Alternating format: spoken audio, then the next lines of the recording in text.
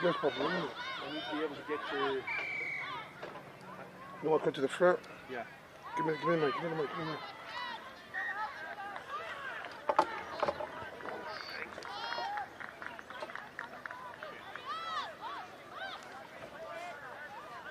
Can you hear?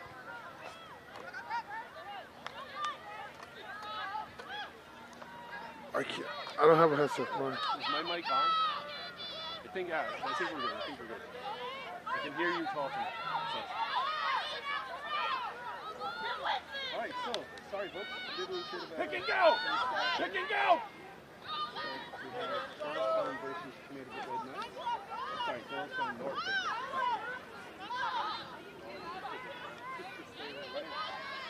Back orange. Just started here. Up! Number 4. Lenny. Up!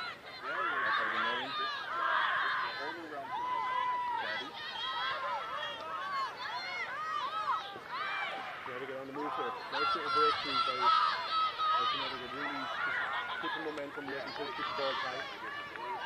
North Bay just keeping their structure on defense, but they're giving up the items to fifth. So now he moves it out again. Oh, really? Bobby Alba. Ball's out to the back. Goal. Olive here. Nice little breakthrough here. Really good work here by Connecticut. Using the momentum. Ferreira.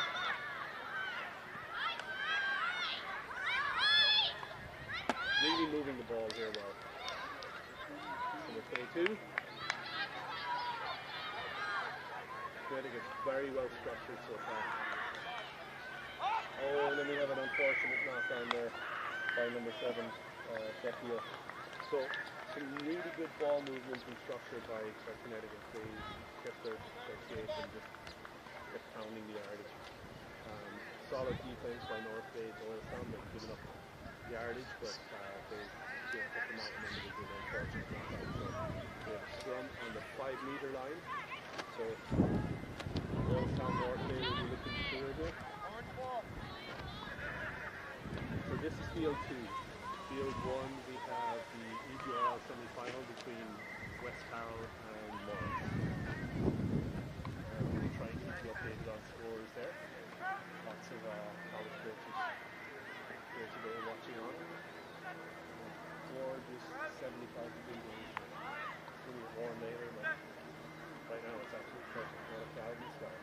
Ball's in. Comes feeling a bit. Ball's out. Kick across field, really didn't get the clearance on it. Covered by North Bay. Doylestown. Winger. Ball moving now here. Able to clear the way a little bit. Oh, almost got to the outside there. Ball still in play. We got a knock on by Doylestown North Bay. So really good work there. Just to keep that little bit of space. That was Sydney Hatton. Plays for Doylestown.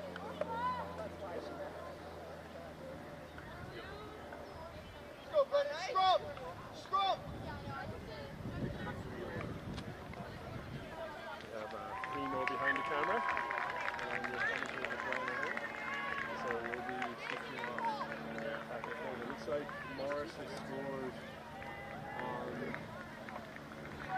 Ospray was out. So Morris is up in the air again. He scored here in the 2 game. We have him scoring right on the 22 meter. So good opportunity here for Connecticut to get ball moving. It looks like we had a bit of a collapse.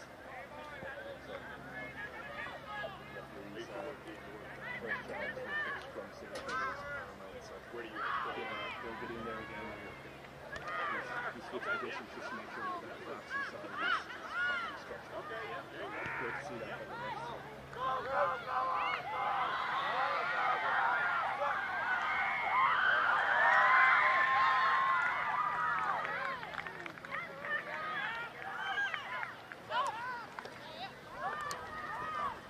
Ball's moving.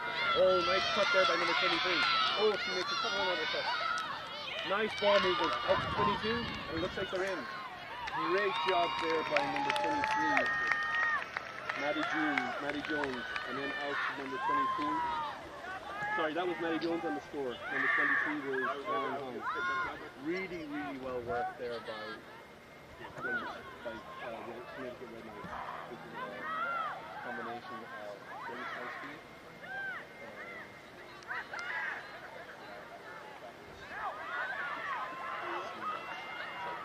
Great job there by Connecticut Red Knights.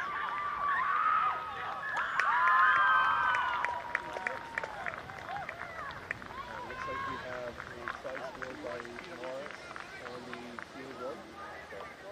So score here in the Red Knights versus Charlestown North Field. Connecticut looking really dangerous. I think I'm gonna start cutting carbs. I need to drop my belly fat. If you want to drop this.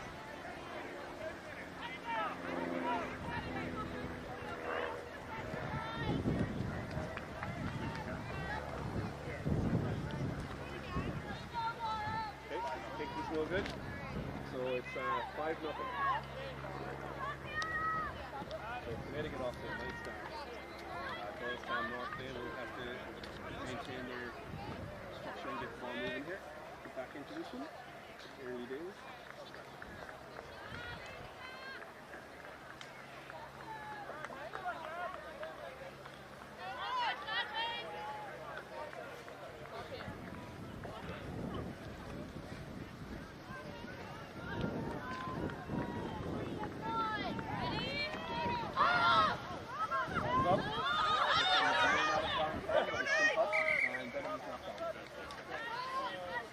Girl pushed her first. Looks like the last time out there may have touched her first.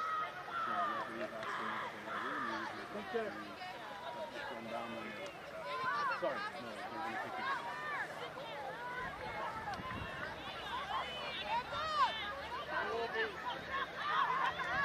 Number 9, Coleman kicking it.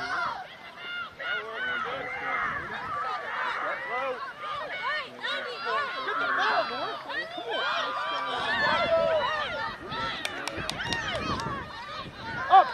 Low!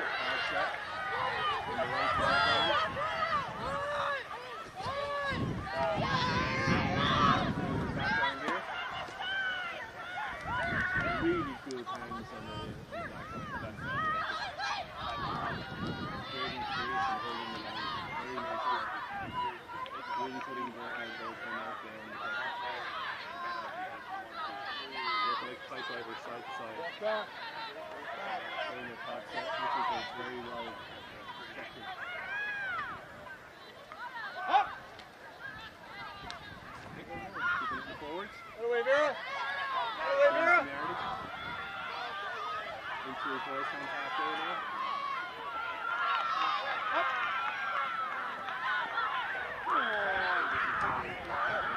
Nice, nice, nice! Go! Really nice break. Hold on to it. Go! 15 is Barry.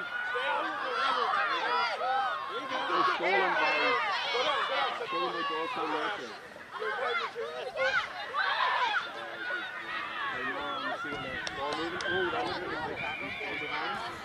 So we're going to have a penalty on that. And that is number 8.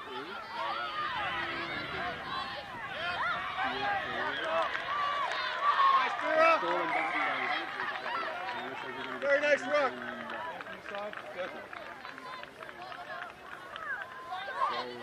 I had the 10. I had the 10. I had the 10. You guys have to be back behind the 10.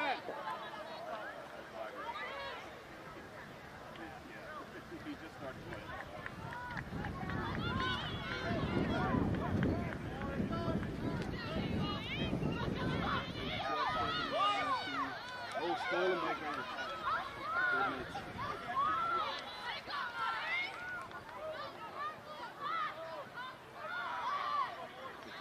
Up.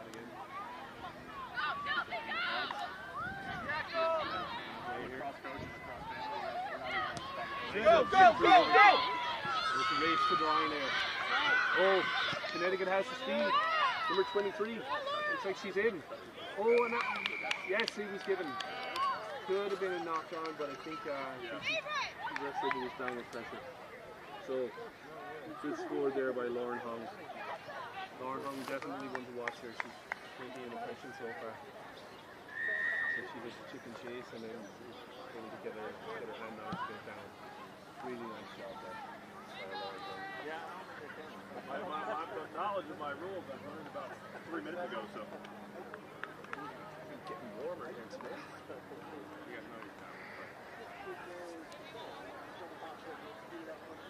So, Doylestown North Bay combination team. Both teams were a little light on the rescue side this year, so they decided to combine these.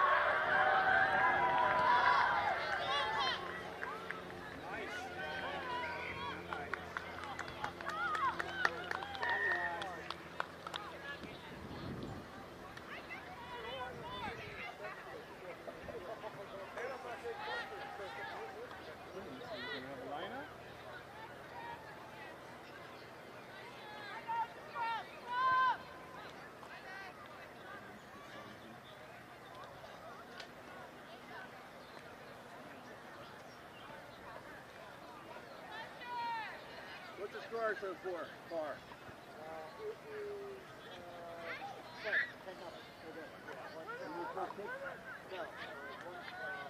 One try.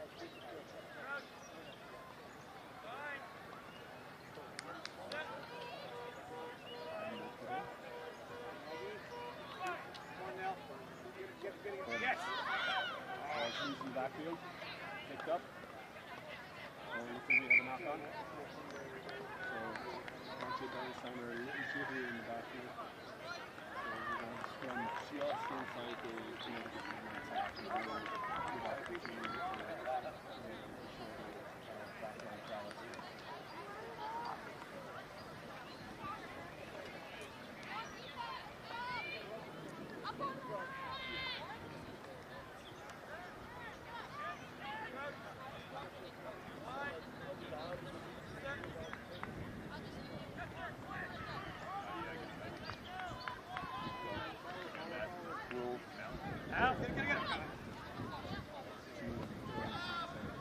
Pull back in.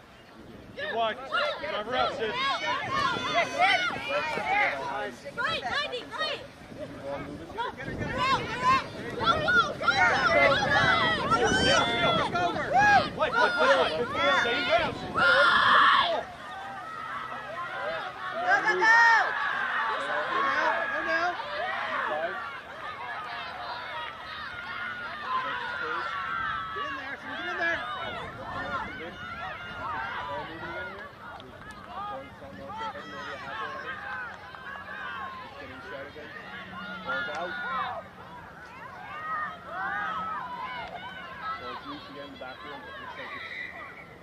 Down again. So, Doylestown just a little bit jittery on the passing.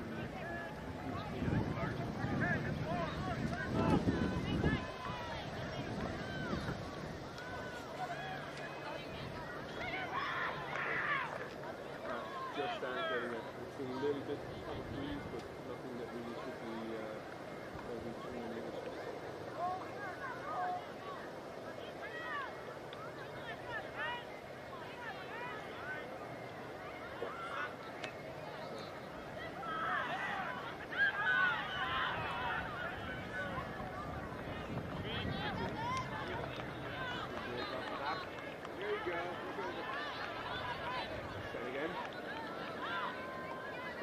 Seems to be on the roll a little bit, breaking through though, number 21. Stevens. Balls out to Hong again. Moving here. Bit of a bobble. I think he's going to get a knock here. So just Wolfie pass. He's grabbed by the arm and he's going to stay.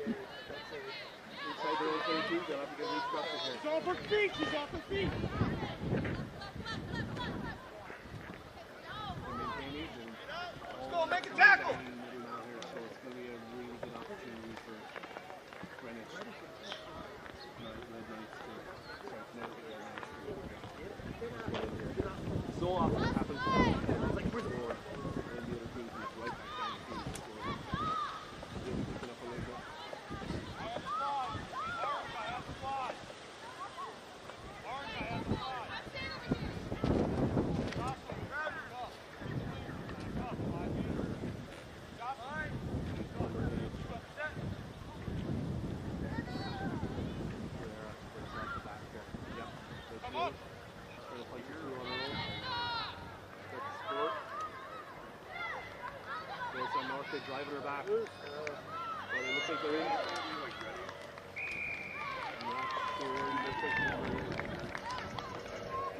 Number 7, Vecchio that might have got it down there. Really picking up per se, but it's a little closer. So we have 15-5.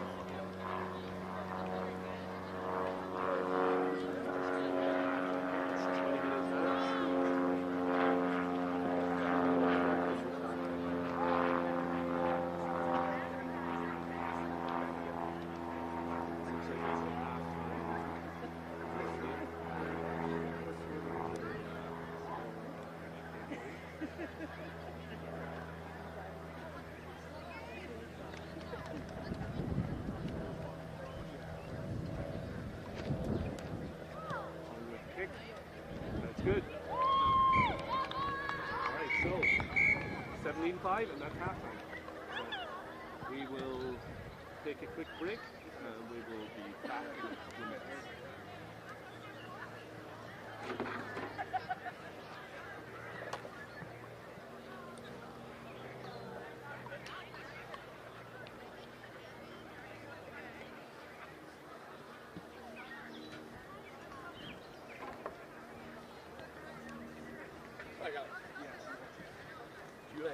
Nelson, you want water?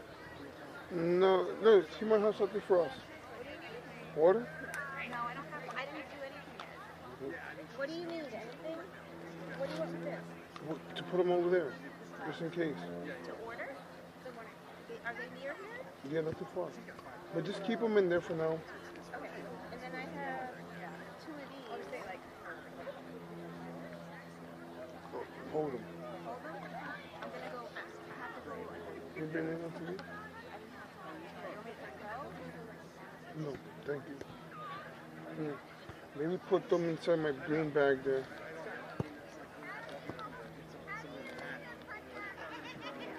It's gonna be hot. You know what? Put them under the shade with you. Honey, take them with you. Put them under the shade though. Alright, I'll be up by the Yep.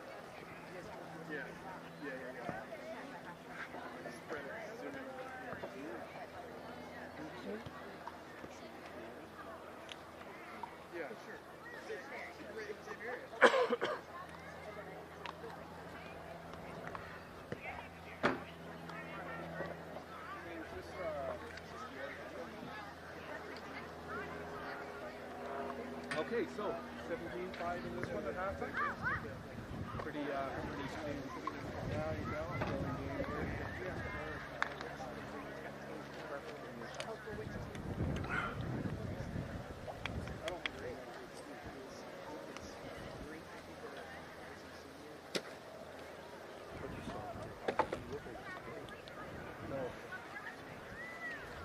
Literally hit the Yo. crossbar. Water. No, I'm good. Thank you. Yeah, no. She had it, I thought she was looking at it and South Banana.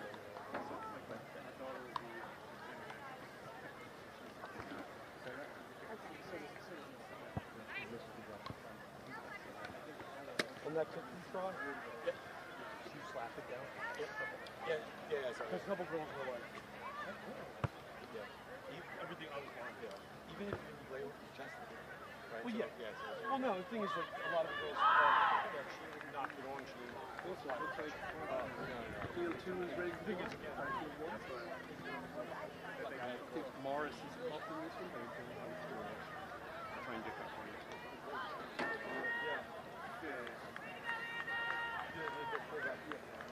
Alan!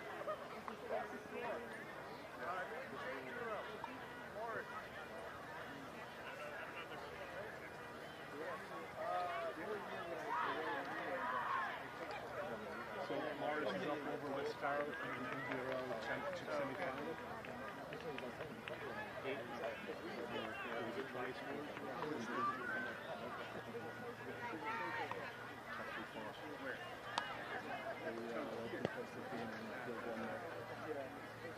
So I will say field 2 is very impressive because you have 4 rugby teams that join together to make 2 squads for this match, and can't be easy playing. Not sure how many game practices they had. So it looks like this might be the team.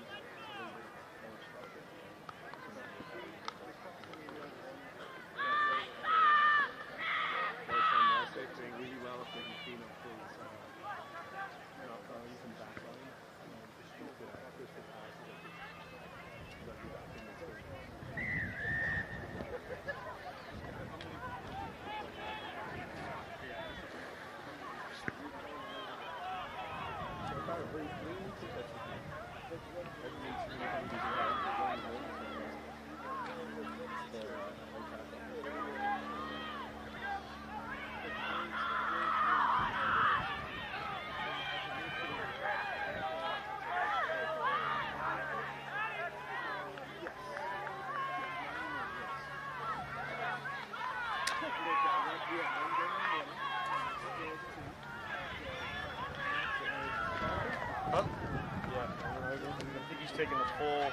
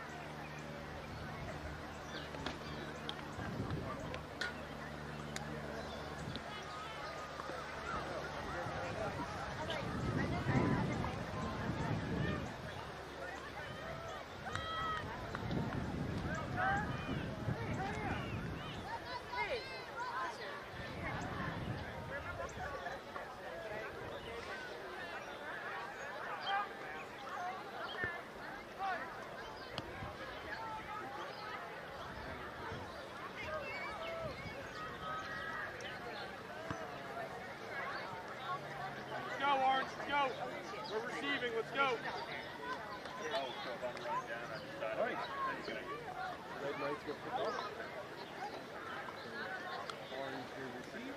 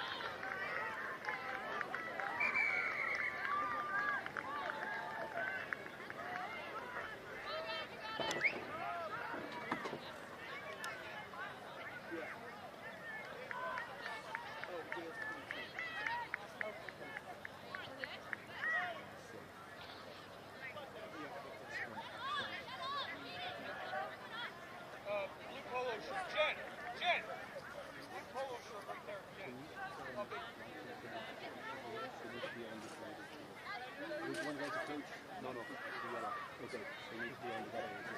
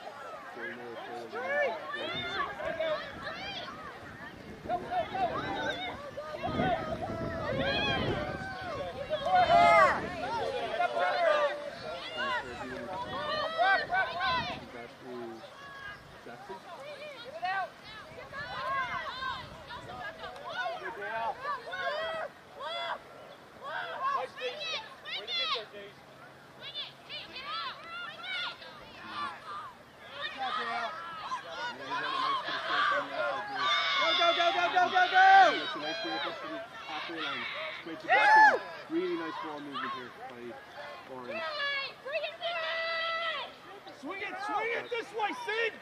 Red You're Knights by yourself! back inside here. Oh, well driven off by Orange. Sorry, by Red Knights. Ball coming up around the back.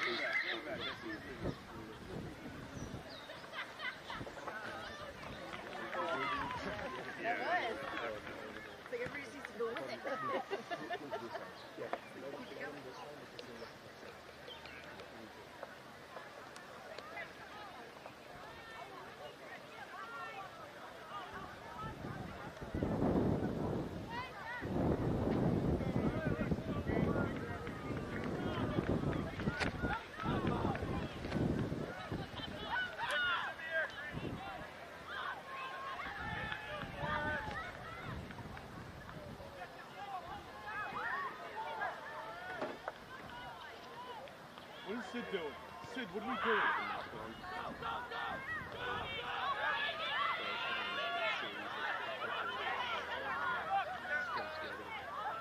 Score is 17-5 to Red Knights. Good push there.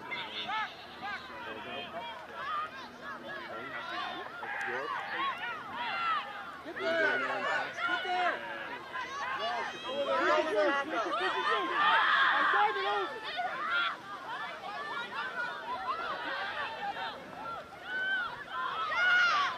Poach that! Poach that!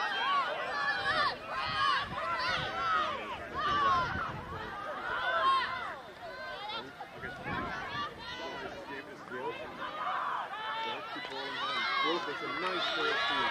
Got triple passes.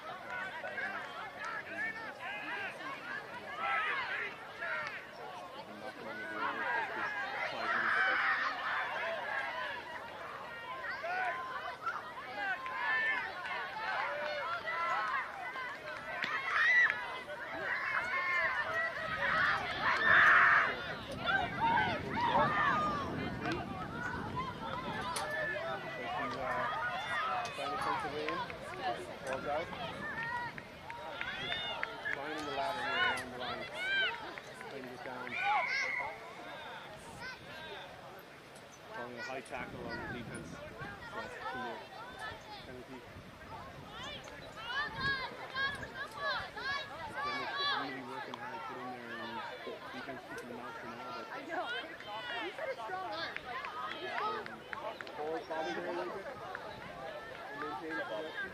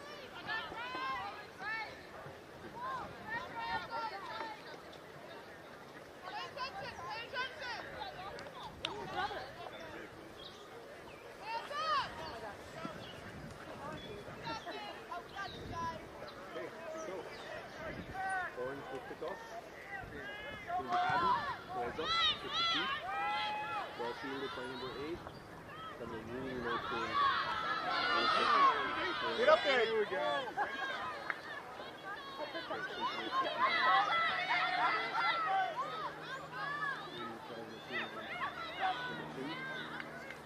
Get her!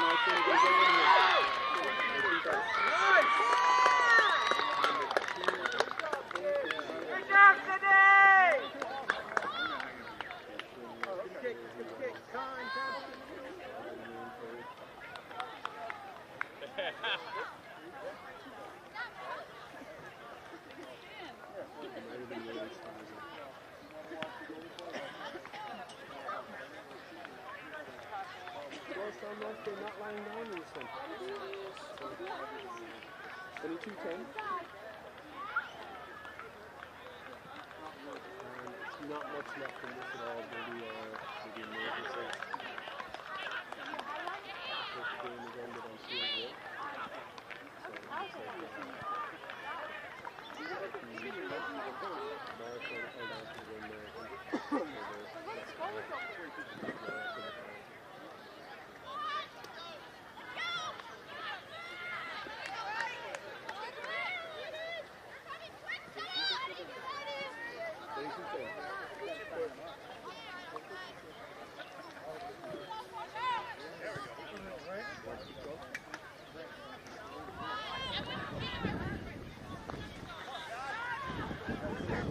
Halfway.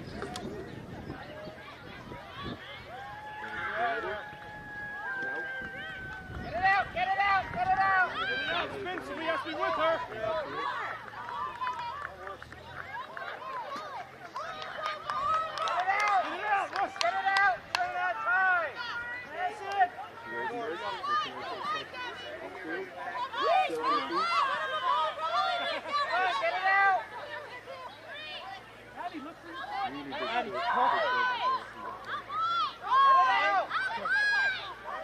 Set it up. There you go, Addy. Upload it. There you go. You got him up. There you go, you got it. Get it out. Go wide. Go wide. Nora, you got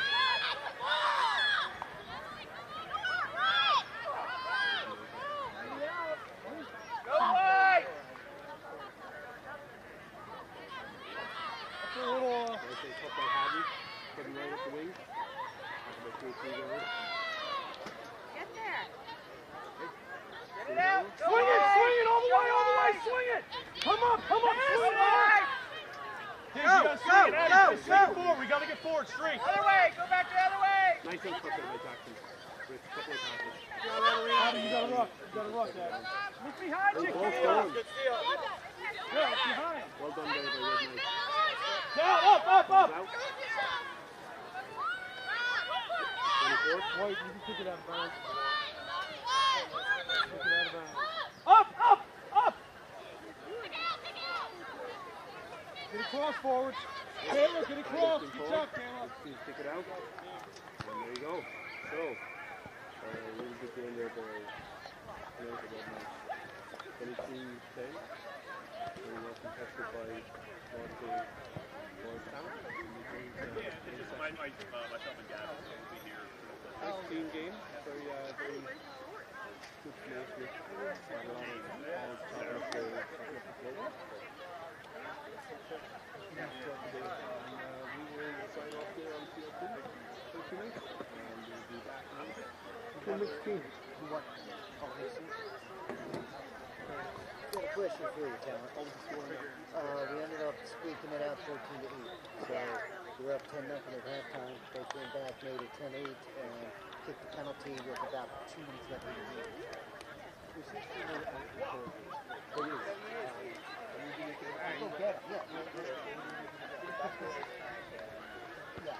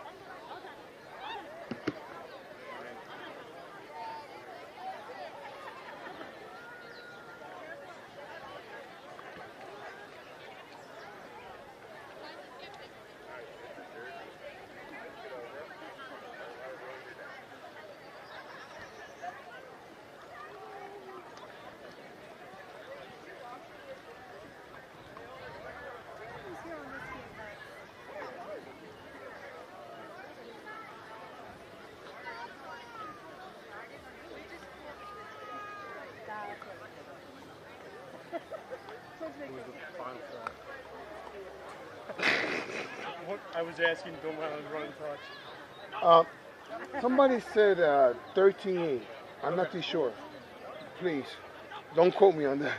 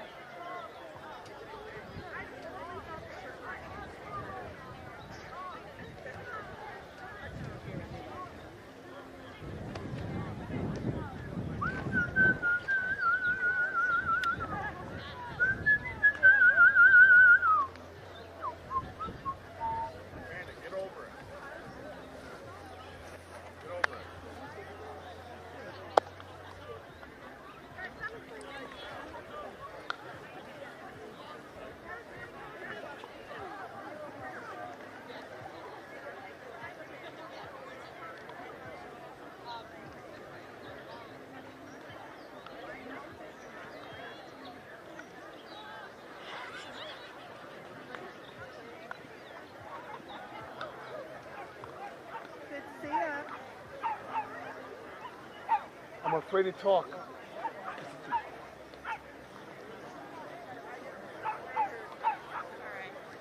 Hi. Hey, what's going on, kiddo? Not much. I've been assigned to this field now.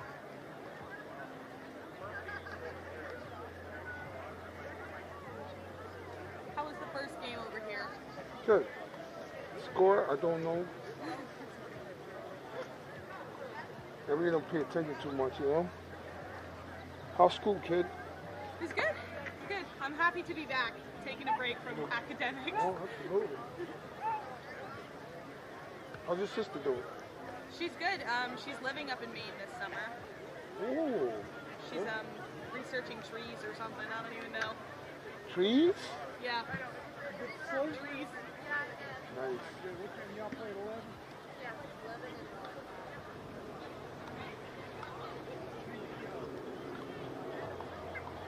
Come on, Megan, run. Megan, you can do it. Megan, run. Megan, run.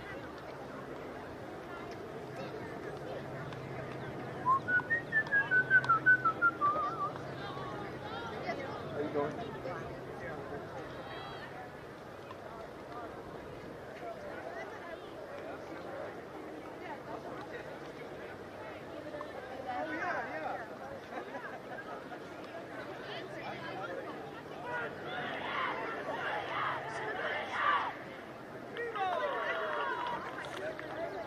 Amigo, what happened? Hey!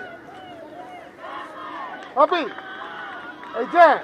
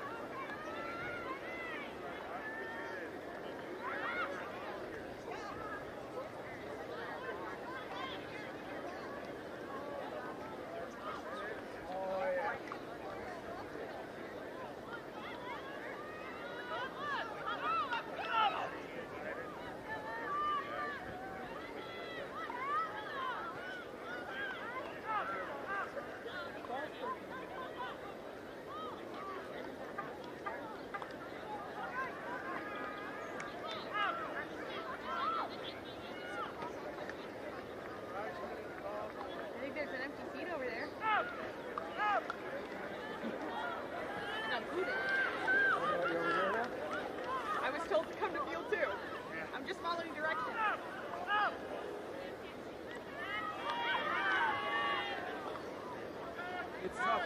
It's tough doing it by yourself. I had to do it on field too. Once by myself, it's tough. What do you think? I would just, you don't really know a lot about him. Just call it. Like don't no commentary. Kind of just call the game and see it. You know, come down to zone. You're offside. You know, all right. That's the easiest way to do it. Or you can have I don't care. Yeah, there is, right? Huh? There's two microphones? Could be. Ready?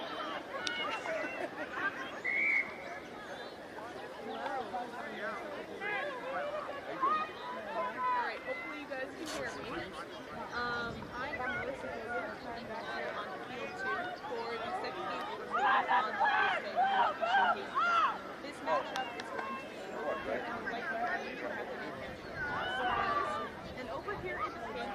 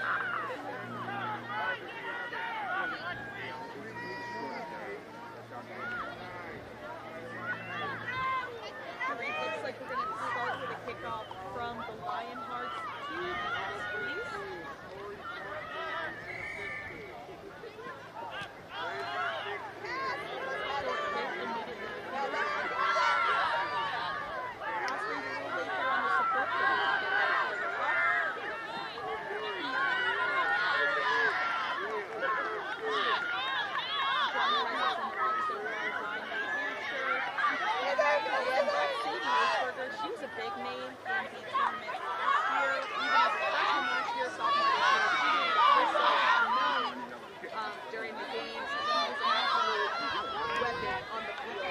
Unfortunate knock-on by the Ospreys, just past the 50, and it is going to be our first.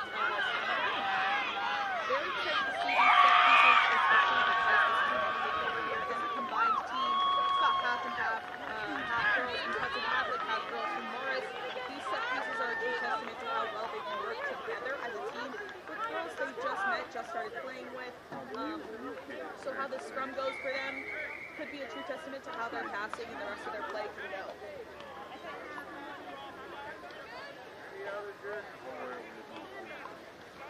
Looks like we're going to go for a re-scrum. Ref is going to explain a safer way to get it done to both teams.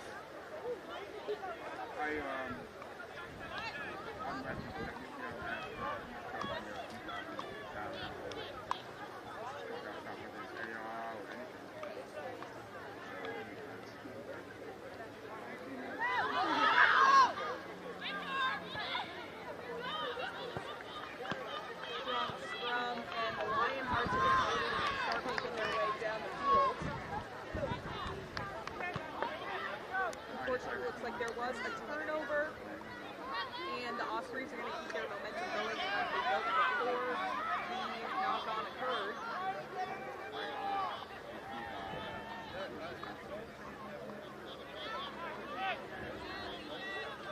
The ref is clearly marking on the side. Good ball movement so far. I would like to see them use a little bit more width on the field. Their offensive line is steep, but they're not very wide. Looks like the lineman's defense is wider than the defensive offense. So I'm hoping they can get the ball moving a little bit more space.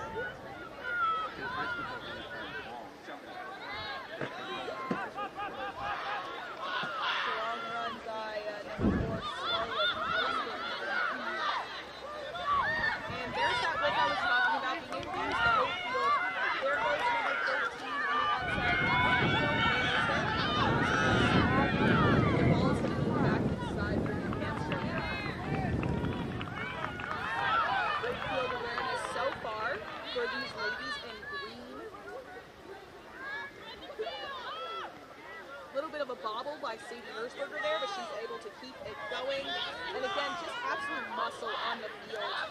Last year, and it looks like this year again.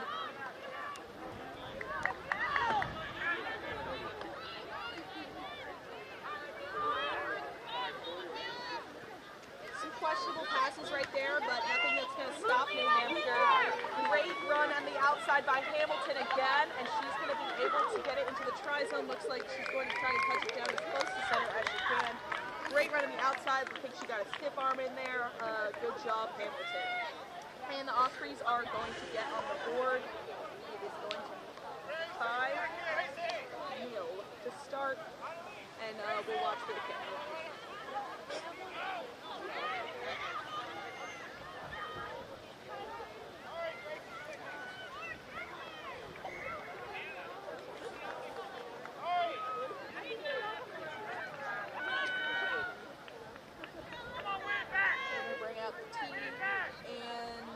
Kicker is going to be number 9, is Gracie Schmidt.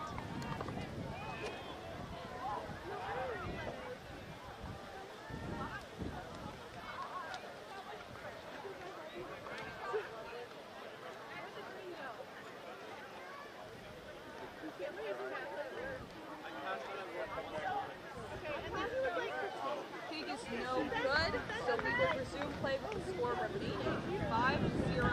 The Lionhearts took that time while they were waiting for the kick to be up to kind of figure out what they need to improve on, what they need to keep doing. Again, this is a combined team. They obviously don't have a lot of time and a lot of practice with each other. It's hard to figure out kind of a flow and communication with two different groups working on the field, but I hope every minute they improve with that and really play as a team.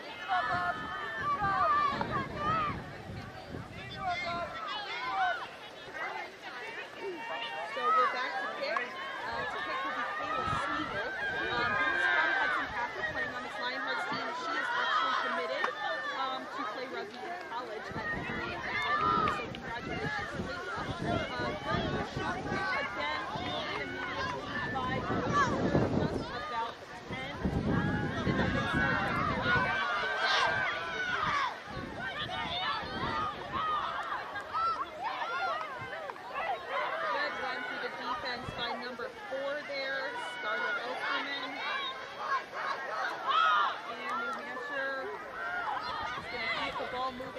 run down the field, unfortunately kind of tossed forward during the tackle. Looks like the ref is going to call a knock-on, so we're going to scrum down on the far side of the field, just at the 50, pretty much. Hopefully this scrum is a little bit better than the last one, improving as the game goes on, but that just comes down to communication between the two groups of girls that are playing at home.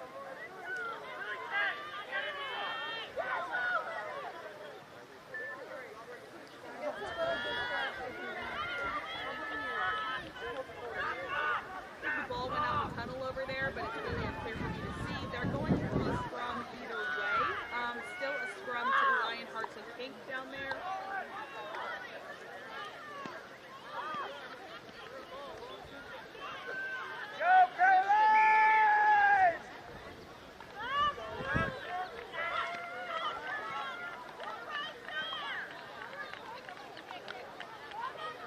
Strong push by New Hampshire, and they're able to steal that scrum back. Great run on the outside. I'll get a number on that for you in a second. Good passing. Here's that width I was talking about before. And there's Hamilton again. She cannot be caught. She gets tackled. And the ball gets sent back out to the other side of the field. Right there in the middle, running up was Anna Sprague. Sorry, Anna. Big tackle.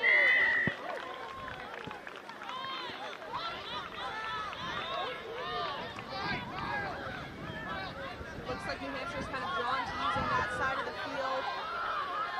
Good run. Kind of dragged her tacklers with her. And it's going to be a turnover. The Lionhearts get the ball back. Strong passing out to the wing. They were a little steep. I wish they could have gotten that one last pass out to the outside. All right, coming in from the side is going to be called on New Hampshire, and they're going to get fresh start over at the Lionhearts. Will touch and go. We'll restart with their momentum.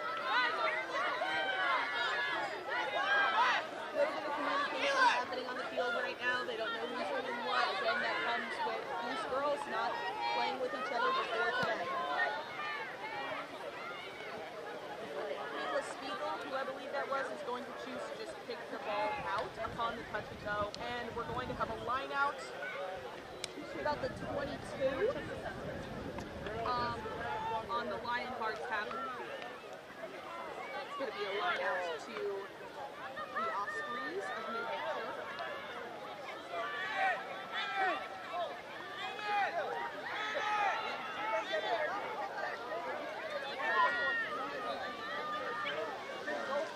A little bit of communication happening with both of the teams right now.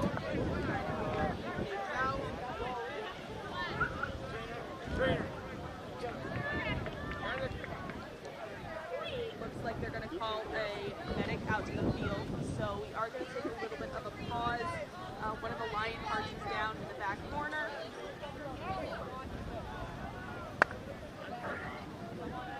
I was looking for you. It's been a beautiful day so far for some rugby. First semifinal of the EGRL Cup happened on Field 1 an hour ago with Morris taking a 1-point win. So congratulations to those girls. Then we're back. Line out won by the Ospreys. And their number 4 is Scarlett Ellison. Make her way down the field. And good ball movement. The scrum right there. Great thoughts by number 8, Kylie Campbell. I recognize that name from last year as well. Penalty scoring by the Lionhearts. And there is Sadie Hirschberger again, just trucking her way into the try zone. She's going to try to center it. Beautiful job by the Ospreys. A lot of teamwork happening there. Multiple girls making multiple moves that ended up with Sadie Hirschberger in the try zone to make the score 10-0 Ospreys.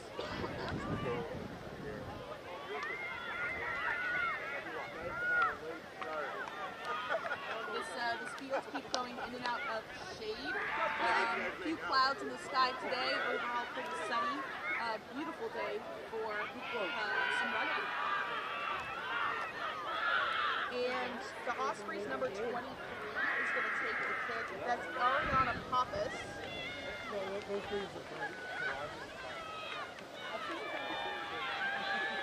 She has many accolades next to her name on the roster.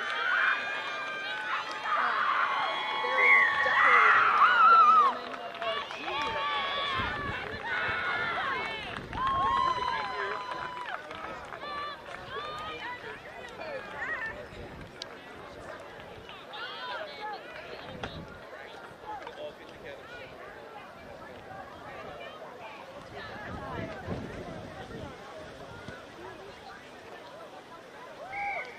Beautiful kick, and the score increases. It is now 12-0 Ospreys.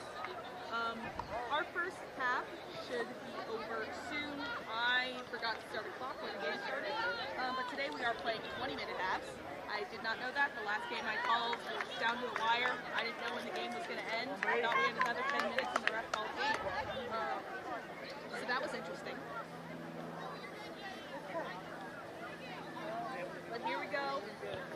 Another kickoff.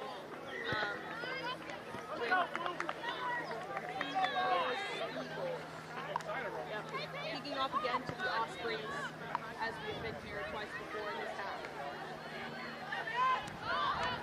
Another short kick. Not immediately taken by the Ospreys this time. Little bobble by number 2, Amelia Johnson. But nothing they can't handle. Ball control was still held. And strong presence by the Ospreys to start.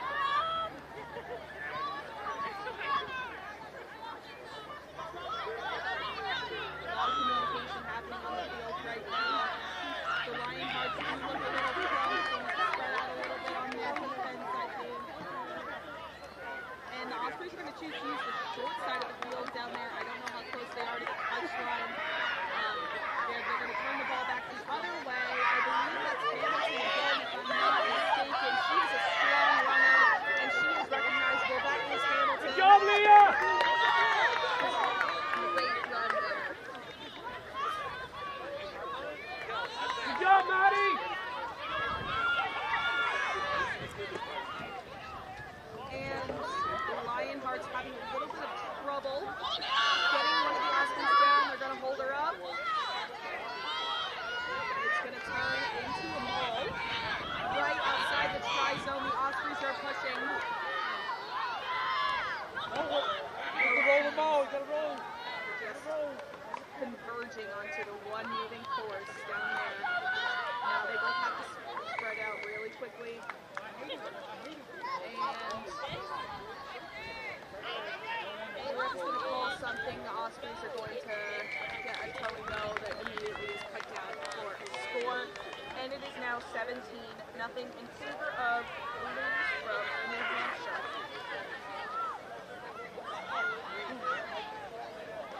Overall, great field awareness by New Hampshire so far today. The ball movement from one sideline to another is kind of exactly what you want to see, especially against a defense like the Lionhearts, who are having a little bit of trouble shifting. I hope they can figure that out. Again, I commend these ladies for playing with brand new teammates today, which I know from personal experience is a very difficult thing to do. And every minute counts. They're learning something new. Right now, as they're standing in that try zone, they are talking to each other to figure out what they're missing, what they need. And so I think the second half, they're going to play better than this first. Again, the first half should be over soon.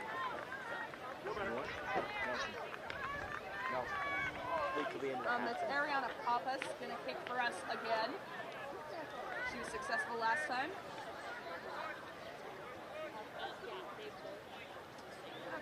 She does like to take her time with it.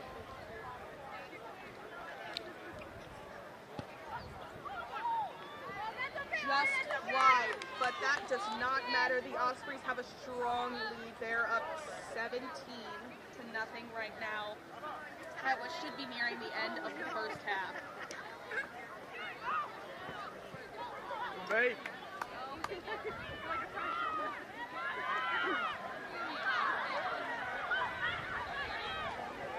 Eagles going to get the ball to kick off again. I can feel that these Lionhearts have something in them that they want to be able to themselves today. And I think it can happen for them. It just takes a little bit more communication. They're just getting used to each other. Good catch by Ospray to start the ball moving. A little bit of an awkward pass by their 9 Gracie Schmidt there, which did result in a loss of yardage just a little bit, but they still have possession. So they're keeping the ball moving towards their try zone.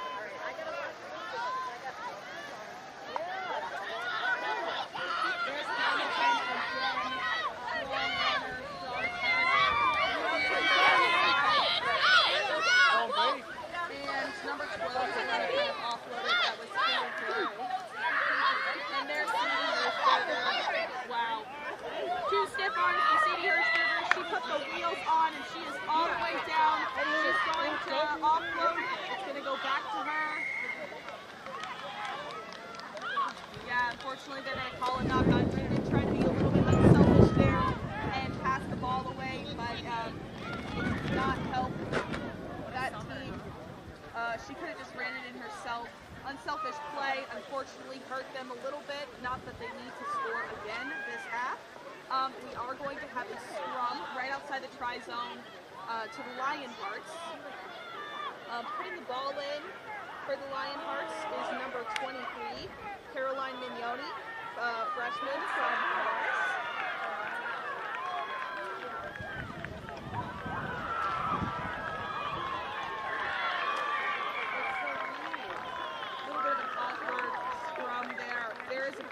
In size between these two teams, just in the front row alone, which can make for an awkward scrum.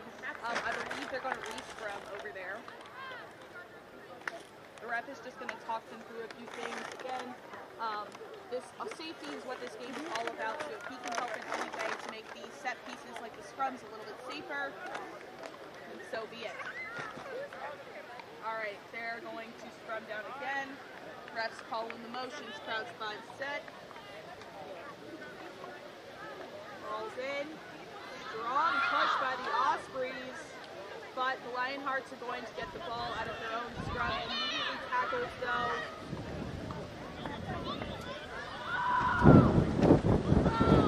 And turned over because the Ospreys have the ball.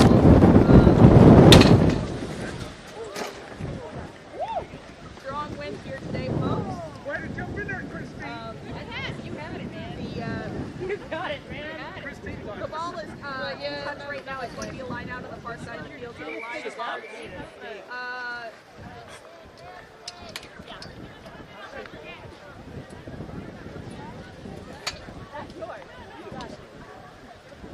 How are you? Back in play here, folks.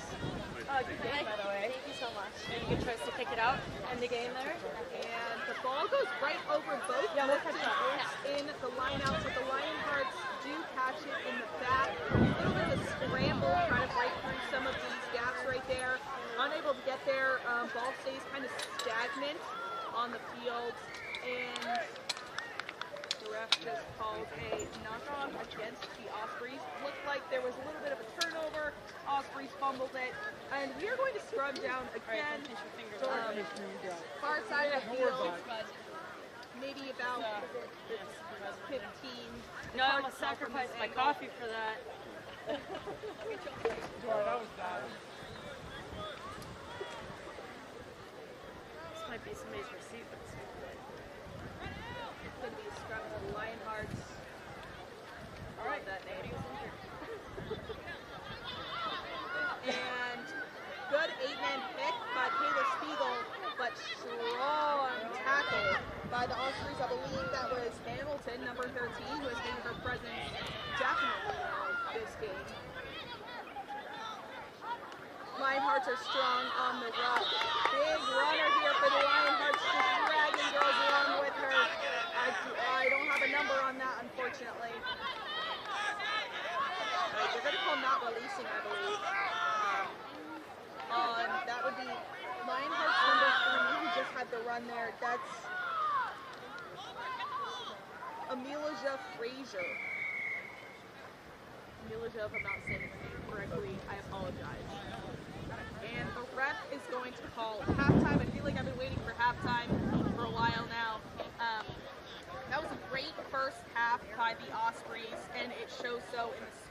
are very dominant, show out. They are up 17-0 right now, but the Lionhearts have nothing to be ashamed of. They're a fresh team.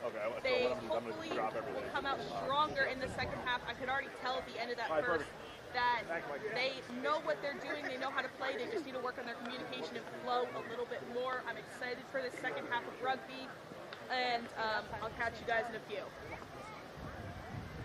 well, it didn't match up like that before.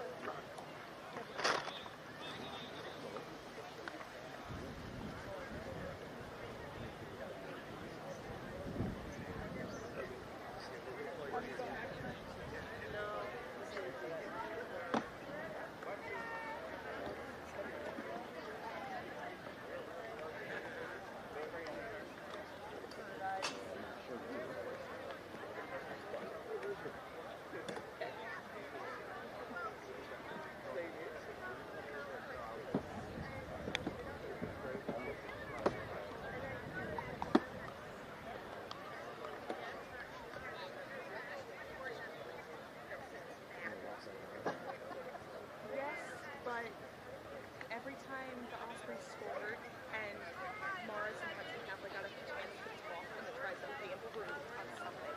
So I'm hoping that the second half will go on my side.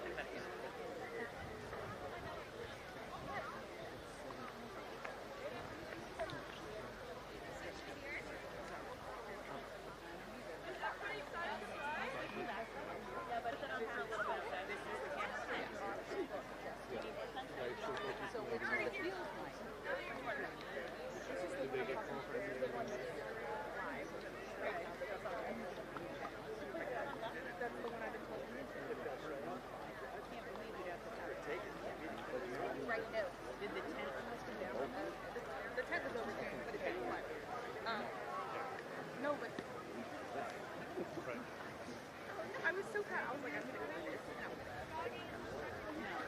You're not. So, do good again.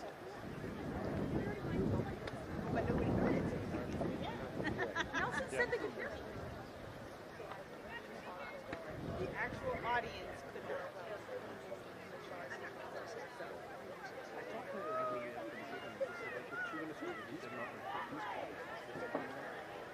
I'm like, please, stop it.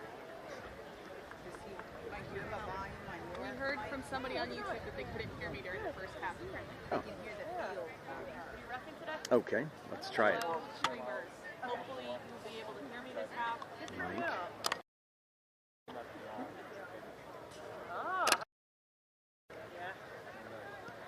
Talk. All right. Well, soon we will be back for the second half here. In case you missed me or the first half of this game, this is the New Hampshire Ospreys who are in green. They are playing the Lionhearts. Love that name. It's a combined team between Morris's B-side and Hudson Catholic. Right now the score is 17-0 in favor of the Ospreys. They have a lot of strong players on their team, including C.D. Hirschberger, who made herself known last year during the tournament. Strong runner, just a force on the field, knocking down tacklers.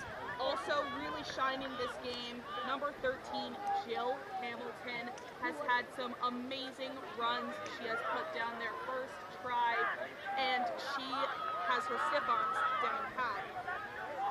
On the Lionheart side, they're just getting their footing in. They're working with a team that's half girls from one team and half girls from another, which is a very difficult thing to do when it comes to communication and ball movement. Every chance they get to talk to each other outside of play. Right now, or anytime they were standing in the try zone, they're working on something, they're improving on something. I think they'll come out this second half a lot better than they did in the first. Notable players on the Lionhearts still would be number 8, Kayla Spiegel, who's from Hudson Catholic.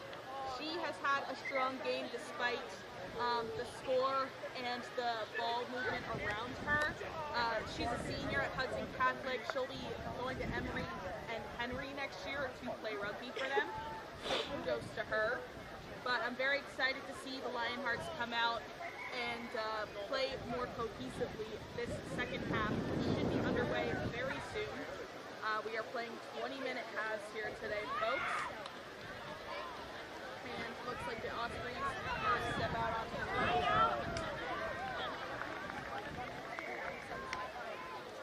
No, found it. He's up high. Cool. Hold on.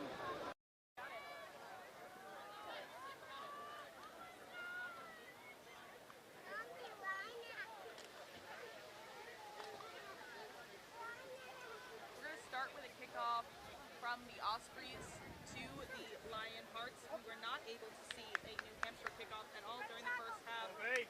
I believe we're going to have number 23, Ariana Pappas, do the kickoff. She's been kicking their conversions. She's been phenomenal so far today.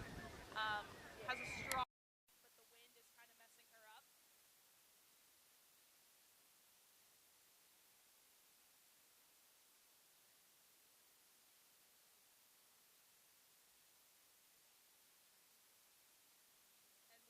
Underway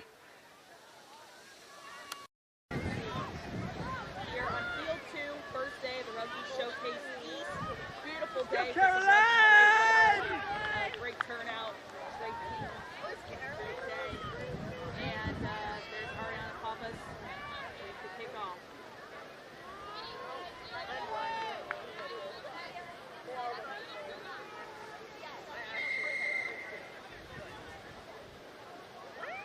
Ball's up, long kick.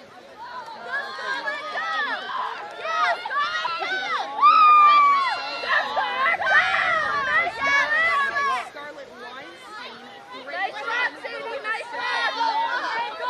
number 3 again. Big runner, gonna take multiple girls to get her down. Good on the Lionhearts, right there for support. Great movement so far. I like that they're using their width. And Kayla Spiegel's gonna take the ball. Do a little bit of strong running. Support's a little late there, but they do get there and they're able to clear. Great using the far side of the field. They're catching this Ospreys defense a little bit off guard, in my opinion. Looks like there was a turnover. Ospreys are going to get the ball and start making their way back down. Tackle made just inside the 50. Lionhearts really got to prove themselves on defense right here.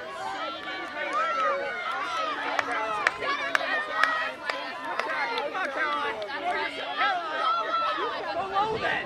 She's got a full stiff arm. First time I met her, she wanted to be like God slammed me. And she does touch it down.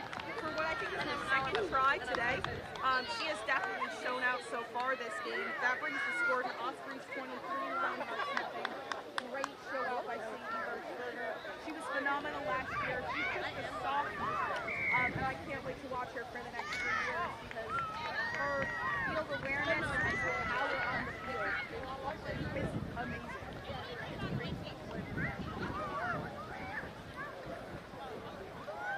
Looks like Ariana Pappas is going to set up to kick again. Hirschberger made it easy for her. Almost right in front of the post.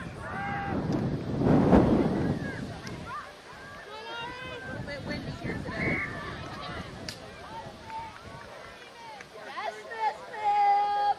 Pappas does like to take her time.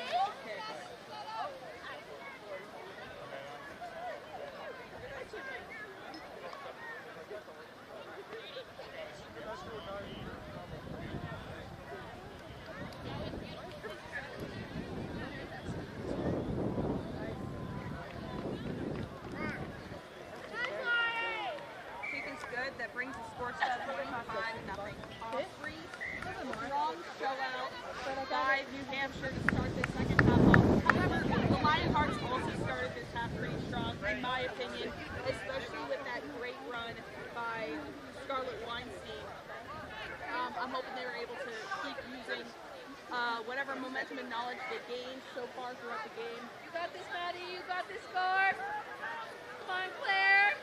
Come on, Sadie. Come on, B. You guys got it. Spiegel's going to kick off again. She likes the short kick, or at least she did during the first half.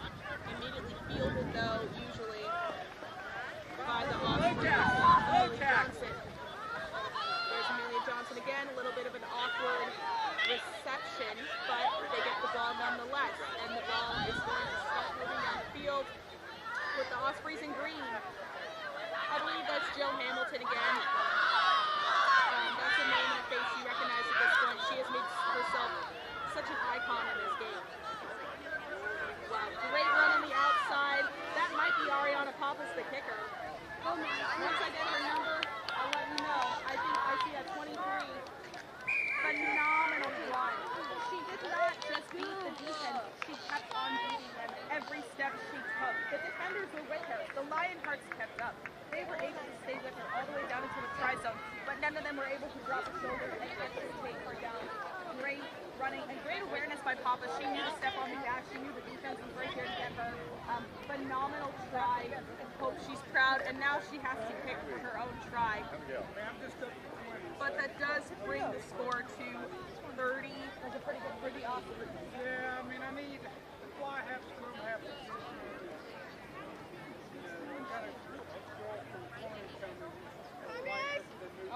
Ariana Pappas is not going to pick for her own try. She deserves a little bit of a breather.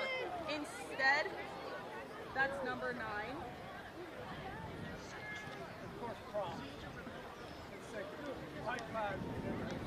Kick is no good, I believe. That was Gracie Schmidt. When I play Old Maid Road, I think she took the first kick of this game. yeah, I play this week. Still a great show out by the Ospreys so far. Lionhearts should still try to use their time on the field to get the ball moving, maybe get on the board. I'm very hopeful for them. They had a strong show at the beginning of the half. Once they get possession, I think they'll be able to get something going. Taylor Spiegel again, a little bit of a grubber. I don't know if it was intentional. I don't think it went 10, but the Ospreys chose to play it. So that will be number 4 on the Ospreys. A little bit of a hesitant ball movement there. They're going to send it out to Sadie Hirschberger, who's going to send it out again. I think the Lionhearts were all expecting Hirschberger to try to run it, which is why there was a little bit of that split-second late tackle right there as she offloaded the ball. Nobody was expecting her to get rid of it. Great step pass and continues on the outside. Now's the time for an offload. But the Lionhearts said no. They decided to get their hands on that ball. The Ospreys take their time with this one right off the run. Strong run. Looks like he's going to call it a high tackle on the Lionhearts. The Ospreys are going to get another restart on the game. Looks like Ariana Pappas is going to choose to kick it and cut. This is the chance for the Lionhearts to get possession no matter how good of the field they are.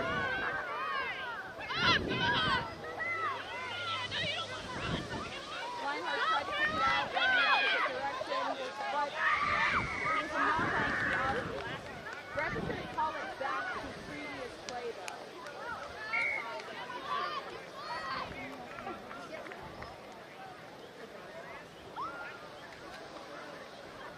Looks like there's going to be a touch and go.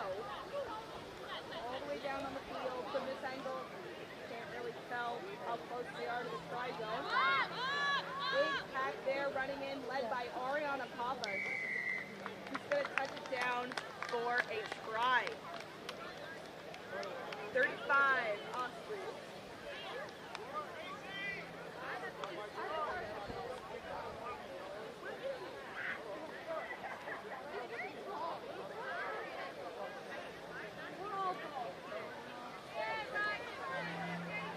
All the girls on the field definitely getting a little bit tired. It's been down and back for the Ospreys over and over. Score may be a little lopsided, but they're still putting in a lot of effort to get that ball down the field and into the try zone.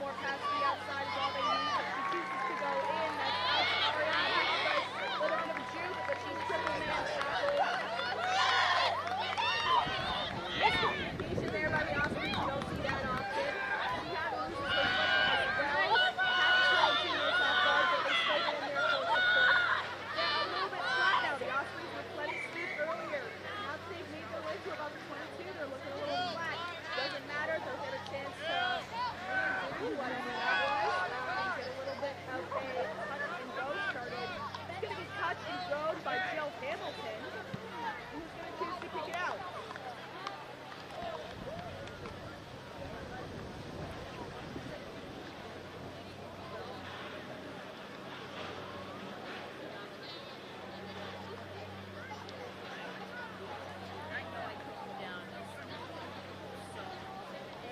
Alright, it's going to be a Lionhearts line out. Marissa. Venables. That's her name. Remind Ospreys are going to throw the ball in. Ref is readjusting the spacing on the line out right now. Again, rugby is a pretty teaching moment game. Whatever help you can get from the ref when it comes to these set pieces, scrum and line outs, like I think these any girl on this field can use a little bit of guidance. Low line out, not immediately fielded by the Ospreys, and the Lionhearts get their chance. Great running, breaking through multiple defenders. Number 9 on the Lionhearts, support getting there.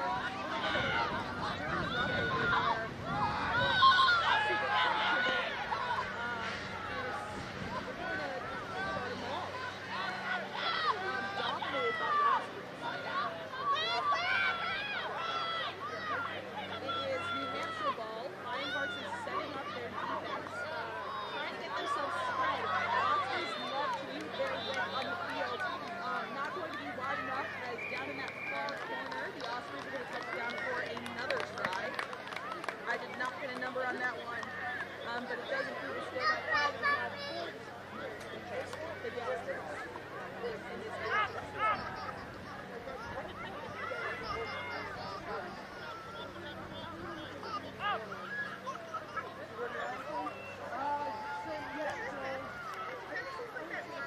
Lionheart's going to take this time to do a lot of talking in the try zone, like they have been all game. I think they should still be pretty proud of how they're playing right now. First game playing together as a team. Big group of young men. Coaches have hoped so far in this game. And that comes with the flow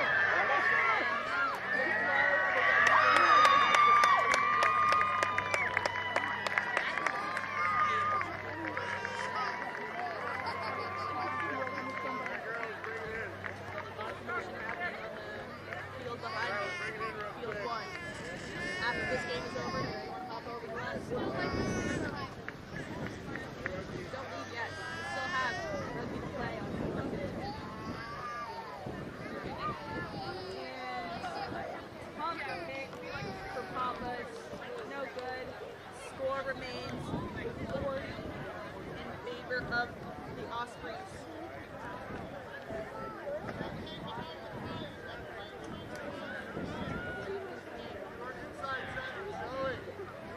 Sun's back out, getting a little warm. This game is soon to be over now. A lot of great effort and work put out by all the young women on this field.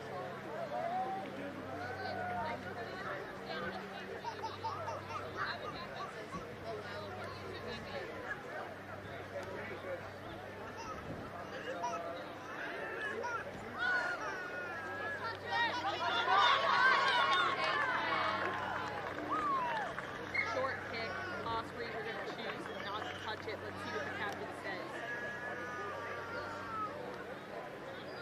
Looks like they've chosen for a re-kick.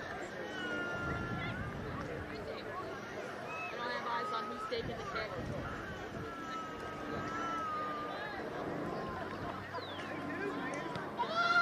There it is.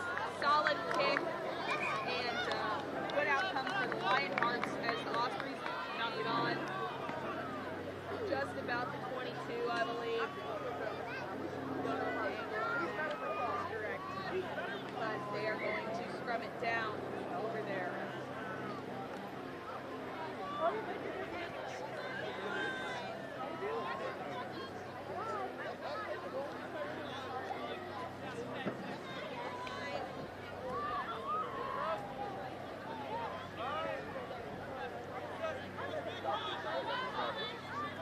Big push by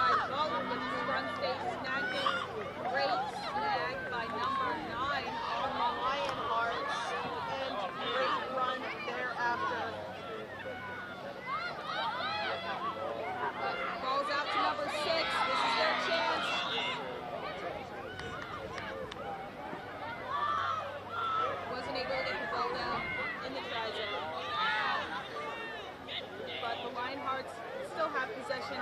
They're still trying to muscle their way in.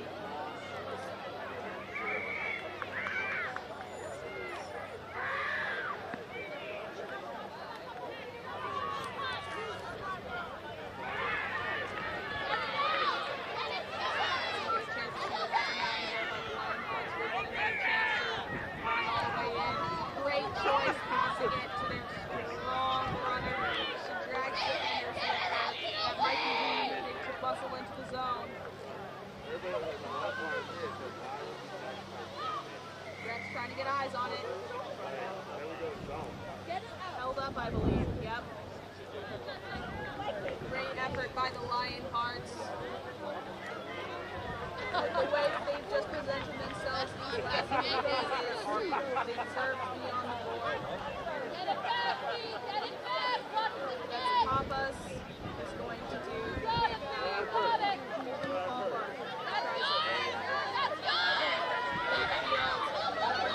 Lionhearts tries to stiff arm, but she's taken down.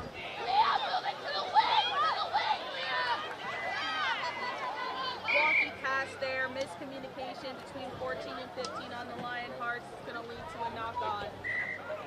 They're going to scrum down again, close side of the field, maybe about 20.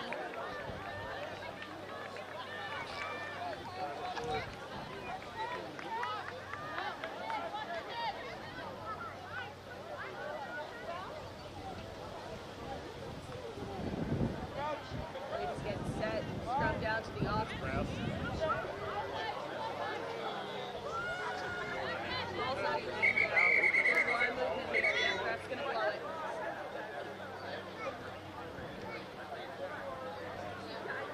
Again, teachable moment. Most important thing in this game is safety.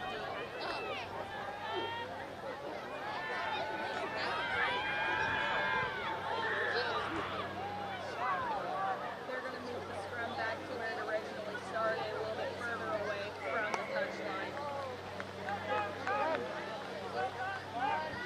Press call on the motions, catch by set, and ball's going to go in.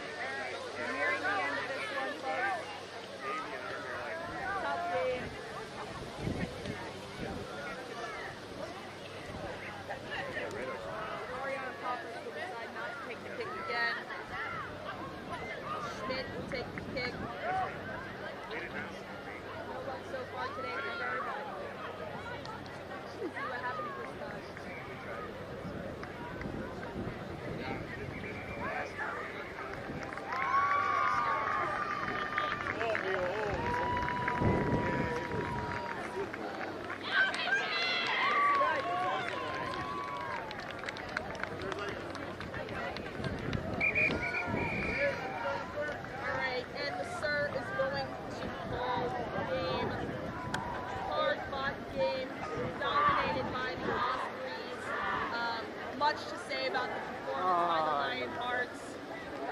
I will say, playing with these great girls is no easy feat. I commend them for at least trying, and I look forward to what they do for the rest of this weekend. This combined Hudson Catholic and Morris team. Final score 47-0 in favor of the New Hampshire Ospreys. Key players for this game, in my opinion, Jill Hamilton,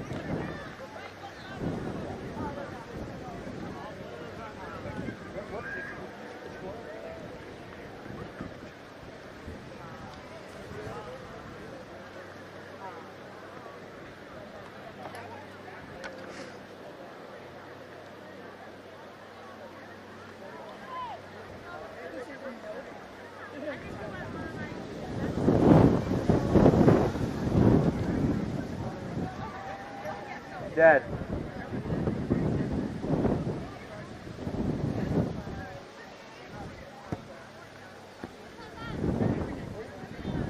Dad. Are they running behind you? Yeah. Sorry? Are they running behind? Oh, I don't know. I just got here.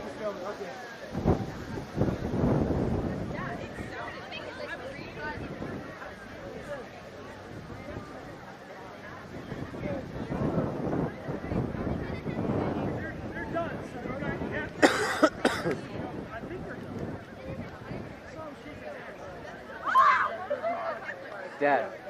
So you guys can go Is this their second half? This is another game. Okay. All right.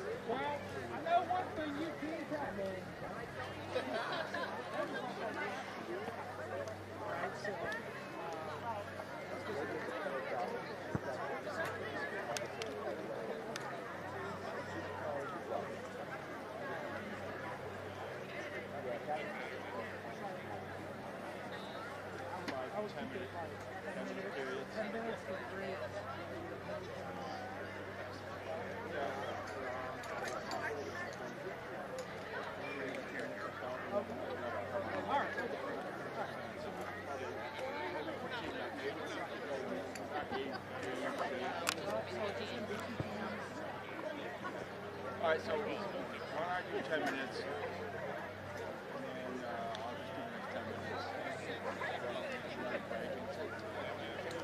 Yeah. Yeah, right, Chief?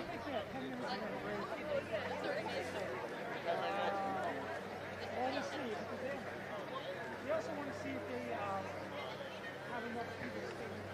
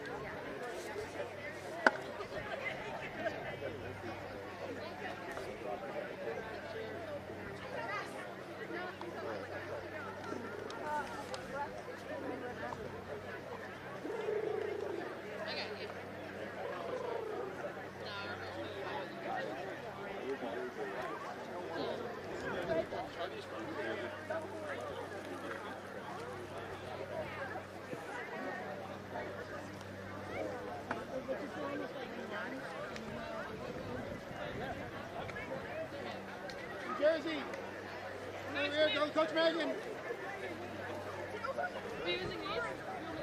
Yeah, let's use 5. Okay.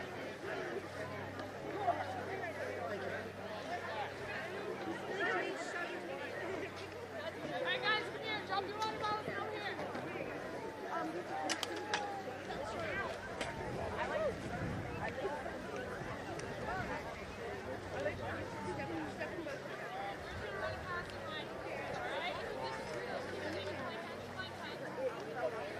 We're playing 12?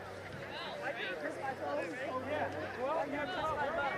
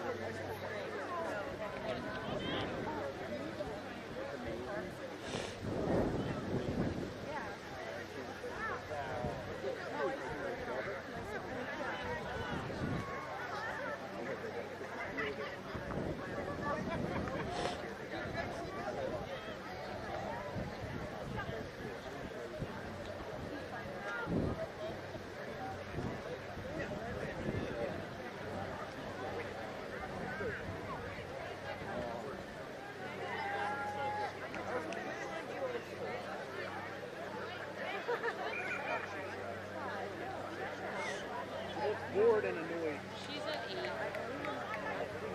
Shit, once the scrum's over, I turn it up.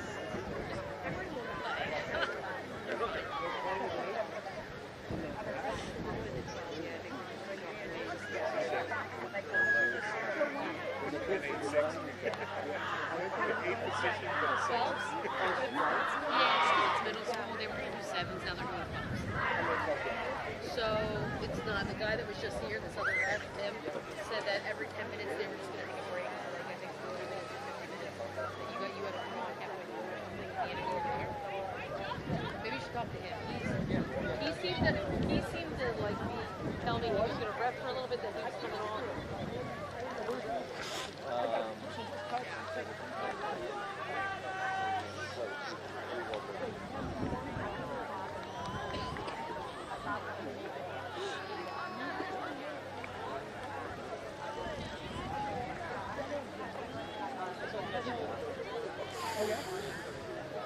You saw them?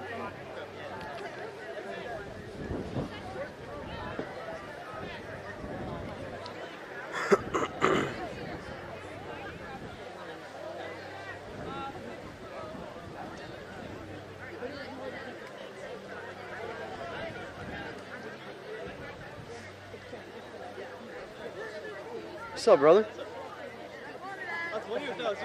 Yeah, what's up, dude?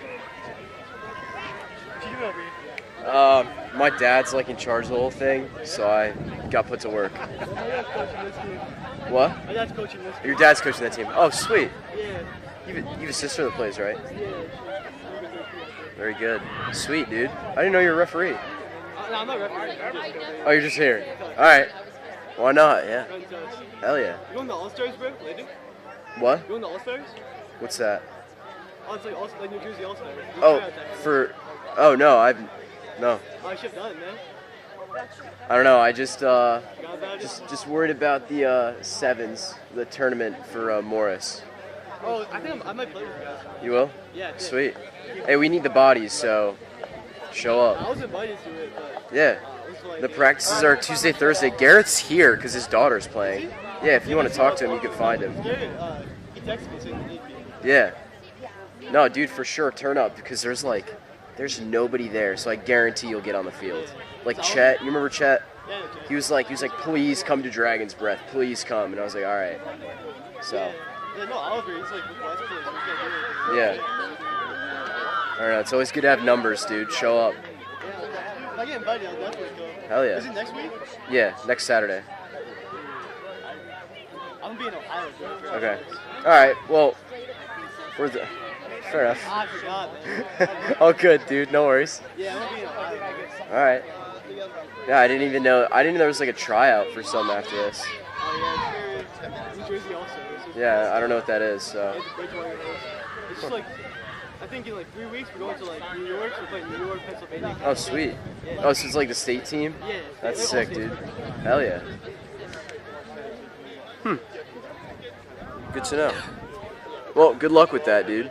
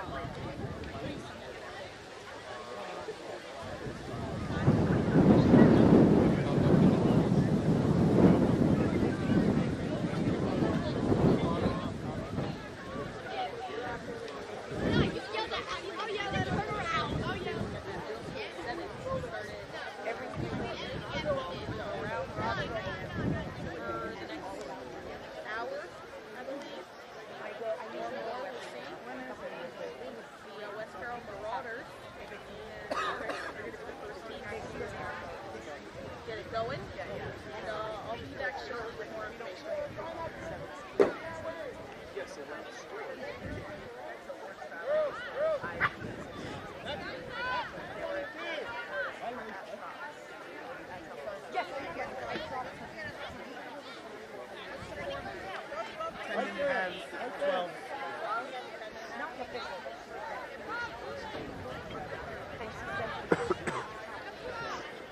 We kind of threw that all together. I don't know. No, that's how it works. The most on the field is the best. That's what we Starting out 10-minute halves. We have to play solid. And they said if one gets hurt, they'll still go Kick off from Morris to Carroll.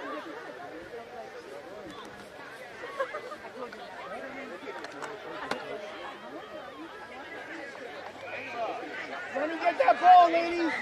Oh, and it's yours. You got it. Just as much yours. Go get it, go get it, go get it, go get it. Good job. There you go. Chase that. All right. Hit her low. Hit her lower. Spread out. Good. Now up. Now move up. Get the ball. Move up. Move up. Okay, scrub. Scrub. All right. Look at the scrum. Go up. Everybody else, get up in a passing line. Looks like they're going to call. Good job, Charlie. So way to go. Good job. Excited to see this scrum. Looks like on the other side. 6 in the back. I'm not opposed if you need to No timers in this scrum.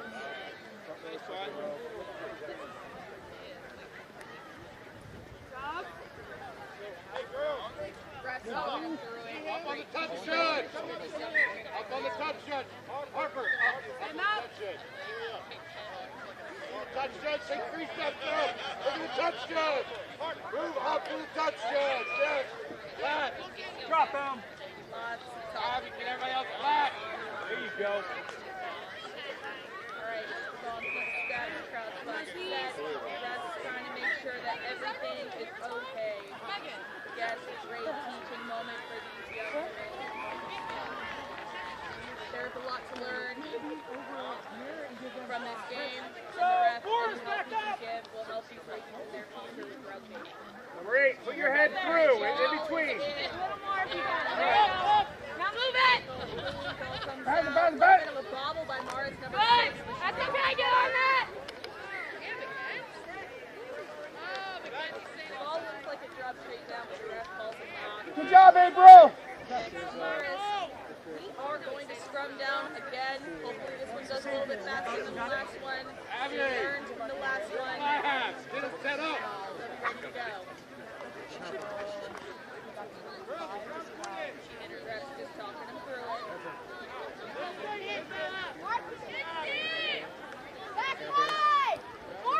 Girls!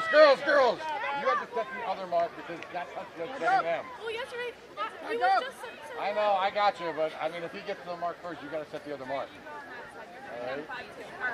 We can fix it at halftime. Back up, so if you're not out of the flag, you have to be there. Right there. Go with her. Get there.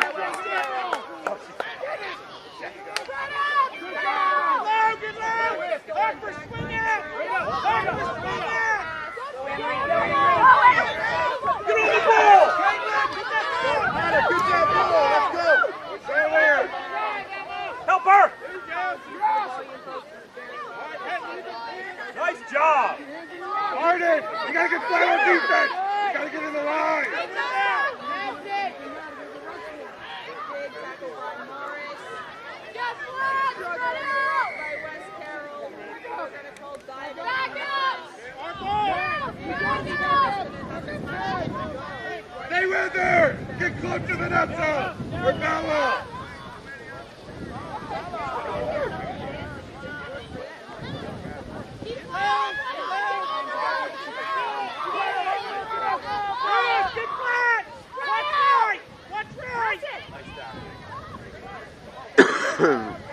Set up your D-line!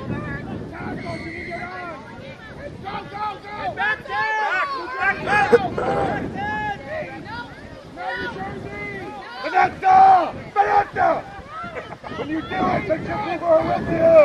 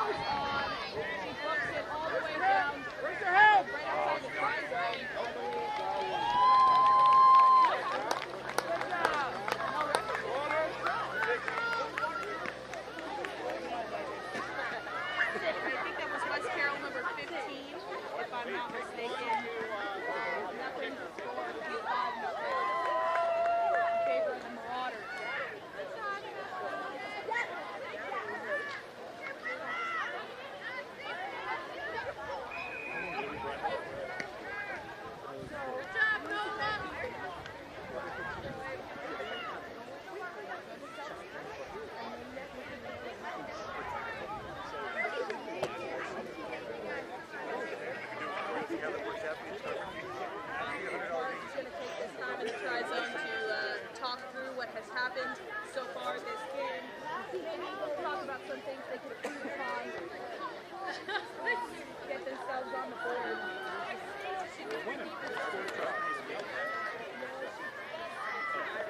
We're at the small window. Enough chit chat. It's time to get it going. These games are short. There's no time to waste. Every minute counts. What you got here? Get a little mod out here. What's that? I was just having a call, like, where's Rugby, where's Greg, because I know I'm like, yeah, they had a great conversation with that. I didn't realize she knew how much she knew. So I want to go to bikini, and I'm like, oh, Pembroke's really fun too, blah, blah, blah. Going to the new dorm. Again, West Carroll and Green.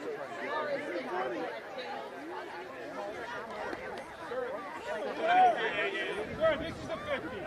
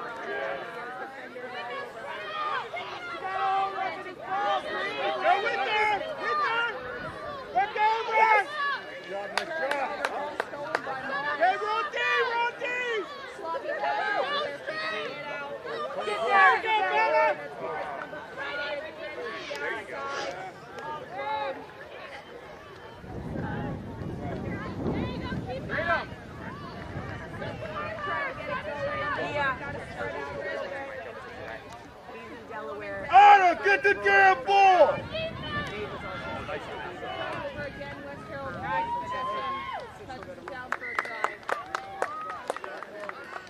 They're going to send a water guy to the field now for one of the West Carroll girls.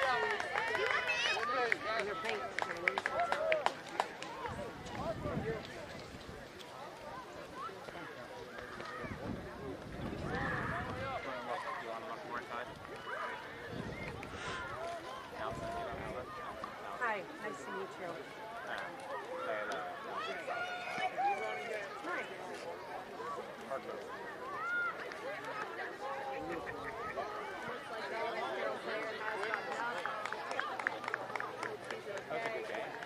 Trina's escorting her off the field.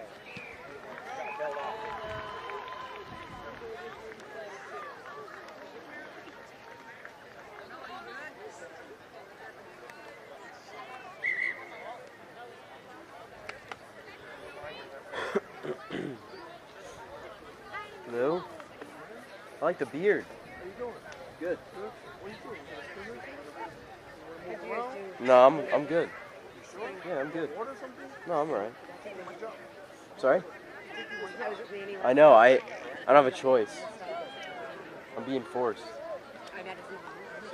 Sorry, I got pulled from that field. It was like, your dad needs you, your dad needs you. And I was like, alright. Yeah.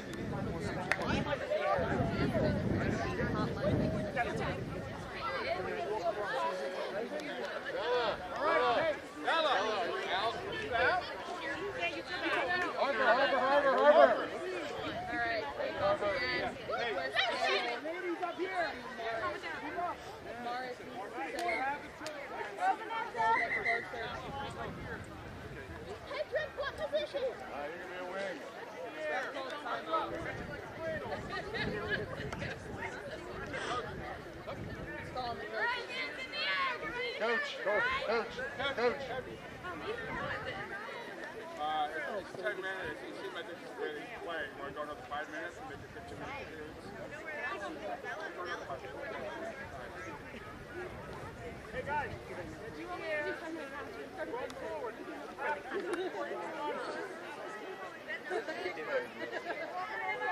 Now he's going to call captains. Relay the message Forward that hard. he just discussed with the coaches. Get the ball, Anna! She's fine. A lot of passion on both sidelines today, folks. Looks like 5 minutes left.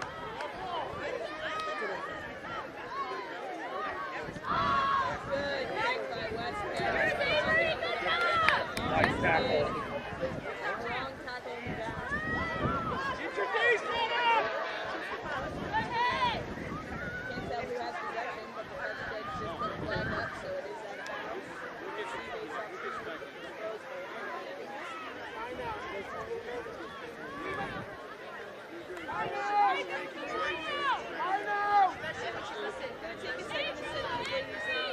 Much like the first scrum we had in the first 10 minutes, the ref is going to play it to the best he can.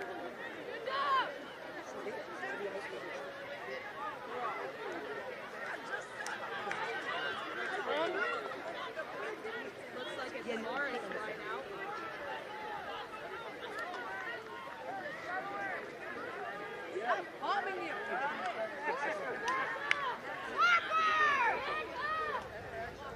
Oh, really?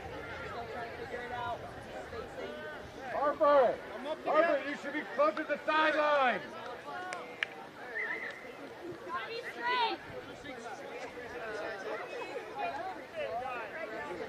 Abby! Harper needs to be closer to the sideline! Throw. Morris's throw needs to make it a little bit straighter next time. Lots better. Obviously harder to pass.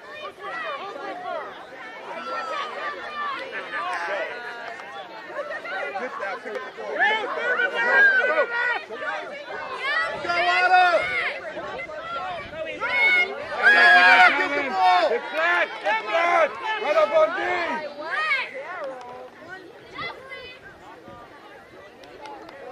Vanessa! Tell them what you're doing! Harper!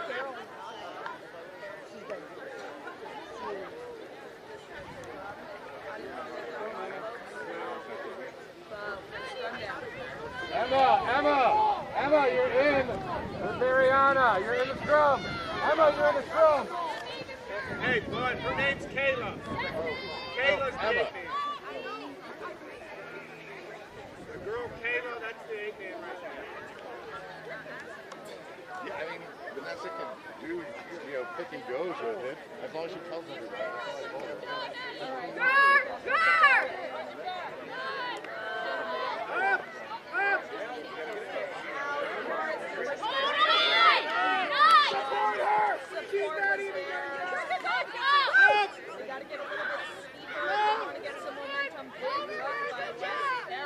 Ava, we need you in the line!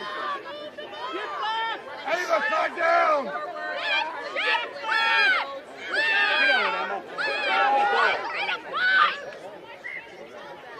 Two turnovers back to back.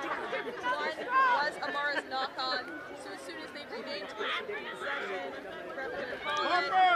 We're going to scrum down again. This time it should be West Carroll.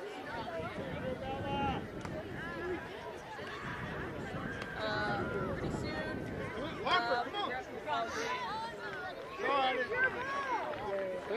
Finley, wider, and then a little steep, right? So it's our ball, it's our put in.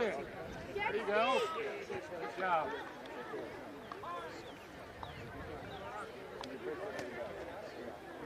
A little bit slow getting out there, but West Carroll wins. Go with the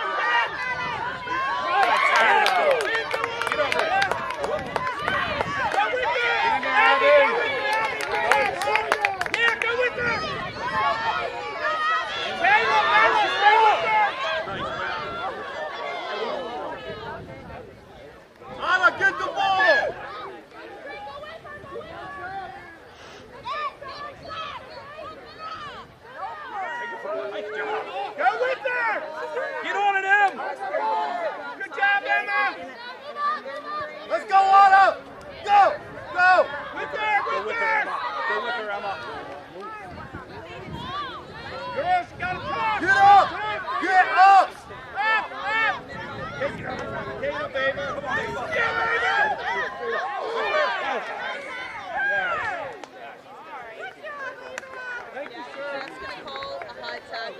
parents on the shooting.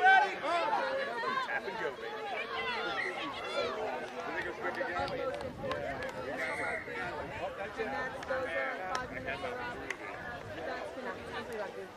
Water, boys. Gentlemen, please. I'm not sure.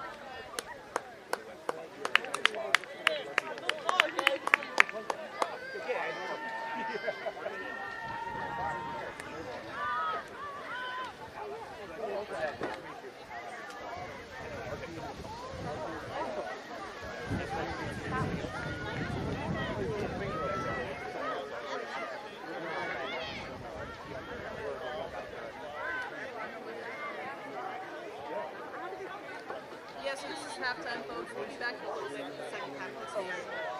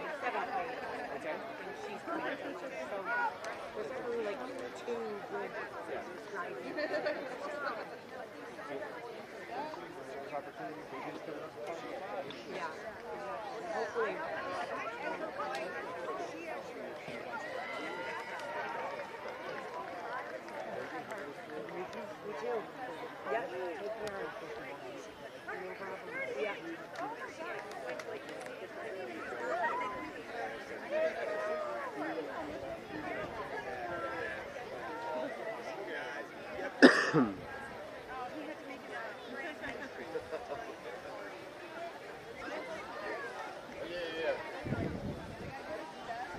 if you're not walking around, definitely sit down in the elevator, right?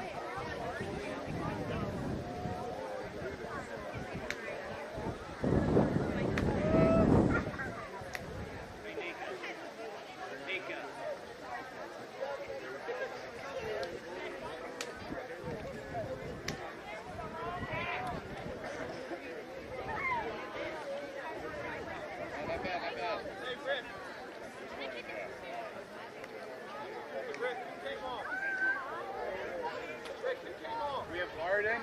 Where's she? And She can go back on. They just put another girl on that wants to get playing time. we have 13. Yeah. Where is she? Arden.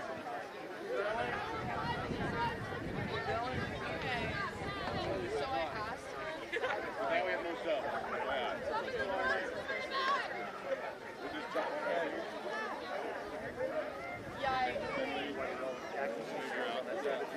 Good! Hands in the air, ready to catch it! Oh, yeah.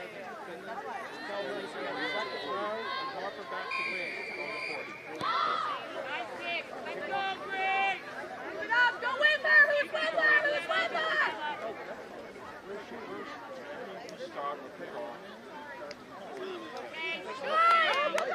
her!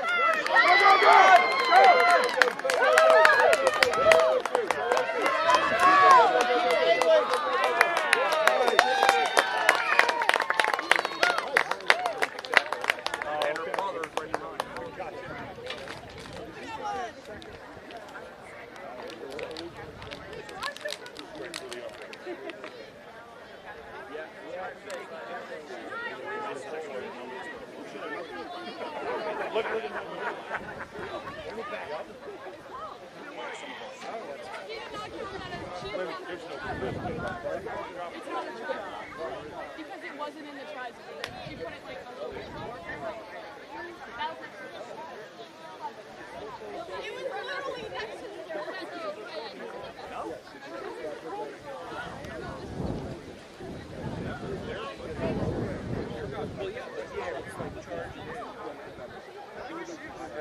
Oh, she put it up before.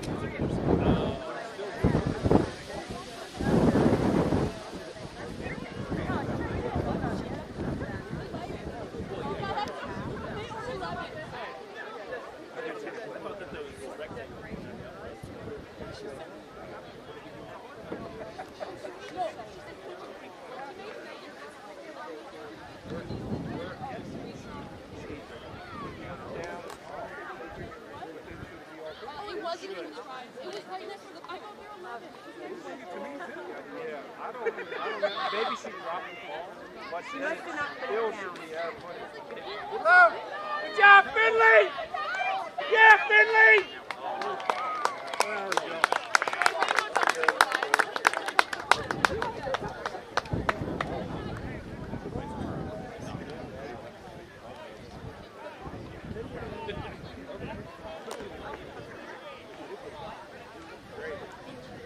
On the 40, boys.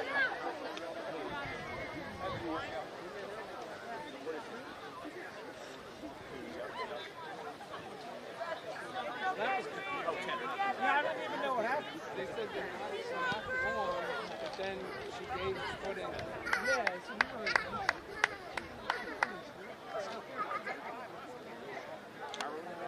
They said that she missed the try zone line, like it wasn't in the try.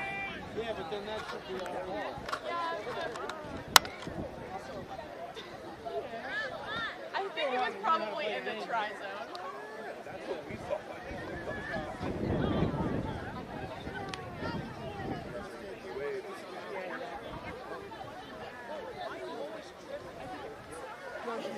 Girls, spread out, spread out! We're receiving, spread out! Ava, not in the middle, slide. Unless you have 5 up front. If you have 5 up front, you get 10. You got 13 on already, right?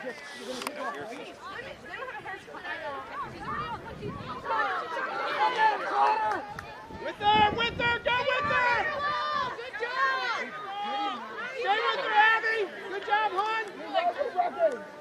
Go with her, Mariana!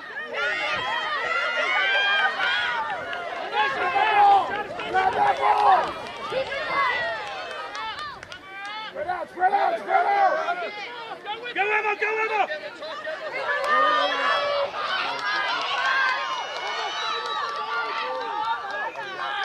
You got help.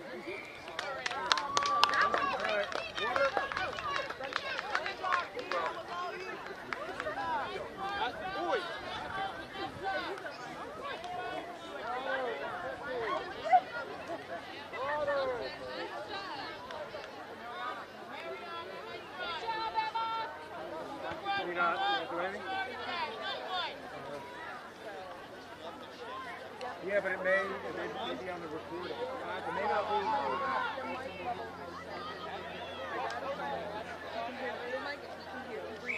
Oh, that's great. But it may not. But it may be on the recording. If we upload the recording, it's better than the transcript. I just Chris said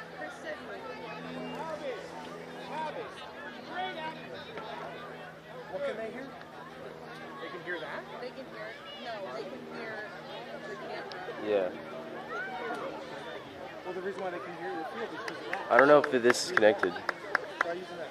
Test, test. Yeah, it's this one. It's not very long, so just, yeah, not a lot of slack. We're back. We're in the second half right now. Hopefully you guys can watch it.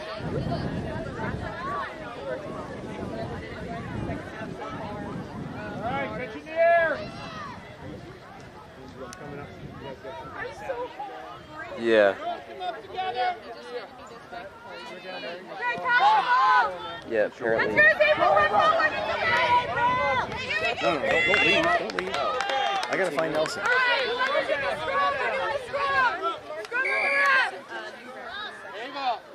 next one, right? I gotta find you. You gotta come somewhere. Don't fall over. Not on the second. Come down to West Carroll.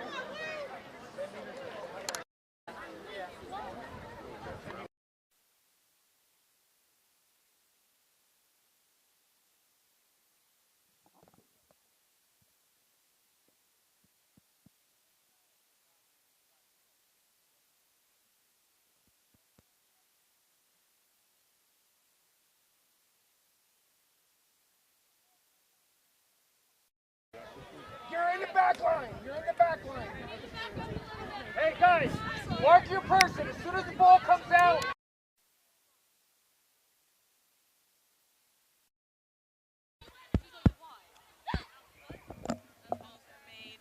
Ready.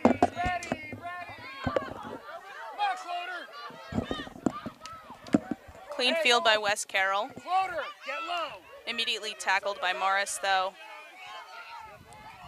Strong run by West Carroll. Number 2 is going to take multiple girls to get her down. She keeps on trucking down the field. Bobbles the ball. Went straight down or backwards, though, because West Carroll is able to field and get down and score another try. Tell number 2, which is floater, to get low.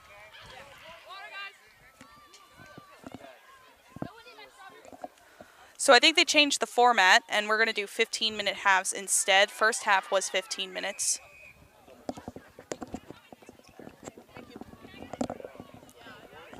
Hopefully you guys can hear me a little bit better now. I know my dad will text and say I can hear you this time. Strong performance by both West Carroll and Morris here today. I believe they both have at least a few more games so far today. Doing a little bit of a round-robin thing with the middle schoolers. I do not know what the third middle school team is. They're supposed to face off after this if that happens. Long water break. It's hot out today, folks. Every time that sun gets hidden behind a cloud, we're all a little bit grateful.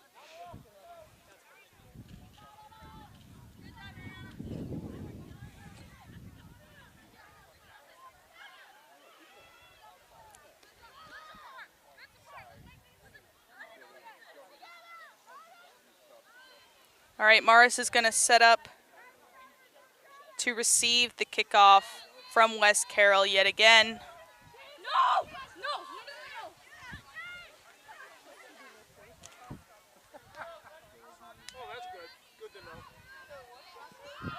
Big kick, low kick by West Carroll, but grounded immediately. High contact by West Carroll, though. Make sure that girl's okay. They're going to call for medics. It was a nasty clash to start off right after the kickoff. We'll go away from that for a moment.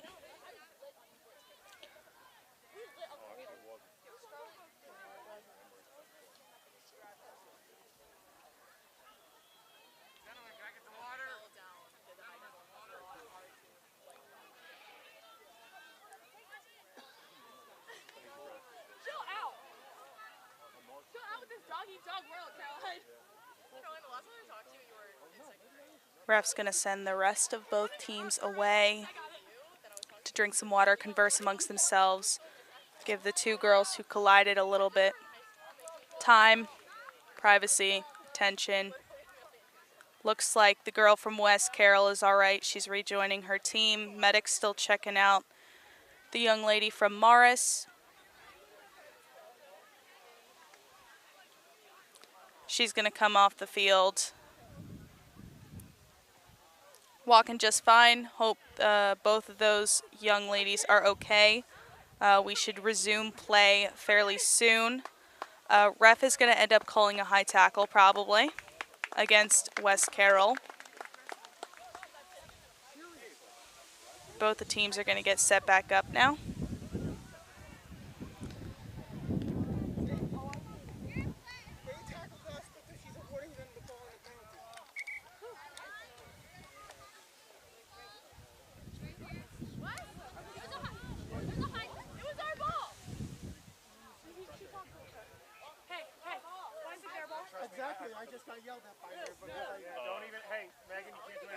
All right, coaches are going to correct the ref, make sure they have it handled. It is going to be Morris possession after the high tackle call.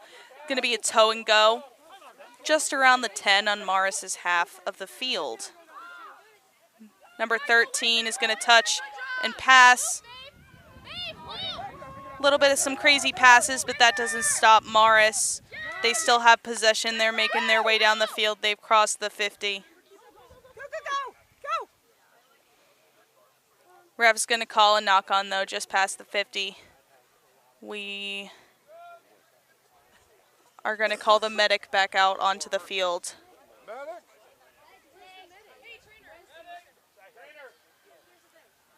Another Morris girl is down. We should be nearing the end of the game. It's been a very long physical game for both groups, both teams of young women.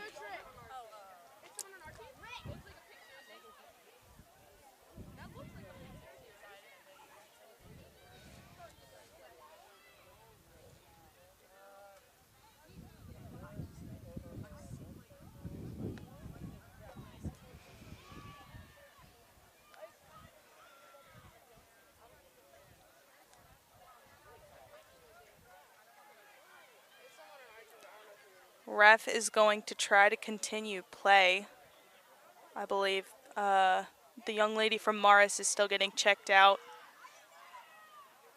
Ref is going to try to get the scrum set up.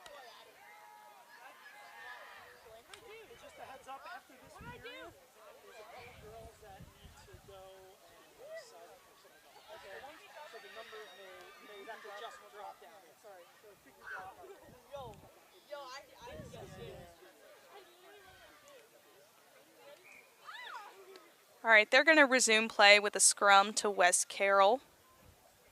Ball's in. A little bit of an 8-man pick. Well, in a 6-man scrum. 6-man pick from West Carroll. Ball moves down the field. Taking quite a few Morris girls to tackle current ball possessor on West Carroll. West Carroll's going to try to use the width of the field by running sideways. A little bit of a bobble. She has support with her, but they're not in good passing position. A little bit of an offload. Morris is there, having trouble getting West Carroll down on the ground. Finally tackled. Strong ruck by both teams, trying to break through, and West Carroll is able to break through the defensive line. for another try.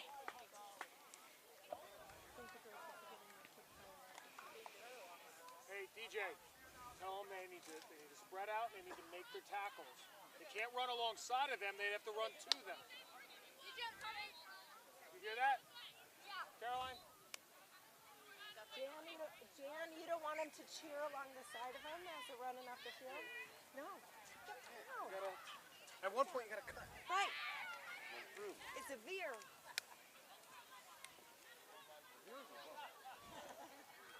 They need to veer to the parallel.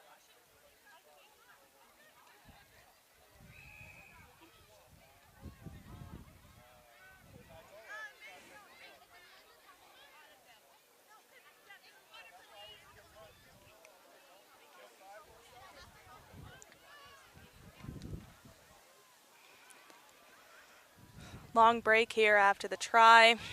Both teams talking to coaches, getting some water. We should be pretty close to the end of the game at this point.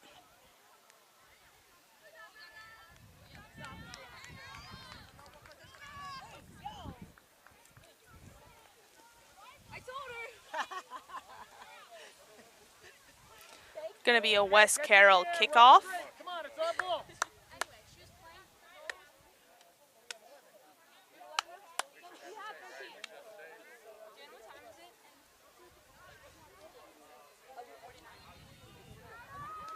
And kick is up. Just about 10. Morris is going to choose to play it. Strong stiff arms by Morris, number 3. What a runner she is. Books it all the way down, just inside the sideline, and is going to touch it down for a try as soon as she gets into the zone. Great run, Morris, number 3.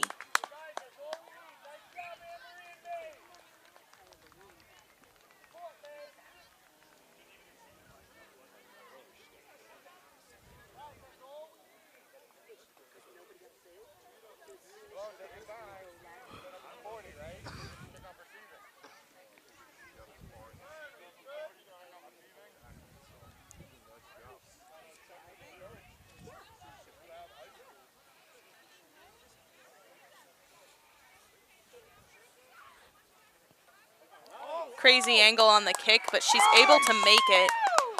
Great job, Morris, kicker.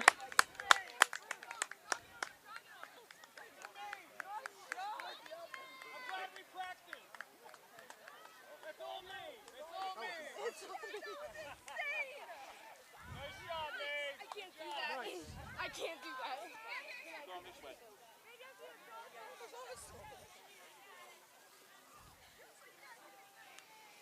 Morris needs to move up a little bit. They're the ones kicking off. So we're flat. One step behind me. Just one step behind her. Morris, number 13, is going to take the kickoff once her team gets set behind her.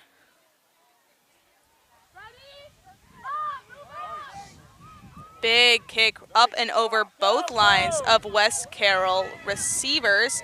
Number 2 for Morris is all the way down there, ready to go. Tries to get the tackle. Can't get her down, but makes her offload. Big run. West Carroll, number 2, I believe. Morris not able to get her down, but they do force her to make a pass. West Carroll continues to use the width of the field, going around the outside on the opposite sideline from us.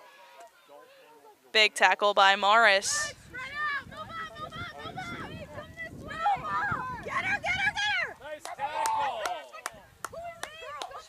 Strong ruck by West Carroll.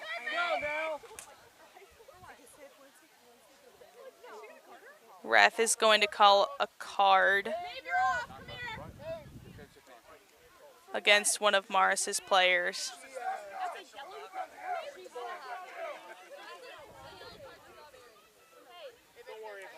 All right, so Morris is going to play the rest of the game a man down. West Carroll continues with the ball movement well past the 50.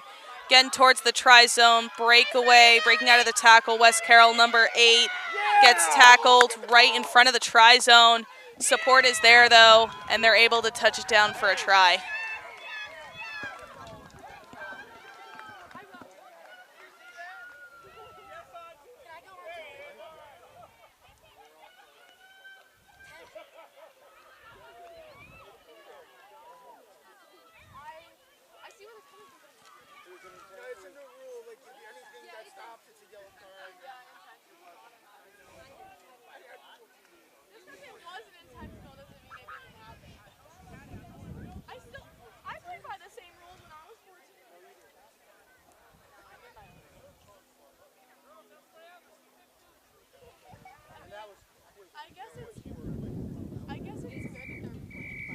And ref is going to call game.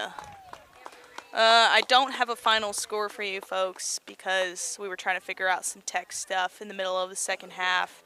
But great job, both teams. Should be proud of their performances. Strong show out by both these groups of young women. I'm unsure of what's next on the schedule. There should be another middle school game coming up within the next hour. So I'll be back with that. Catch you later.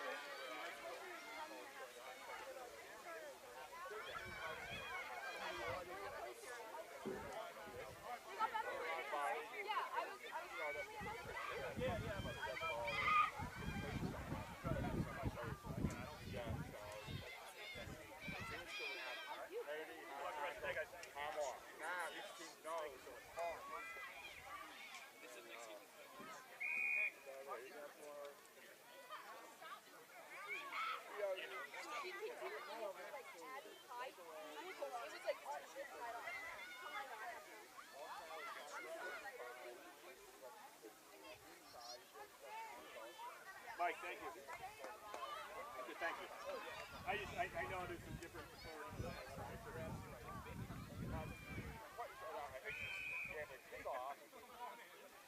All the way down there, like, oh. So, stay on the inside, stay line.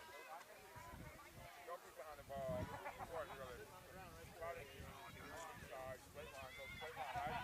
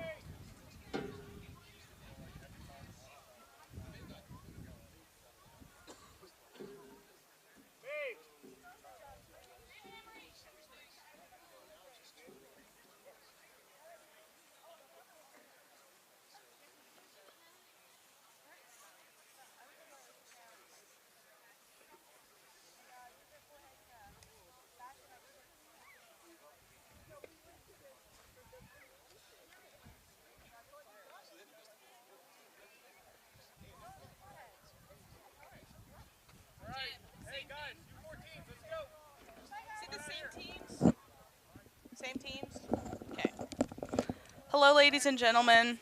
We're back for another middle school matchup.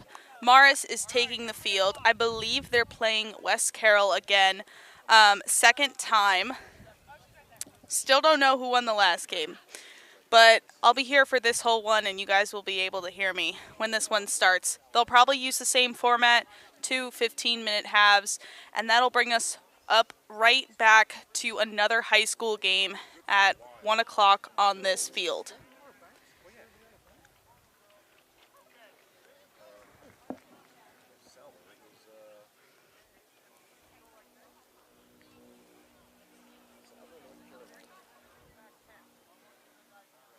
No refs over here yet.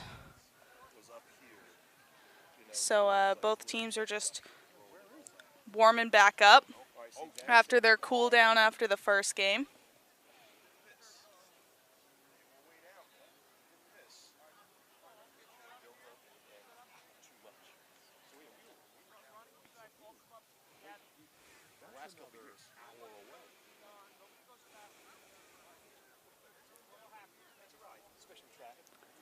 Looks like we got a little bit more time before the second game gets underway.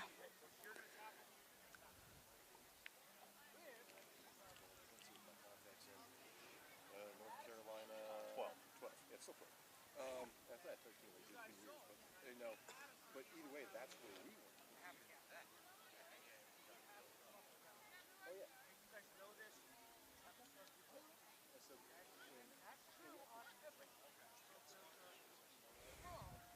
They made money off the ice cream business, selling the ice cream shop, you know, and at that point, obviously, what they paid versus what, you know, they got out of it was good. And they went to the ball court for a place. Passed away a couple years back. Yeah, but then again, that Carolina lifestyle, drinking and smoking every day.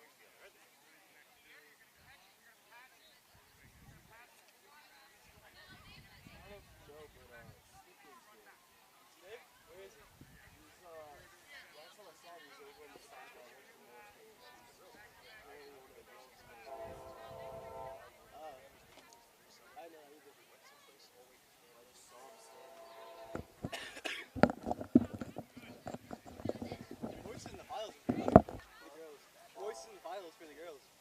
Oh yeah. He beat some green team. Yeah, no, the kicked an extra point. It's 11-10.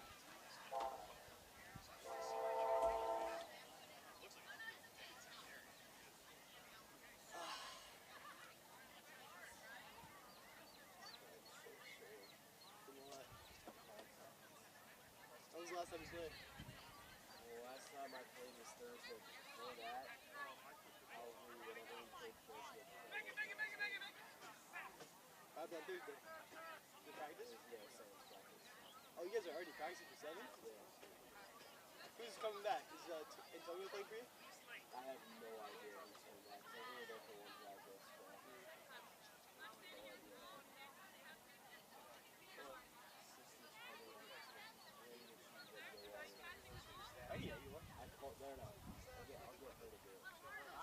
have the whole cooler full of like Celsius and water. Shit.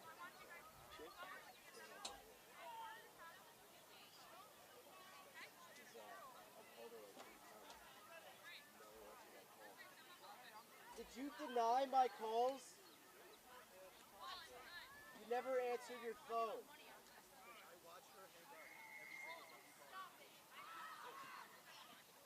Can you please get me a water?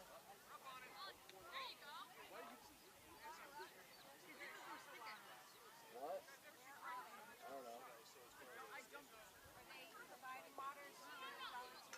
I don't know, that'd be nice though.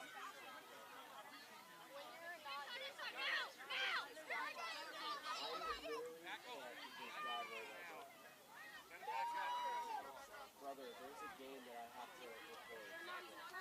They're about to play. Dad told me to stay right here. And I don't want him to get mad at me again because I'm sick and tired of him yelling at me, so. What? I don't see it? I'm not going to I live in like a small ass town in Massachusetts. That should be close. So I don't want to go to Massachusetts.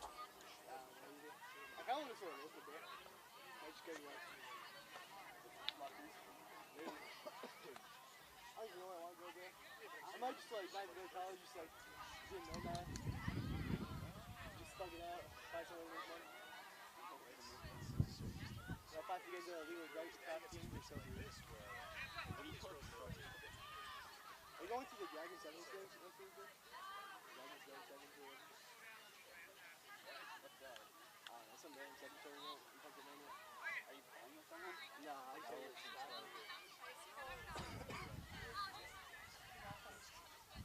What's happening over here at some point? They were supposed to start 10 minutes ago. This was? Who was the other team? We're on another team? We don't have a ref. All ref? They just played each other. I can ref. And then they're going to play each other again. I can ref. I just need a whistle and cards. I don't know what they're waiting for. Well, high school is back to to red card level the 1, so 7-year-old. I don't know. I will red card a middle schooler any chance I get. So you should get red card every game.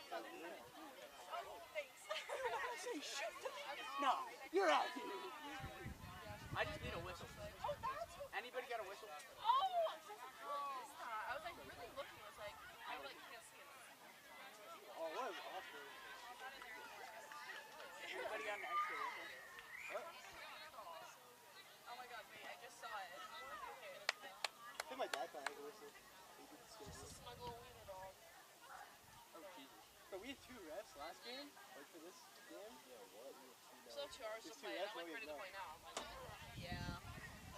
Hopefully I'll be back in the booth. Yeah. Warm up, oh, 1:15. I thought you said warm up in 15. Girl, a little overzealous there.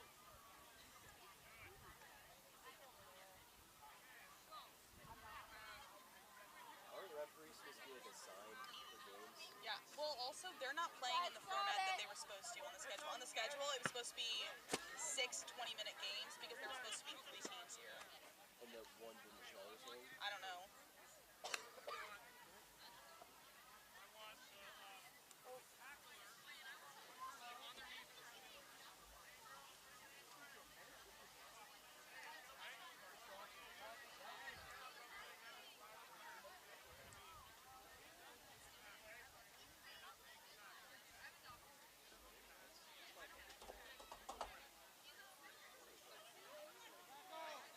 All right, Coach Gary.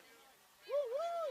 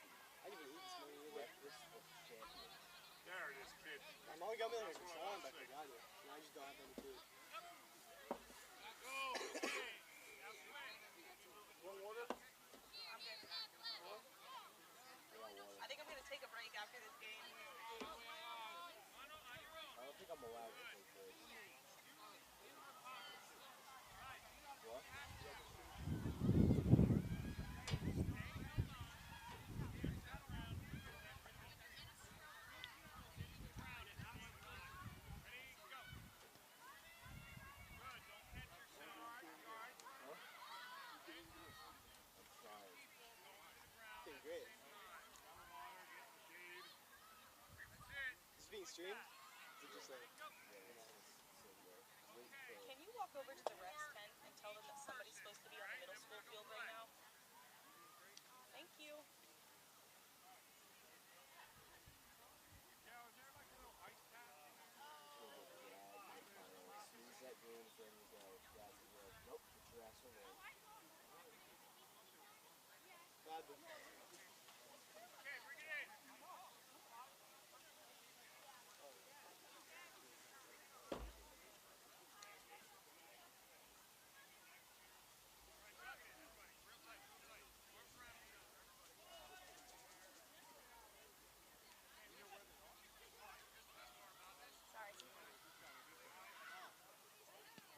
Alright, somebody's coming over.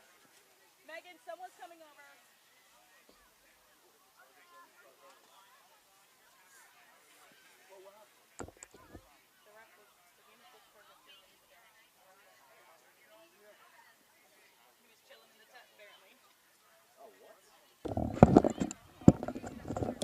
All right, folks, thank you for your patience. This game will start any minute now. We were just waiting for a referee, but I promise we will start soon. He's like mostly deaf. He's like 90% deaf. No shit. I remember once, like, I asked him something, and then he was like, don't talk back to the ref. Sorry. I like him, man. He's alright.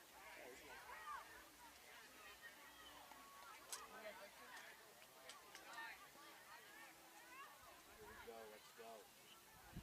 How many more games am I playing? I have no idea. Do you know how many more games are this for? Like middle school, I think is done after this, but then there's a few more high school games. Alright, cool.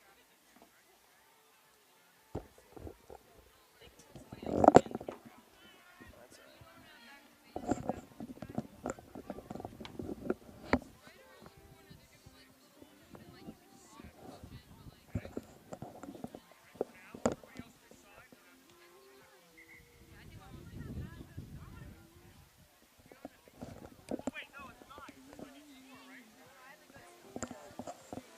All right, guys. Morris, West Carroll, back again for a rematch. I think we're going to change the format of this one a little. We're a little bit short on time. We do have a high school game that's supposed to start here shortly. So I think they're going to play shorter halves. But that's just my assumption. Nothing I speak of this is fact. Stay together. Hey, you guys, where are you going? Okay, and then meet me in this box over here by the water, okay? Where are they going? West Carroll has 8 people out on the field. I think Morris has 9. So we'll see which number is correct. Hopefully fewer girls means shorter halves, and that was communicated to the ref.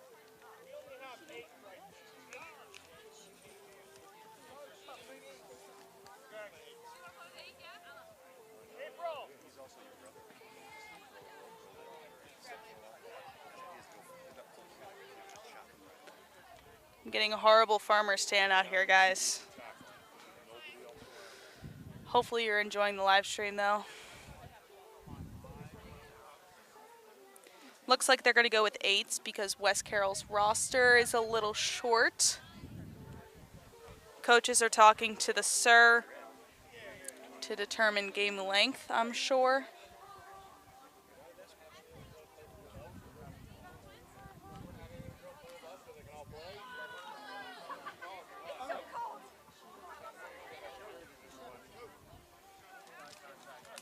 All right, West Carroll is going to kick to start the game. Both teams are set up. Sir is just talking to them.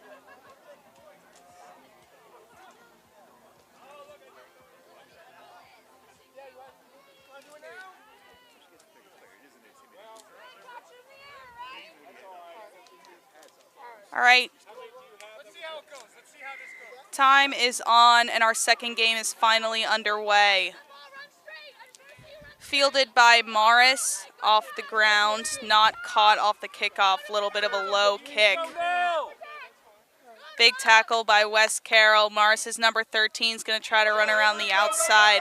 Past, double team tackle, and stolen by West Carroll. Stripped. Big pass to the outside to West Carroll, number 3, who stiff arms twice and keeps going down the field. A little bit of a crazy offload. Morris is there to field it, though. Morris, number 1, is going to start making her way down the field. She's been caught, but she does have support there to get the ball. Strong ruck, and Morris is going to keep on trucking. Number 8 was good. Didn't want to go down with it. Decided to offload. Morris loves the offload. There's number 3. She was a strong runner in the last game. She'll be a strong runner in this one. Good ruck by Morris. Choosing to run to the opposite side that it was passed. Number 5 goes down. Morris wasn't quite steep, which led to kind of awkward passing. But the ref is going to say that West Carroll was offside, so Morris is going to get a do-over with a little bit of touch and go. Number 3 with a touch and run, stiff-armed all the way to the outside. She's going to take it all the way in for the first try of the game. That puts Morris on the board first. Score is now 5-0.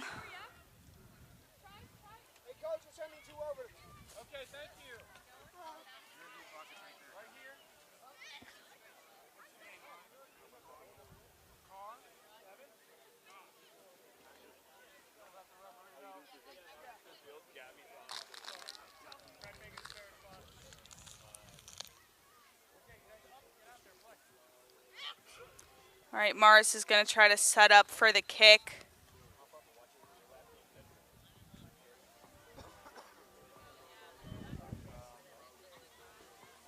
Through.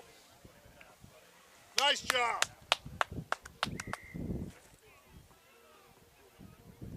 Both teams drinking a lot of water.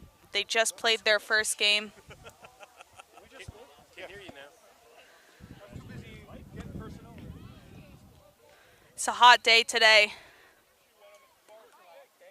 I hope these shorter halves will be a little more suited to this group of young women.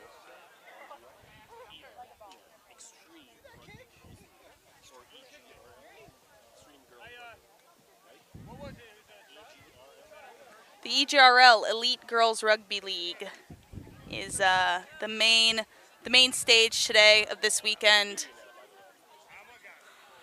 The championships will be later this afternoon, as well as the third place game on field 1. Maybe you'll hear my voice if I'm back there. We'll see. Looks like they're going to change the number of girls on the field. Morris gifted a player to West Carroll. The young lady over there, she's wearing number 13. She's going to play for the other team, and Morris is going to send extra girls out, so it's 10.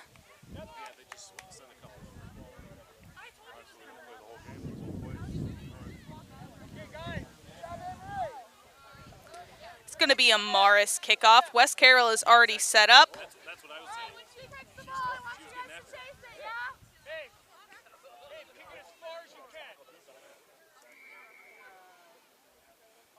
Morris number 13 to kick off.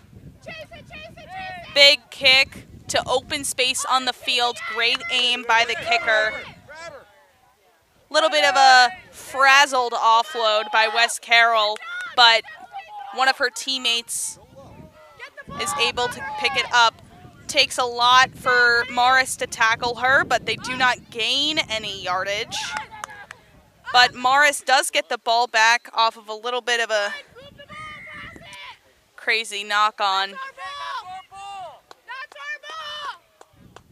Ref called something. I did not see the hand signal, but Morris is going to get a toe and go down just about the 15 if I had to guess.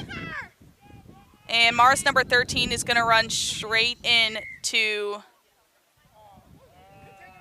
not score a try. The ref doesn't like the way she placed it. They are going to scrum, I believe.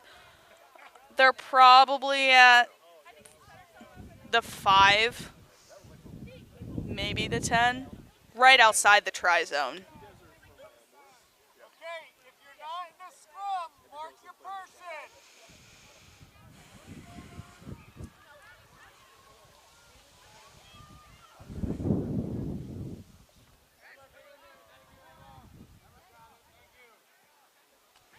West Carroll's trying to figure out their numbers in the scrum.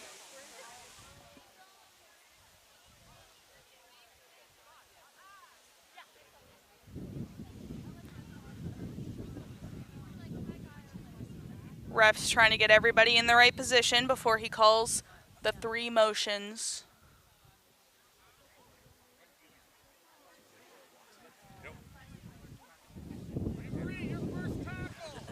Ball's in. West Carroll wins their scrum. Pass to the outside would have been great, but awkward pass right in front of her. She drops the ball when she's tackled, but it goes backwards. Nobody in West Carroll can field it. It keeps bobbling out of their hands and back.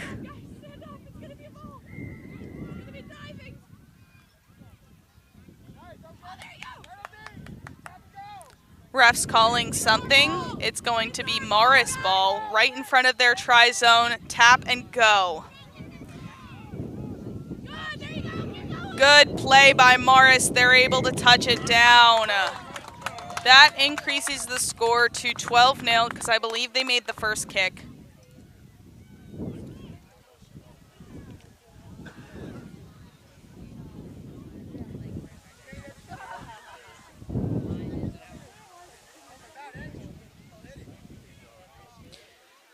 Morris is definitely coming out a lot stronger in this game than they did in the first. The opposite can be said for West Carroll. They started off the last game really strong. Seems like they've become a little bit fatigued. I know they're short on subs. They're playing their max amount of girls. But so is Morris. But this game should be shorter than the first. Hopefully void of any injuries or anything like that.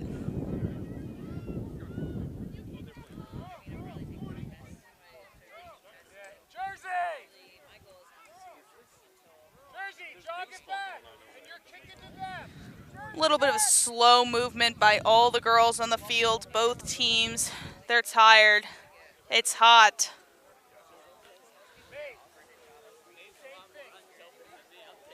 It's going to be a Morris kickoff. Number 13 again. She seems to be their resident kicker. She's phenomenal. She made a crazy conversion in the last game. I was impressed. I could never do that. Good, so once she kicks it, chase that ball, yeah? Chase it. Hey, we got one more. I don't know if you guys have one more. I don't think we have one.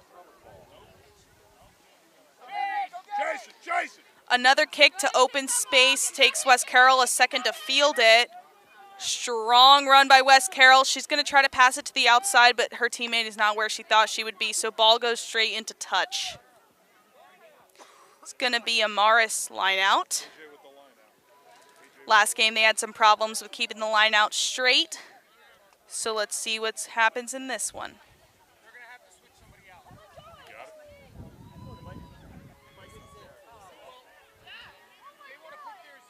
Ref's going to set up, make sure the spacing is correct.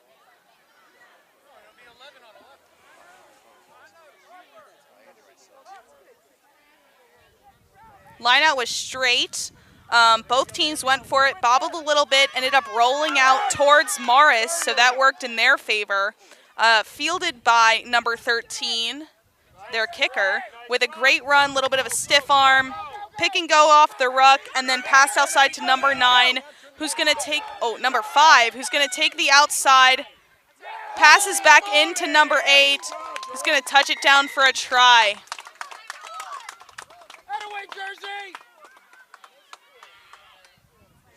Morris has now scored 3 unanswered tries to start this one.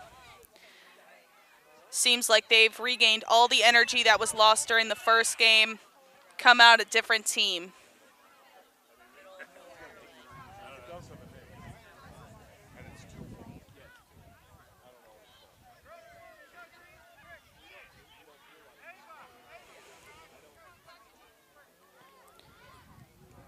Kick is no good. Score's not really. Okay. This is Richard. He's going to be your analyst. So she's doing play-by-play. So then you'll be the second line. Looks like I'm going to be joined in the booth.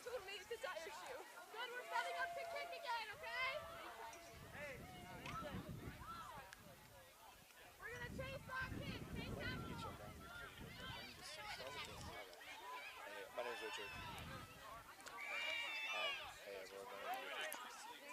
All right, while we figure out and get my future partner mic'd, still the first half here. Morris has scored 3 unanswered tries.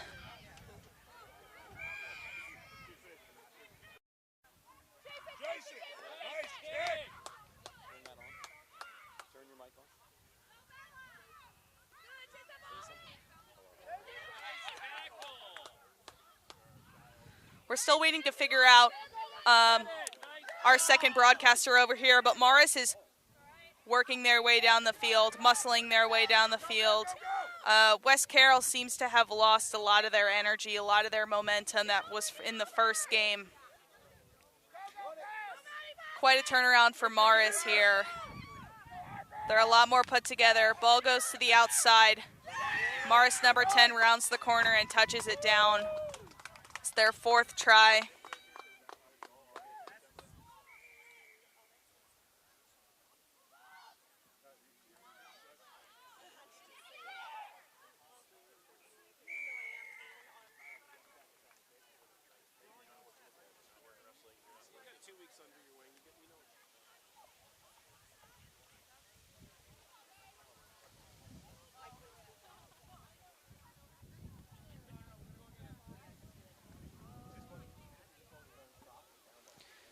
Doesn't look like the kick was good.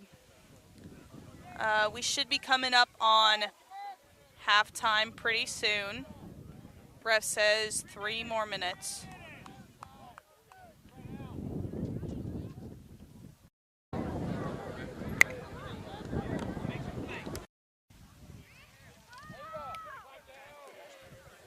Yep, ref is gonna let all the girls on the field know. All your energy, 3 more minutes till halftime.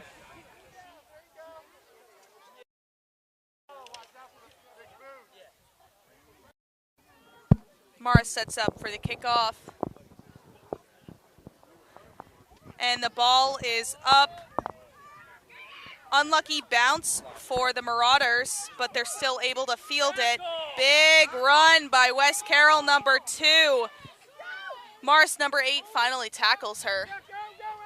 All right, my partner is now going to introduce himself. Go ahead. That is a great run. And she's knocked out at the end. All right, what's your name? Where are you from? My name is Richard. Just graduated playing rugby at Bowdoin College. And I am originally from Newark, New Jersey. Phenomenal. Richard is going to be my co-host here today for the rest of this game. This is my first rodeo, so we'll see how it goes. Very exciting stuff. We got middle school rugby here. Morris in purple and pink and West Carroll in green. It's a Morris line out.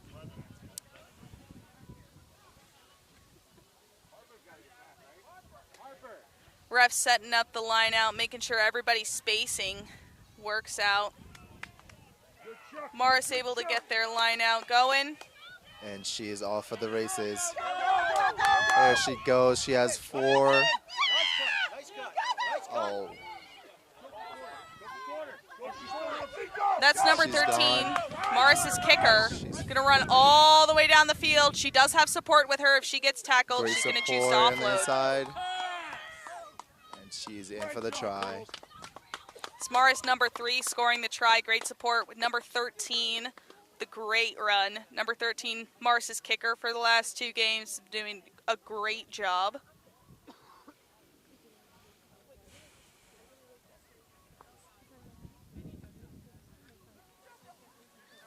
That was a great support play. One of the most important things in rugby is always having support on the offense and defense, and that was a great play by Morris. Absolutely. We should be coming up on halftime any second now. This game is really going to cut it close to our next game after this. We have a high school game starting in about 25 minutes.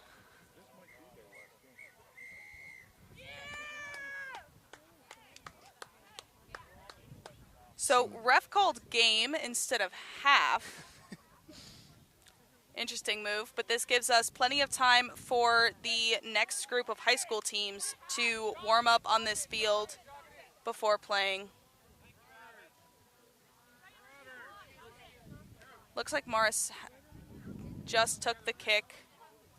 We don't have line judges down there to say if it was good or not. And all the teams are going to cheer for each other. We'll be back in about 20 minutes with our next high school matchup. Thank you. Richard, any final words? It's been great. First rodeo. Success. All right, we'll see you soon, guys.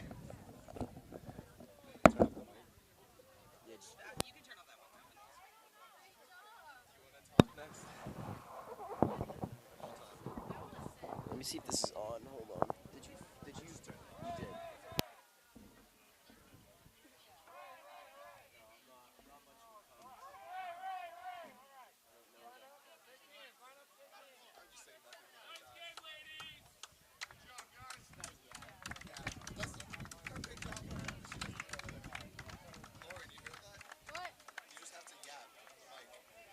You're so funny. Oh my god.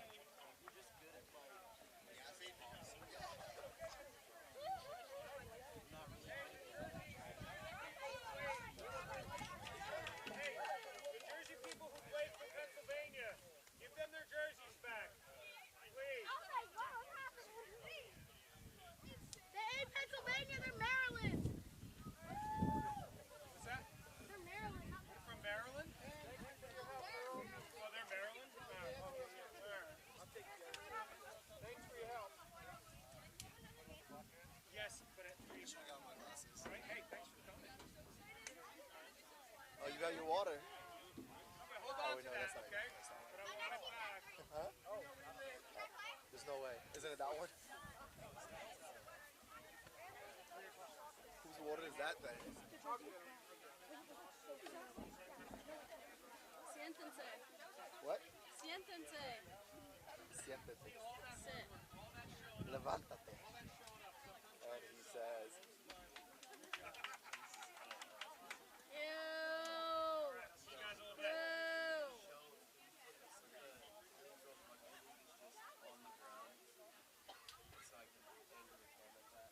right there?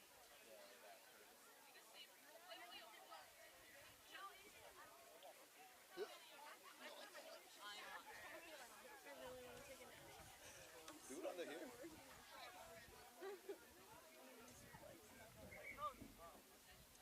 They actually have like a blanket that you can use. The one that I put on my, it's in my car. The one that I usually put on the couch.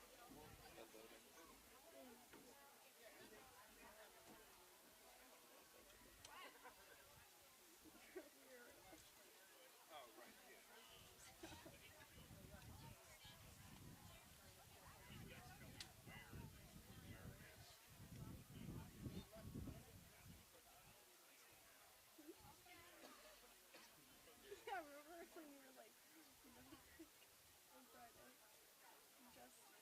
Just the other stuff. Oh, I thought you meant like none in general on Friday.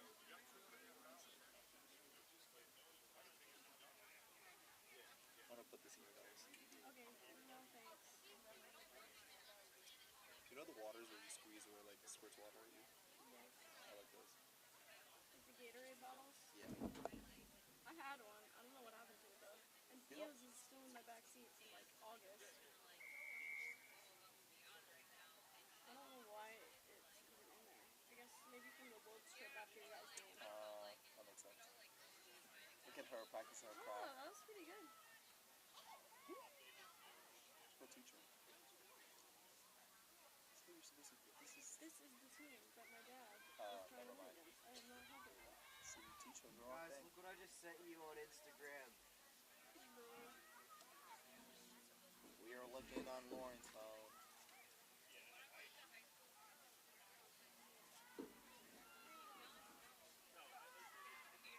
Oh my god.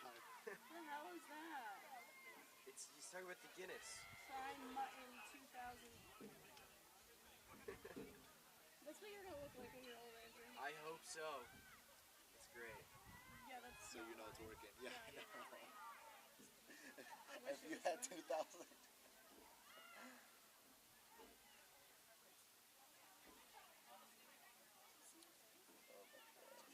Is this your parameter for the rest of the day? Your base? I'm gonna get yoinked from here and go over there to film the final game. Okay. I'm gonna get it.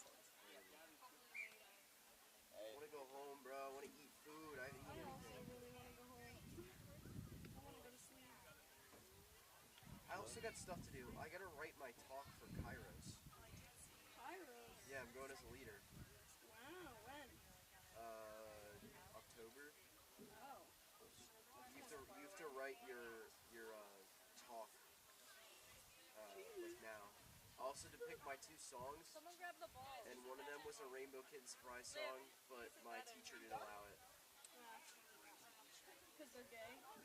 No, because it was about drugs. Is that right? Oh, probably.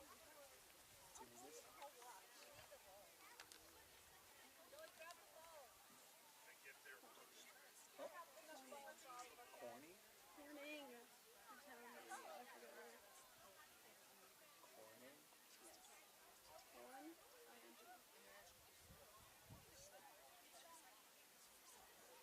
ING.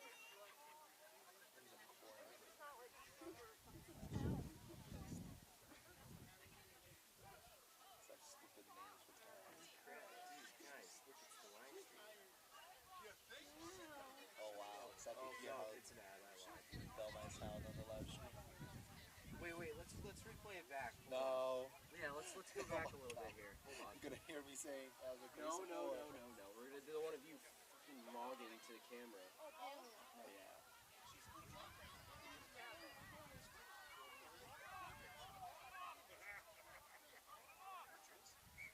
Oh yeah, here we go.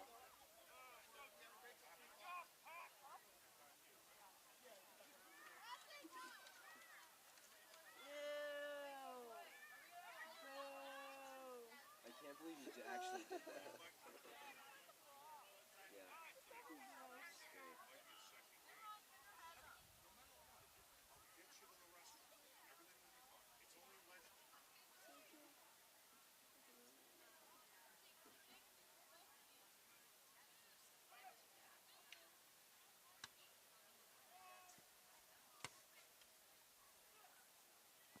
Oh, there's a big scrum.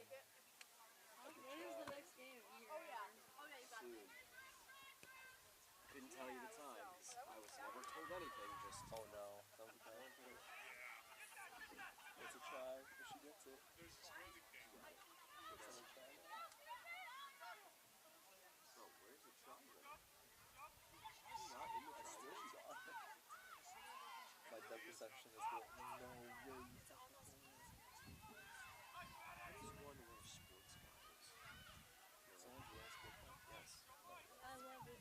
I love it. There's a little kid named Chet, or there's a kid. I already hate this kid. It's what's his face? Corny. You know, he has a sister that played with you. His name is Chet Corny. C-O-R-N-E-Y. Alba. Yeah. And I remember I used to play with him in like 6th grade, and he's really, really tiny, and he wore sports goggles, and he like played wing. He was really, really bad, and he got absolutely pummeled one day. Just absolutely destroyed. That kid was probably like 70 pounds heavier than him. Save Chet. And I just remember him like curling into like a little fetal position, like fall on the ground, and like crying.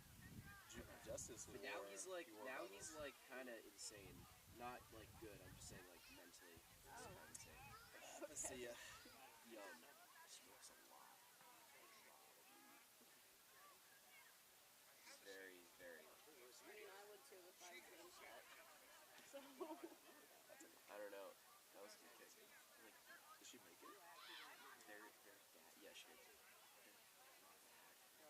Drives me insane. I was playing in a Fairfield game one time, the same game that I was getting killed. and I like kick the ball because we're at our freaking, you know, whatever the 22-meter line is. You know, we're right near our try zone, right? And I kick the ball like downfield because, you know, that would be the right play to do if it's like everybody's there. And he's like, "You're not a fly or scrum half. Don't kick the ball." And I was like, "All right, dog." Dad told me that. Like what? Don't kick the ball. Like Dad why? said he's very old school. Very old school. It drives me nuts, dude. It's like there'll be something that like happens, like I don't know, like he's like, we don't do anything but run pods, and it's like that's so easy to defend. Yeah. I forget what Alba played. Maybe funny. But like they're like run pods. Of course, you know. You guys like, do anything on pause or just like no, literally just continue. It's like the old school England style that's way of playing rugby, which is play, and I hate it. He is English, kind of. You know, but it's like we have so many more backs than we do forwards. Yeah. It would be a lot different if we had more forwards than we did backs. Boys, yeah. We don't have big boys. We have very small people. I'm like the average size. You know, we don't have big guys. It makes no sense to play that style of rugby. Like, you have to play a more, you know, quicker paced and, you know, spread out. How the also is that? You know, it was still pods, but it was like different people in the pod together, so it's not always the point. And it was just better. Like, there would be some times where it would make sense to do pods, but that's literally all we did. Yeah. We didn't do anything else, and it was like, dude. I mean, you're just getting violated by bigger people because they're like, I know who's going to get the ball. Yeah, exactly. It's like we're calling out, like, I forget what they said, but it's like, you know, the one guy's calling out who's getting the ball. It's like, well, okay, I'm just going to absolutely annihilate you. Like, I hate when people do that. They're like, you're going to get the ball. Oh, thanks. Yeah. Thanks for telling the whole Smart. field. Or, like, people, like, call it out, like, scream it. They'll be like, I got pot. Like, he's like, I got point. It's like, oh, guess who's going the ball? Like, guess who the ball's going to? Like,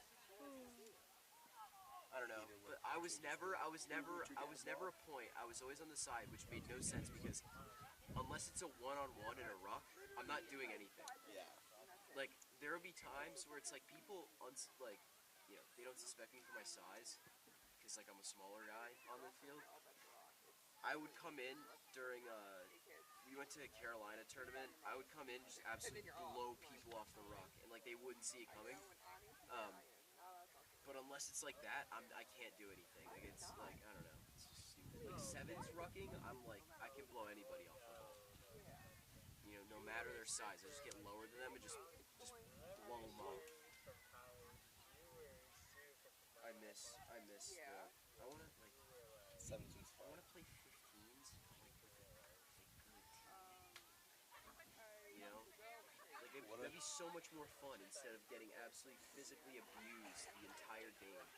I remember walking off that game with, you know, you have kids that are like playing as a back who do absolutely nothing all game, walking off, be like, oh, it was a good game, guys, that was fun. And like you've like kids like me who shouldn't be playing as a forward, walking off that field with like scrapes and fucking bruises and like we had a absolutely game. beat up. And I was like, guys, come on now, like what is this? You know, enough is enough. Who are they playing? That's over there. They're over there. Well, hopefully this will be more entertaining than the one that just had middle school game. Wait, is this high school? This is high school now. Oh. That was middle school. I'm a singer. I feel like this game has been going on for so long. I've been hearing whistles, so I'm assuming the ref is not letting the girls play. Mom is back. Anybody want a Marlboro Gold or Red or whatever that is? That's disgusting. Yeah, I mean, Mom is perched in her little corner over there again. Hiding. Oh yeah, she did that. She just does that, like. That was kind of our perch last year. She's getting prepared to go against your team. Oh yeah, the other thing was there's this one kid who's a freshman in high school. He's the loudest mouth I've ever heard. He's like tries to coach everybody, but he sucks. Yeah. And it's like nobody has the heart to tell him, be like, dude, shut up. I haven't been on the team long enough where I can say that. I've so I'm pretty quiet, but like there'll be times when he's like trying to coach people. It's like, dude, how about worry about yourself first? Possible. And then you know, he's a forward, so he's a bigger kid, and you know he hits hard, and he's got strong legs. He can drive forward, but like he wants. Watch him kick. You think he's gonna make it? No.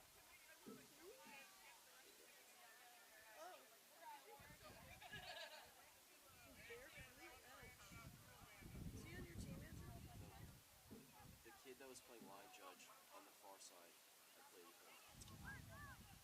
Kid in the Atlantis jersey. Oh, yeah. Why? I was just curious. He's got like a little sister. This is high school. He looked young. This is high school. Wow. Well, Oh yeah, the thing never is that mind. They like have the they're leg also thing. playing because they're not in contention for the Finals. final. Like those teams played to make the final already, so they're done for like the rest of the afternoon until the final. Well, I was yapping and saying nothing, but. Sorry, that's stuff. We're going to give Anthony first. Felt it. You got it. Yeah, so you should be good to go to the streets, though. Yeah. When does Morris play? Oh. Am I staying to broadcast that? It's on back. No, I know, but I'm asking. Like, if I'm physically staying at Bundt Park too, then, like, can I go? No, I was before you go. I have my camera replacement. Okay. Yeah, it would be ideal. So, I want to say if I'm rich.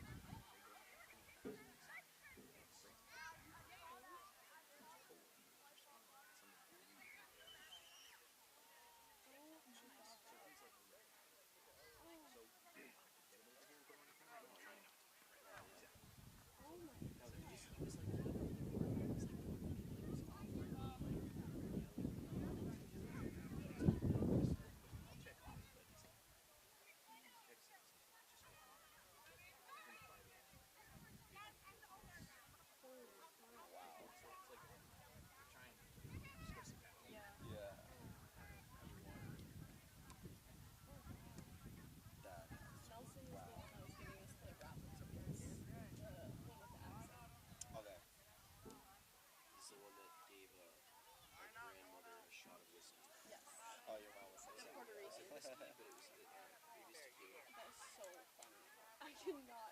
I told the Wellers and Amanda that at Cassie's Bachelorette, and they were floored. Like, they just could not believe it. Yeah, they were like, what?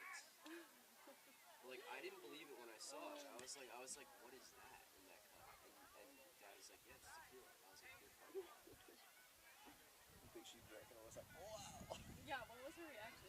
She's like, I don't know, she like didn't drink it like a shot. She like sipped it. Oh no. So like, I don't know. She like was drinking it like you know, she's going like sipping on a thing of apple juice, you know, like she's just drinking it, and then she finishes it, and she's like, oh, wow. And then like, she's they like, tried to get her to do it to keep yeah, her warm. she's like, that was disgusting. In the way that she says that. That'll work. Did it keep Get her warm? Grammy out here. Where is she? She usually comes to this. Do you remember the one year it was extremely hot? Yeah. And 2 then years ago, the one little kid kept chasing fucking cicadas. Yes, what's his name? He has plays a name now. too. He plays now, and I have practiced with him. This kid that was like a younger sibling of a player, like would chase Andrew around with cicadas the whole day. And it was actually really annoying. Well, you were entertaining it, so he kept like you'd run away, and he of course ate that up. So he'd keep coming back. Meanwhile, he came after me, and I just forced myself to be like chill, so that no reaction would make him like do something else. Babysit, please. You're late. I know. Is there a chance we can get food going? They still have stuff over there. It's And so there's cool bagels. to be Go grab a bagel.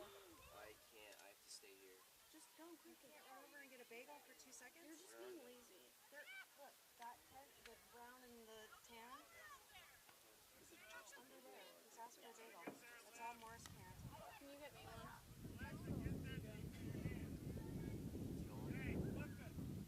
Boo! What bagels are there? I don't know. Probably Oh, there's your coach. If there's a No. plane, I'll get one, please. Thank you, sir. Richard has horrible taste in bagels. You do that? Yikes.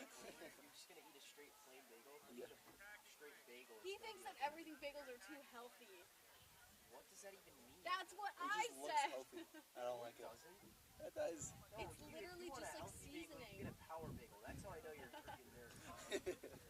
A power There's bagel. like 3 people that I ever know to ever get power bagels. It's like Grammy, Dad, and Uncle Eric or something. And Amy And Weller. yeah. And Amy Weller. Alright, I'm going to get this bag. Thanks, Ander Dingus. He's gonna so fight much you. fun. James with a fat ass. I'm not looking at James's ass. No. Where was he the whole time? Probably at Wawa. Oh my god. That man fucking loves Wawa. We should get him to do the squat test. He's definitely gonna be like, he's gonna do that thing where he gets all embarrassed and he's like, no, I'm not doing that. I'm not doing that. When the players were watching, I could see your dad get a back. He's like, I need to do better. Wait, oh. Because his players were watching, everyone was watching. Yeah, because he was probably like, fuck. And you too. I know for a fact that was pressure when you got him the second time. Well, I was just like, there's no way that that's Because they were like, all I like, would not. oh my god, really? Because they were all like, no, I was honestly just confused. Because I was like, I know that my squat form is close to perfect at this point. Hi, James. Where have you been? Have you made your Wawa trip yet?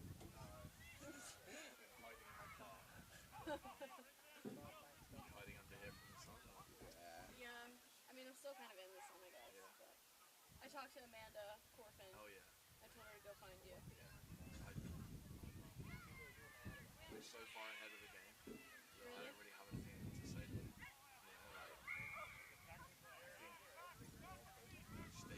Bones changed the rules on it this year. Oh. You guys wouldn't know this anyway, but they've changed the way that they grade people like recruits. Yeah. I think it's going to be easier. Really? She got 34. Holy shit, wow. She's gonna be fine. Yay, good for her. I'm happy for her. Yeah. My dad said she's like me, but younger. Yeah. Like, he keeps being like, if James wants to replace you, that's who he needs to get. Yeah, oh, you told me this. Yeah. I'm not sure about it. I don't know if look up the live stream. The camera's on, but I don't think the I don't think the sound's on.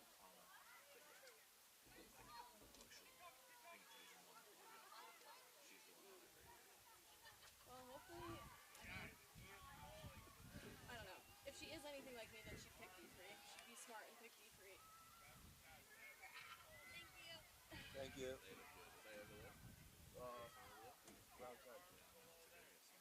It was time. You should do the squat test over there. The what test? It's a squat. They rate you on your squat form, but they have a whole like virtual setup that dictates it. Oh, interesting. I got a 93, so you have to beat that. Yeah. Oh, I've got no chance. My dad got like a 70. You want to get on the commentary? What? Yeah, it's like how deep you get, how much like your knees cave in. That whole thing. I'm trying to make sure the mic is. Can you get on the other thing, please? No. Please, let's do it together. No. I don't know what I'm doing.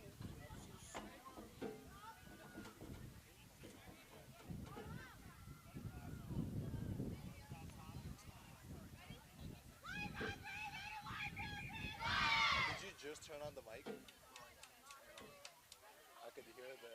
Oh, that's just there's an intro. Okay. You want to check to make sure that what you're saying you can't hear it? Okay.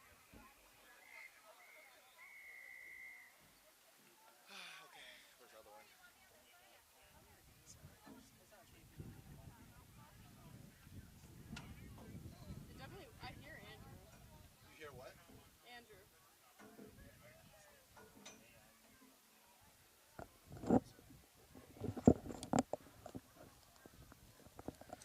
Hello? Can you hear it? All right, guys, welcome back. We have another high school matchup ready for you now. In the dark and light blue, we have Corning from New York. And on the other side, we have a combination Red Knights team from Southington and Greenwich, Connecticut. They are wearing the white jerseys with red sleeves. I'm again joined by Richard. Hey, everyone. And we'll get underway here any second now. Corning's going to kick off to start.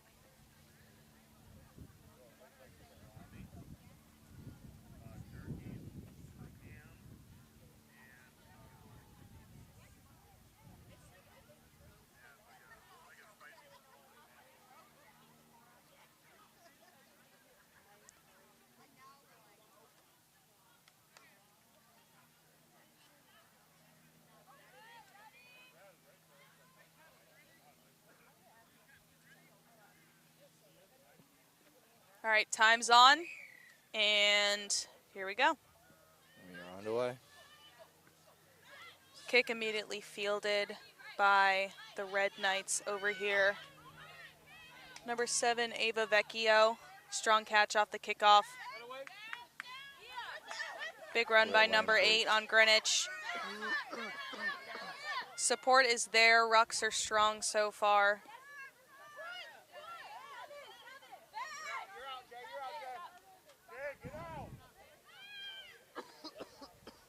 Good line speed for Corning's defense right here. A little bit of a fumble, but it went backwards, so the Connecticut girls in the Greenwich jerseys will be able to maintain possession.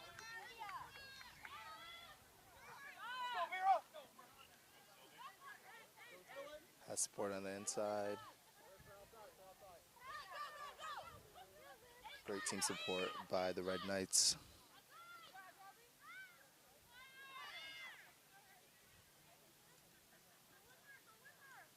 Number 20 tried to dodge through what she thought was a hole in the defense, but Corning saw it coming, got her tackled. They've moved to the other side of the field now. A little bit of sideways running, a little bit of passing. They're just along the other sideline.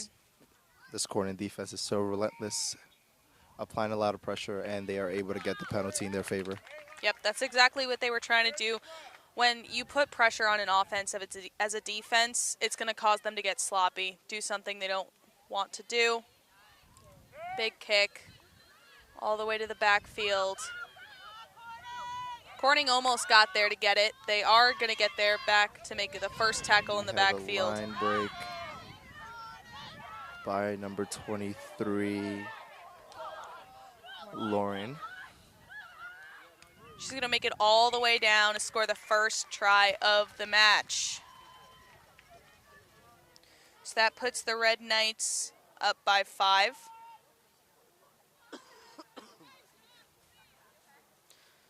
Strong start by both of these teams so far here today.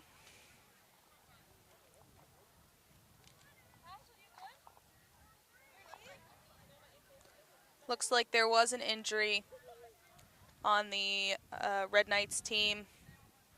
She's being helped off the field.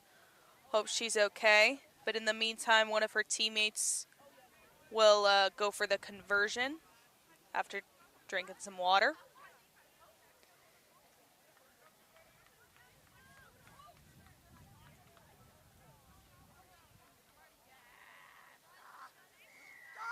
This is going to be a hard kick.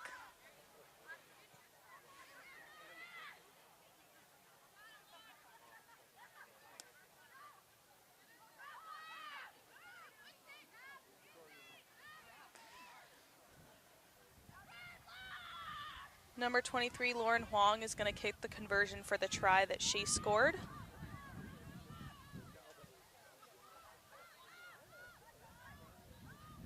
We look to be just short. Good aim, not enough power. So score remains 5-0. Very quick start by the Red Knights. Corning's got pretty strong defense. Hope to see a little bit more from them. That was a great kick from hard corner, and she was able to put a lot of force into it, but not quite there. And now we are getting ready for the kickoff.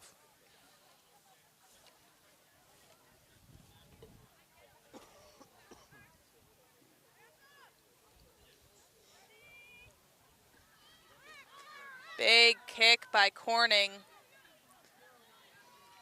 Caught by number 8, Alyssa Ferreira. Red Knights just storming their way down the field. And she's dragged out. Going to be a Corning line out just inside the 50, right across from us. First set piece of the game. What are we looking for, Richard? Great team play. Hopefully they're able to get the ball, recover it, and send it all the way to the wing. I would love to see what the wing is able to show us today. Yep.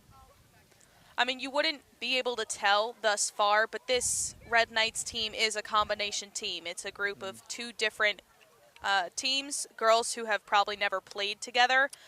Oftentimes that can be tough for a team to adjust to. It looks so far that that hasn't affected them at all. I see a great flow, great communication with them so far. Hopefully that remains throughout the game. Yep.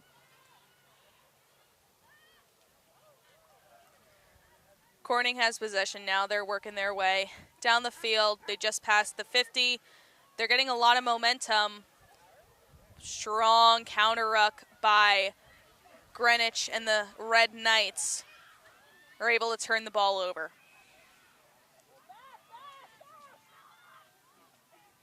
Ref's going to call a penalty. I didn't see the hand motion there, but the Red Knights are going to get a touch and go. Looks like a Corning player was diving into the ruck. They're going to choose to kick it into touch. It's the first set piece from the Red Knights. What are you looking for in this? I think lineouts and scrums are a great way to tell what a team really aspires to be when it comes to physicality. So just to start, we've seen a lot of mauls so far today off of what seems to be one of the first few lineouts in the game. That was a little bit of a scramble for the lineout reception over there, but they were able to maintain possession. The Red Knights are able to take advantage of the confusion, and they are playing in the Corning 22. I love the steepness that the Red Knights have. They're going to be able to build a lot of momentum with every phase that they go through down towards the try line.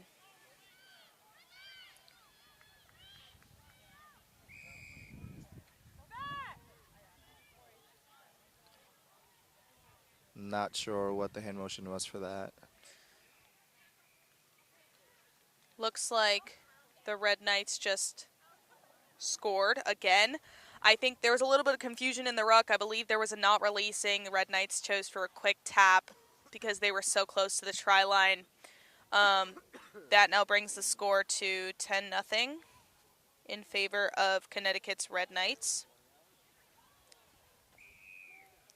Again, this is going to be a tough kick. I feel like we're going pretty much from the exact opposite spot that they just were in.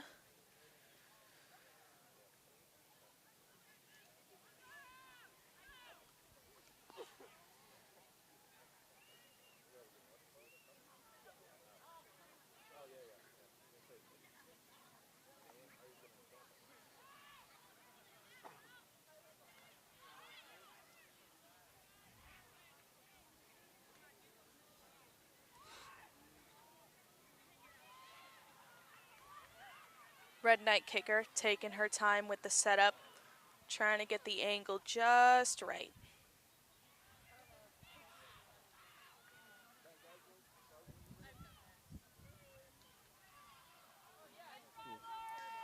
Again, no good, but their lead remains. It's 10-0 Red Knights. We're just underway. I believe it's 20-minute halves.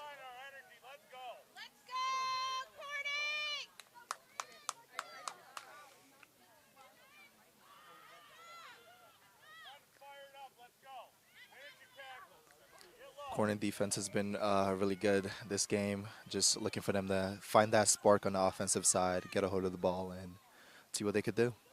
Absolutely. Looks like there's going to be a knock right off the kickoff.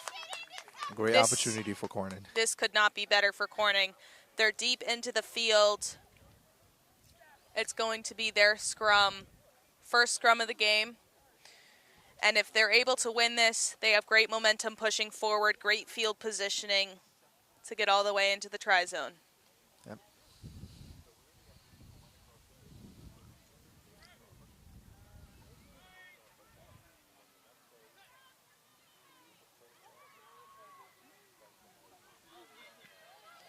Big push by the Red Knights, but Corning's able to get the ball out the back.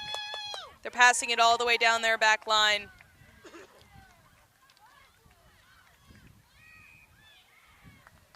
Corning's able to get a penalty, and they are trying to go fast. There's another not releasing in the ruck, I believe.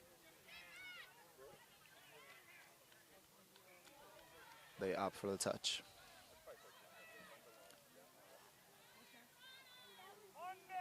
Corning's going to have a line out at, I would say, like the 15. It's hard to tell. We're on a little bit of an angle, and the field is slanted. So it's all assumptions. But this is another great opportunity for them. You can build a lot of momentum off of a set piece, especially this far down the field.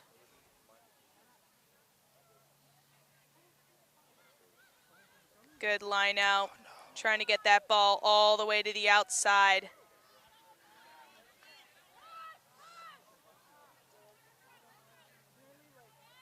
They're going to continue sending it our way. Number 15 for Corning is going to truck her way. All the way in for the try. All the way in.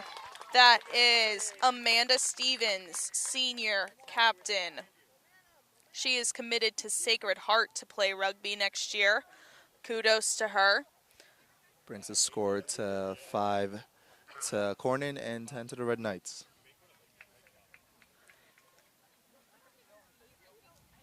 As number 15 for Corning gets ready for the conversion kick. Yep, she's going to kick her own try. The wind is nobody's friend today, as we've seen in the other games on this field so far in the morning. So hopefully she adjusts.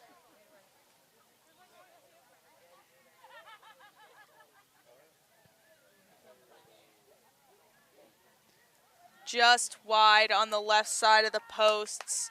That's going to keep the score at 10-5, still in favor of the Red Knights. But Corning is catching up. Hopefully that try will give them exactly the fire they needed to get this game rolling. And now is a great opportunity to see how Red Knights respond to that try.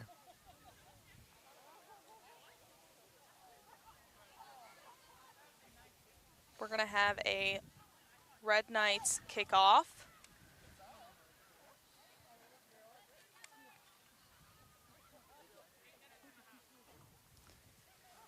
Just heard the ref say 8 minutes left in the half.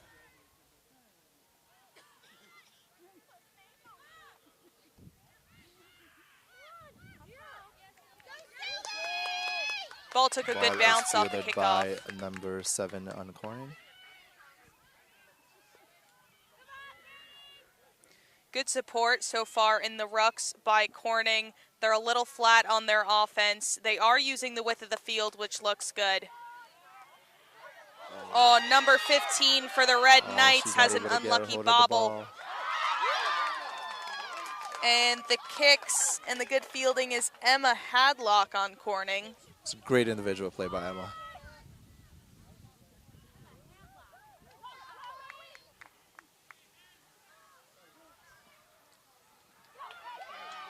Corning is just trucking their way down the field. Lot of good decisions, good movement so far by these young ladies.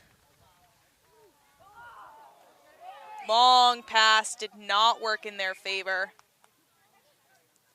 Ref is going to call a knock on Corning. We're going to have a scrum at about the 22. Second scrum of the game, but this time in favor of the Red Knights. But we are in their 22, so we will see if Corning's able to push them back and get a hold of that ball. Yeah, the Red Knights had a great showing in the last scrum. They drove a lot. Unfortunately, they didn't lose. They did lose the scrum, but I believe on this, an offensive scrum for them, it's going to be no problem for them to get the ball.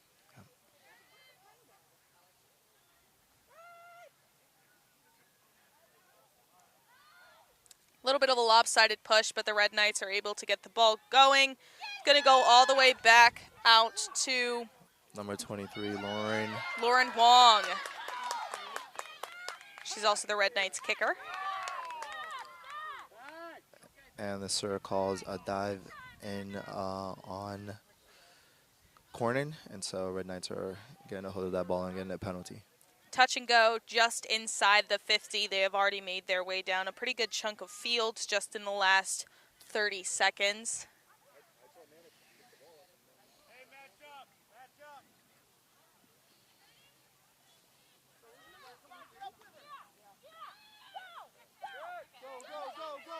Lauren Huang is going to choose to kick. Doesn't work in her favor. Corning gets possession their side of the 50. They got to set up their offense.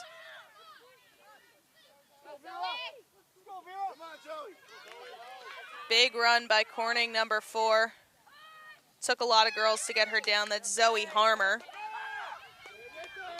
Love this play by Corning, using their forwards to draw the defenders in and looking to send it out, which they do. Number 15 on Corning made a kick. Unlucky bounce out the back of the tri-zone. But there were 2 girls ready to get on it if that ball stayed in. Emma Hadlock, who made a great play before, and Amanda Stevens. I love that quick thinking from Corning. They're relentless in applying pressure on the Red Knights defense, and they're trying to make sure that they get another point on the board before this half ends. Yeah. A 5-point differential may not seem like much, but when you're a team playing on that field, that feels like 20. You just want to be the one that's ahead.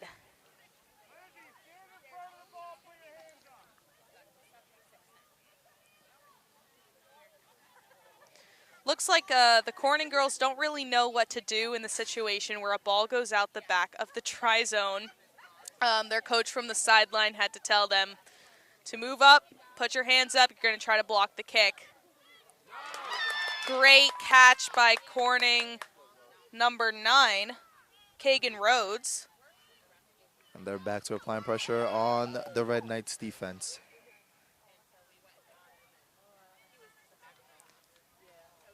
Ref called time off. Looked like one of the Corning girls was taking a little bit too long to get up. We wanted to make sure she's okay. She did just get up, though. It's going to make sure that she gets the attention she needs.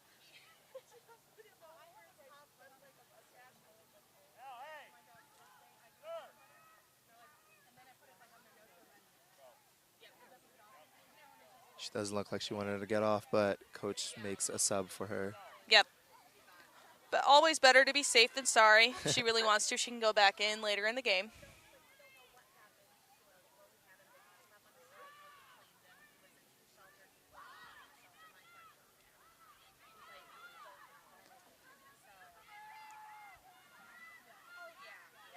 All right, play should resume rather soon.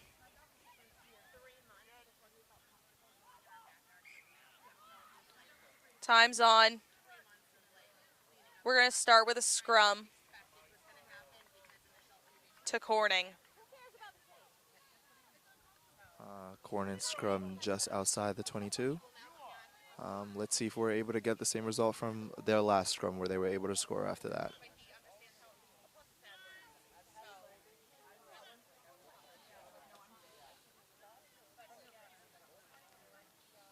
Ball is in Great feed.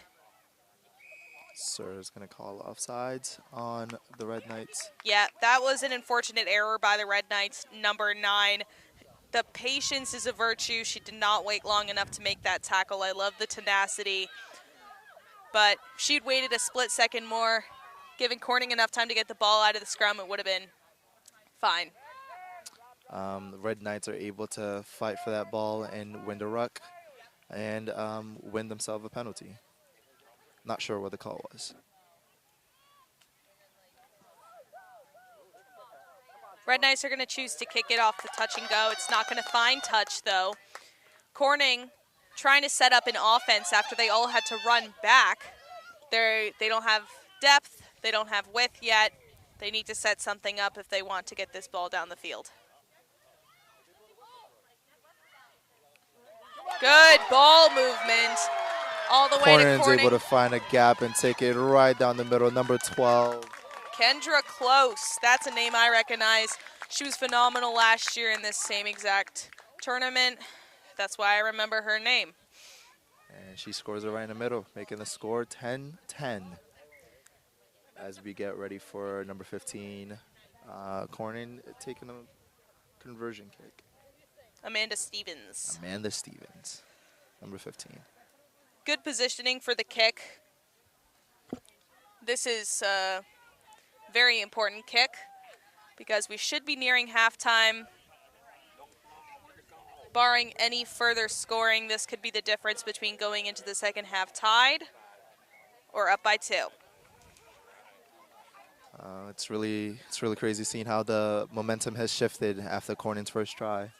Hopefully, after this and going into the second half, Red Knights are able to find that spark and come back in the game trying to prove something. Looks like the kick is good. That brings Corning to 12. Up by 2 against the Red Knights.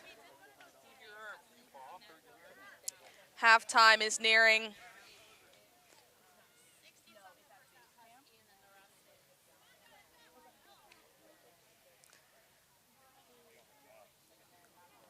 Red Knights are a little slow to come back for the kickoff. The sir is saying, hurry up. Every minute is precious, especially in shortened games like this. 20-minute halves, there's no time to settle in. It's all go, go, go as soon as that first whistle blows. Big kick by Lauren Huang. Seems like there was a miscommunication, but number 5 on Corning is able to get a hold of it. Yep, that's Cadence Ector. Sir calls diving in on Red Knights, so Corning get a penalty. Yeah, Red Knights have to figure out their counter rucking.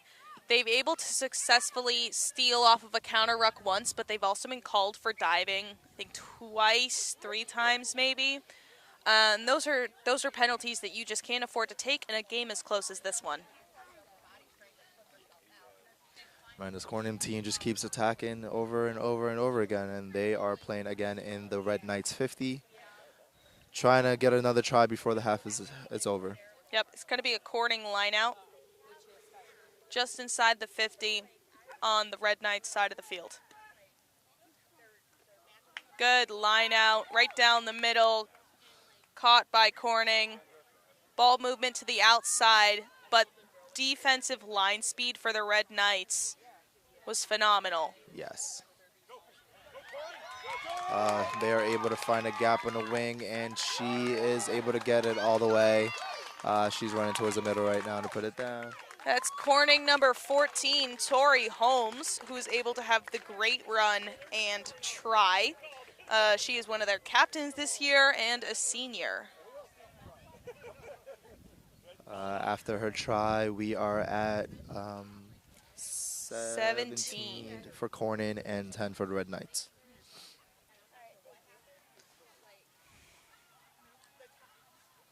Amanda Stevens going to have some water, and then she has to kick yet again. The Corning girls are feeling it. I think they love the way the game has been going so far. Halftime is going to be any minute now. They need to come out with the energy in the beginning of the second half that they have right now.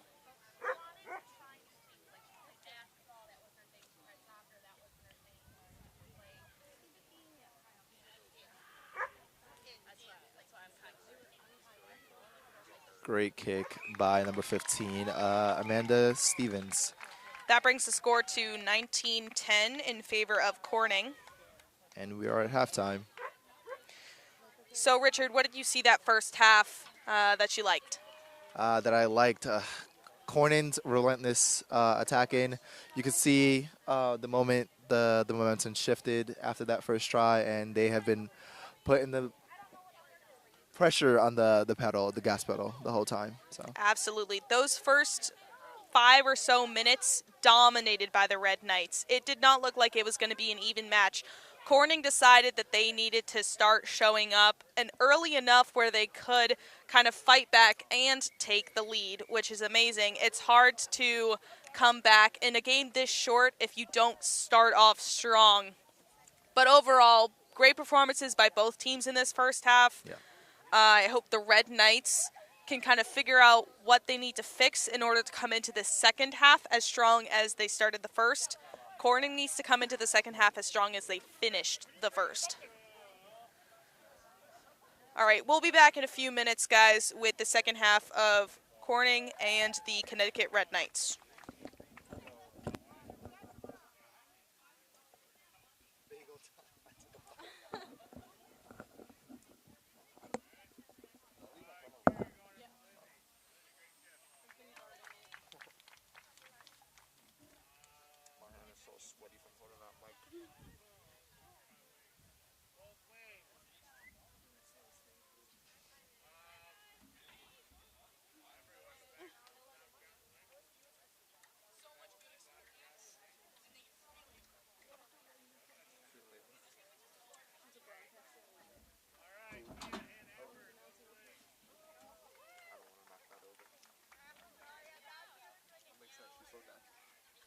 I'm over here just like, You sound good though. You're saying like educated things.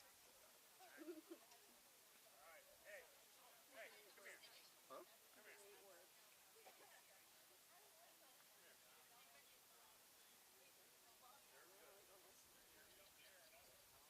The game just changed so quickly. Yeah. You said get your energy back, and they were like, I bet.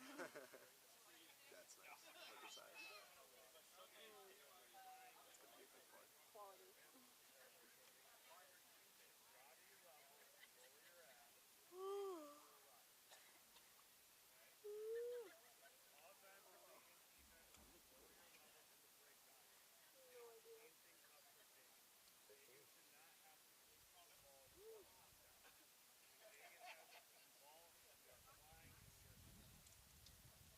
Fucking ants keep coming from. Wait, 28.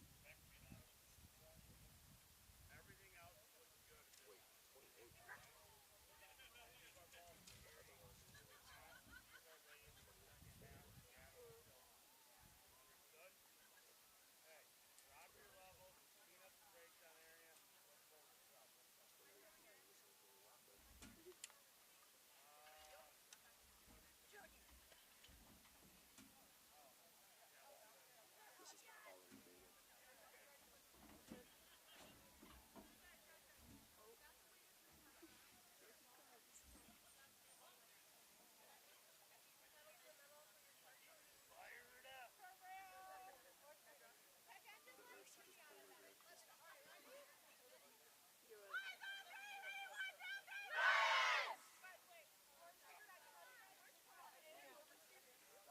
baited. Hey! How are you? Thank you. This is my boyfriend Richard. Richard, this is Steph. Nice to meet you. Sorry, I a have one in my mouth. day one guy. I'm selling your beer today. Oh, is that right? Trying to, at least, yeah. Not true. I'm just there. The face of the beer tent today. Can't wait for that to kick off. I know. I'm ready to go. I'm getting tired. Oh man. Yeah, I did. How's it going over here? It's going. Okay. I got Richard over there as my co-host. Oh, nice. Richard played for the men's team at Bowdoin, so he kind of knows what he's talking about. Ready?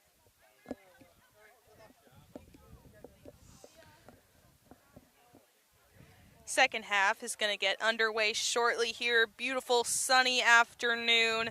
Bundt Park, Northern Jersey at the Rugby Showcase East.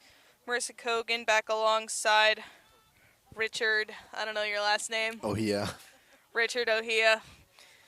And we're going to have a Connecticut Red Knights kickoff to start this second half. Again, today, different format, 20-minute halves. So it's a quick game, about half the amount of time that you would usually have in 15s.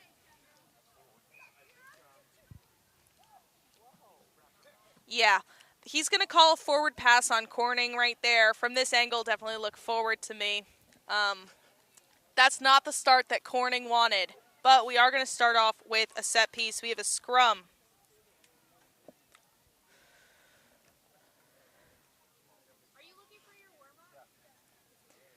The Connecticut Red Knights have been strong in the pack in the first half. Let's see if that continues. And they have their backs loaded on the left side of the ruck for their set piece. Great they pass are by getting Lauren the ball Wong. down the wing, it seems. Great ball movement. And she's shoved out. She just ran out of grass there. She didn't cut in time, and that was unfortunate, but just great ball movement by the Red Knights on that one. And the pass by Lauren Huang while getting tackled right outside of the scrum was great for the pressure that she was under.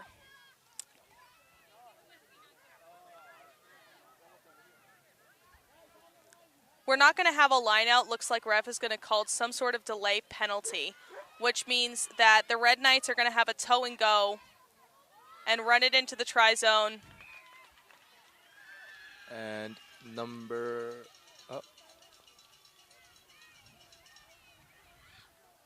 it's not going to be try awarded. The Red Knights team looks about as confused as I feel right now. We don't have great visibility down there to that corner of the field.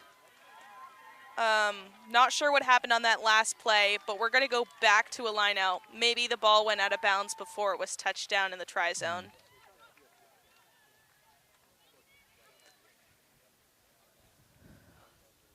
Corning line out. Way in the backfield.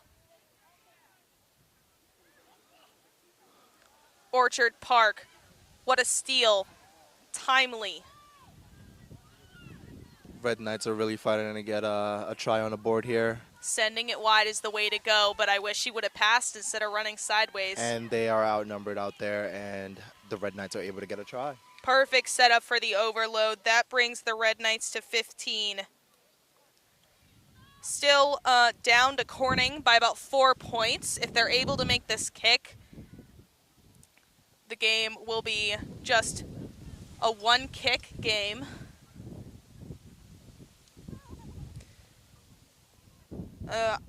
We did not get a number on the score for the Connecticut Red Knights, but phenomenal job at kind of drawing the defense in with all the commotion that happened in this close corner. Sending it wide was the smartest thing you could have done, whether it be running sideways or passing it out.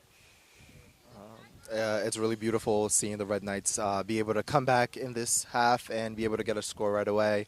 It'd be interesting to get or hear what their coach told them in that huddle. Good kick by Lauren Huang. That brings this to a 2-point game. 19 to Corning, 17 to the Red Knights. It's close. And the ball is going to be kicked again to the Red Knights, and we are going to see how they add on or progress with this momentum change. We still have so much more game to play. There's at least 15 more minutes if I'm doing math in my head right now. And a 2-point lead is not comfortable for either team, whether you're up by 2 or down by 2. They're going to still feel the need to score at least one more try, and preferably center it so that their kicker will have no problem with the kick. The kick is sent to an open space, and it goes out of touch. Little bit of an unlucky bounce for the Red Knights there. There was a girl there to receive it, but it just bounced away from her right before her hands could get on it, so it is going to go out into touch.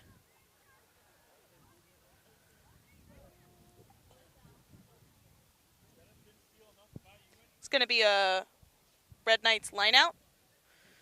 Down far side of the field. I'm going to say that's about the 15. They're about halfway between the 22 and the 10. That was a great kick by the Corning kicker, being able to identify an open space and send the ball that way.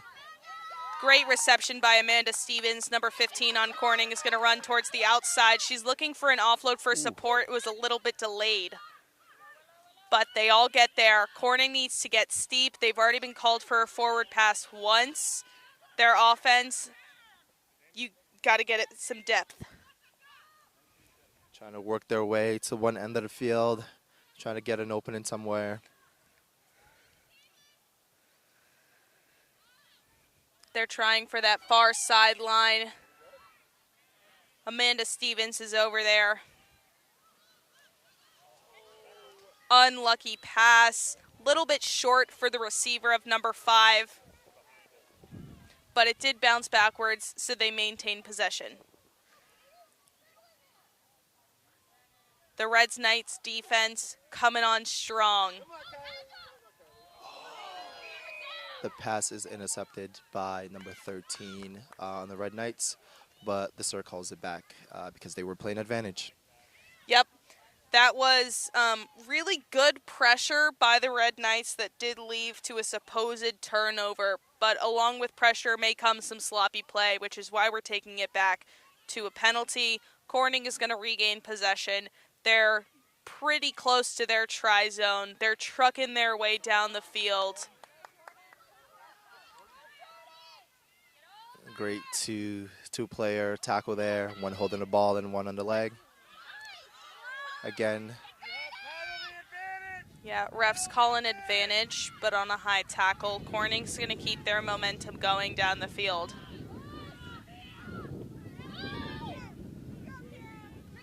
Got to get a little bit wider out there for Corning. Handoff passes aren't going to do anything. The defenders are still right in front of you.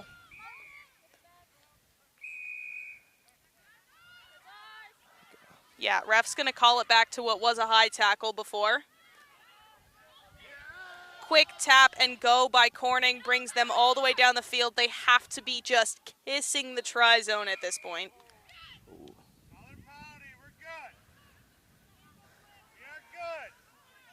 They're going to bring it back to the same spot. Corning needs to take a breath. These quick taps are not really helping them or hurting them. Oof. It's another advantage to Corning with the high tackle from Red Knights. The Red Knights getting a little frazzled. They're getting a little sloppy. They're right on the try zone trying to defend, and that's when they're going to commit these crazy penalties because they desperately don't want them to score. The ref's going to bring it back again to the second high tackle. These high tackles are really killing the Red Knights, but this is what happens towards the latter half of the game where you're getting a little tired and the sloppy plays happen. Yep. They're exhausted. They're desperate. Corning has proven that they are hungry. They have made their way down the field, and the Red Knights can't figure out a way to stop them without committing a penalty. Corning is finally able to touch it down after what seems like 20 phases.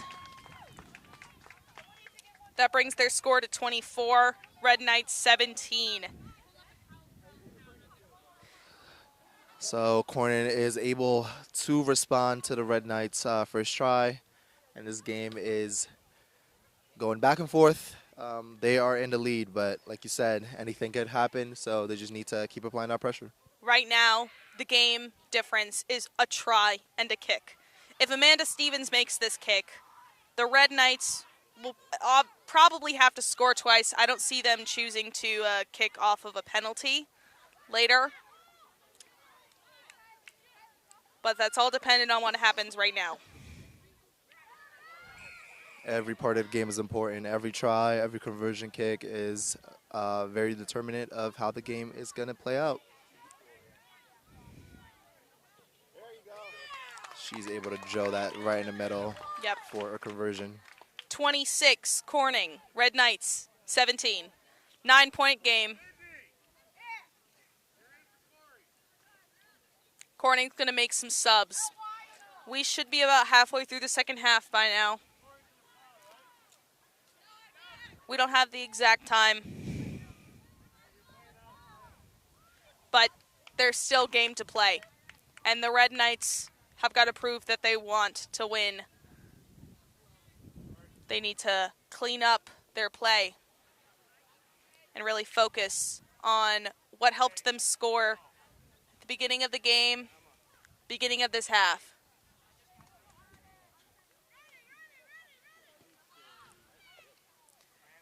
Big kick up and over both of Corning's receiving lines. She goes for the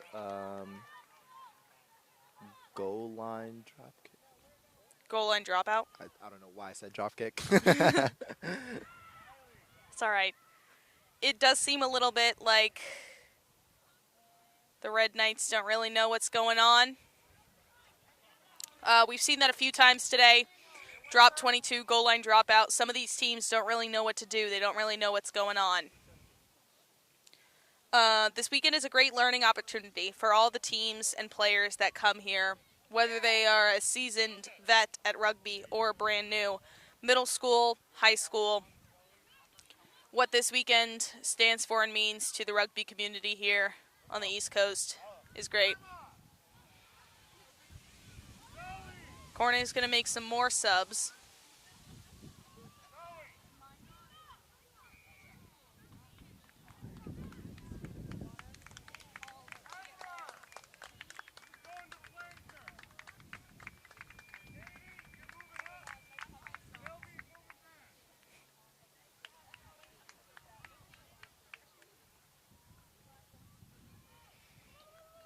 All right, substitutions are all done. Play should resume with Amanda Stevens. Drop kick. 22. He said drop kick. She's drop kicking it. She tried to go for a grubber. Didn't really work in her favor. They do maintain possession, but they're still on their side of the field. Just about the 40. Scrum half is able to break through the line, bringing Corning closer and closer to the 50. Yep, that's Kagan Rhodes, number 9 for Corning.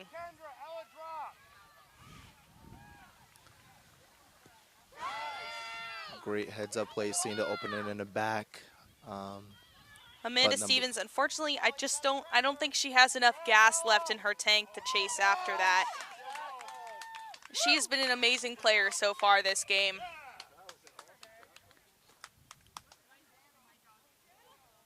Ball found touch. Looks like somebody was tackled out of bounds. Slow to get up. They're going to call the trainer onto the field.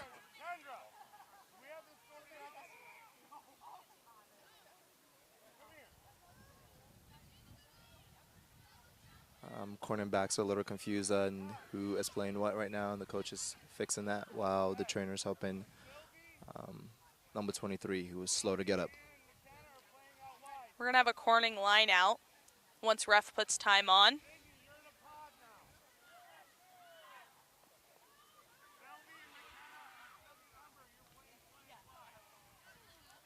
Lots of communication happening on the Corning side of the field right now. All these subs that the coach has made have left the girls a little bit confused.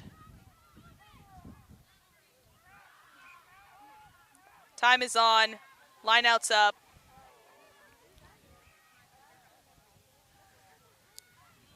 He's going to call a knock on the Red Knights.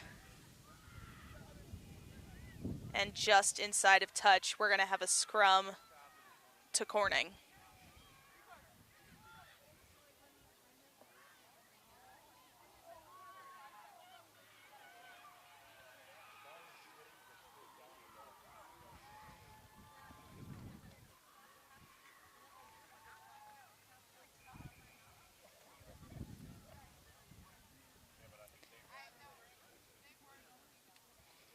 Ref's going to have them re-scrum.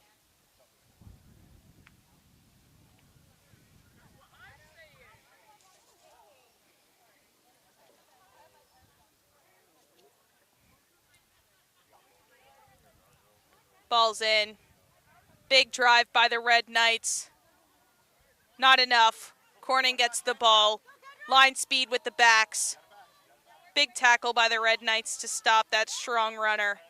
They're going to try to send it out wide. One more pass, they have the overload. She gets it out wide, but she is surrounded by Red Knights. It's one of the subs that the Corning coach put in, number 22, Mia Caparella. Red Knights are being relentless with their aggression in the ruck, and they are able to win the ball back. Strong counter ruck. Definitely trying to avoid that diving in that they've been called on time and time again. And they're able to get that turnover just inside their side of the 50.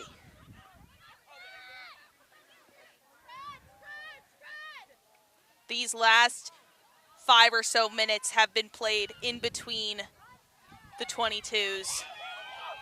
It's been hard for either team to really break out of the neutral zone. She's able to make a great run, but had no support, and they're able to counter ruck. Believe she got called on not releasing, but then that becomes a forward pass, so ref is going to bring it back. Because the Red Knights were not back 10 before they made the tackle, they get an advantage again, and they're able to get the ball back. Yep. This is a great to kick into touch. Almost caught by Rugby Dad over there. Unfortunately, he dropped it. It went backwards, though. It wasn't a knock-on. We're going to have a line out.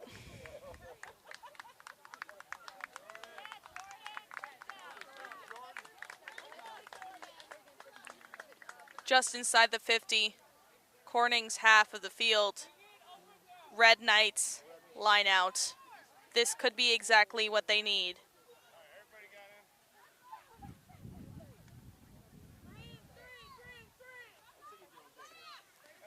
Great defensive line out by Corning. They're able to take that ball back.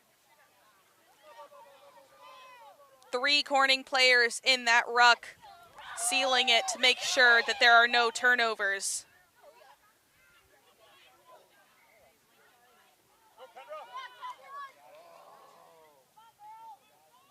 Corning again, just being relentless on their attack. The Red Knights need to set up a better defensive line. They're not flat, they're clumped. If Corning were to send it wide, they have at least a 2-man overload on this near side. The communication for the defense is lacking. And it's clear because Corning is about to break through their line. Unlucky pass, though.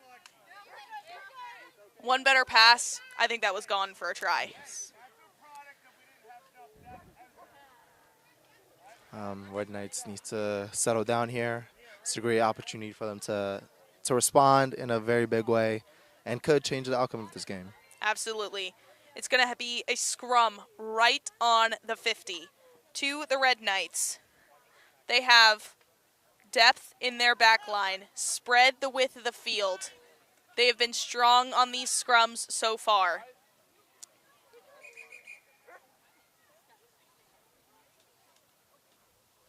Ref's going to have them reset and re-scrum. He didn't like the way they were set up and bound in the last one. Safety is always key in the scrums, so if the ref sees something that they don't like, just call a reset.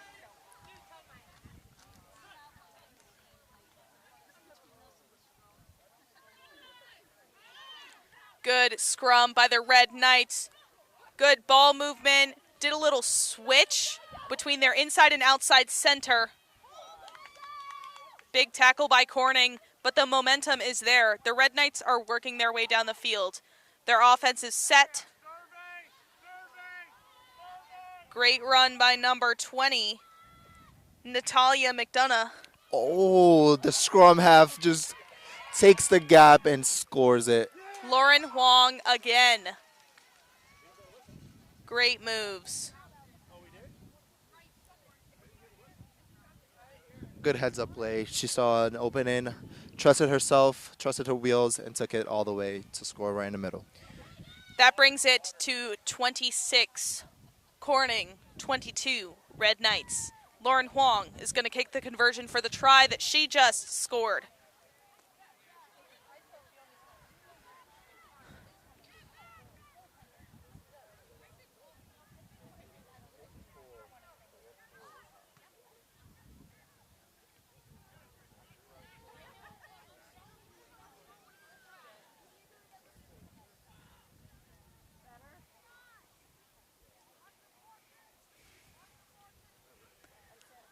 Lauren Huang trying to figure out her best setup for kicking this conversion because, of course, every point matters. Right now, it's a 4-point game.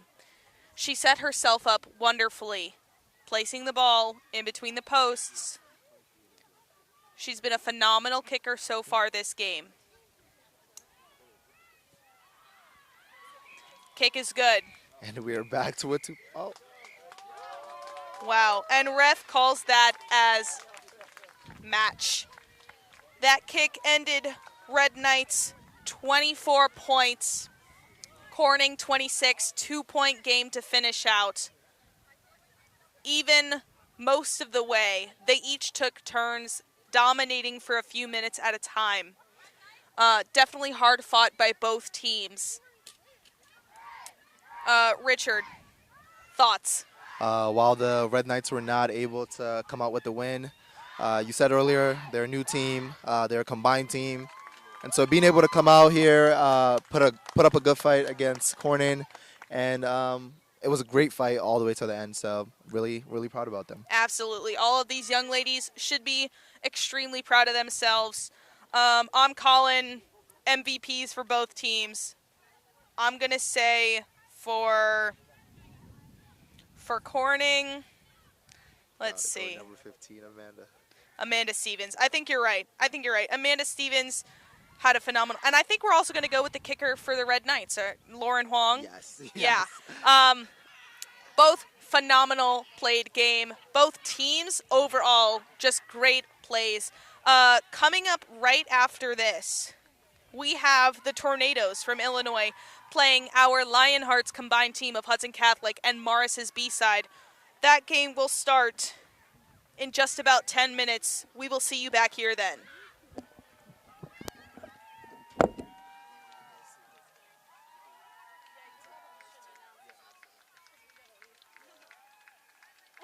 That was fun. Thank you. Come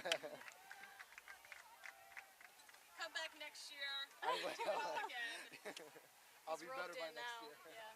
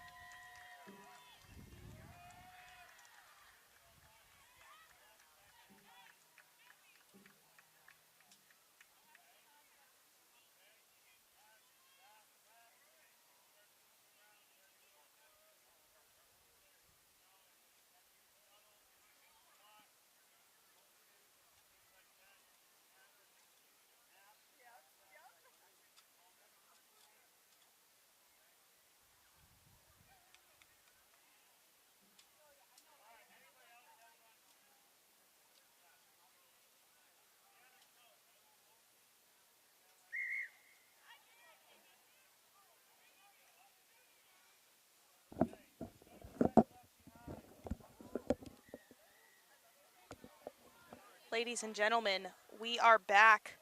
Our final high school matchup on this field for today. After this game might be more middle school.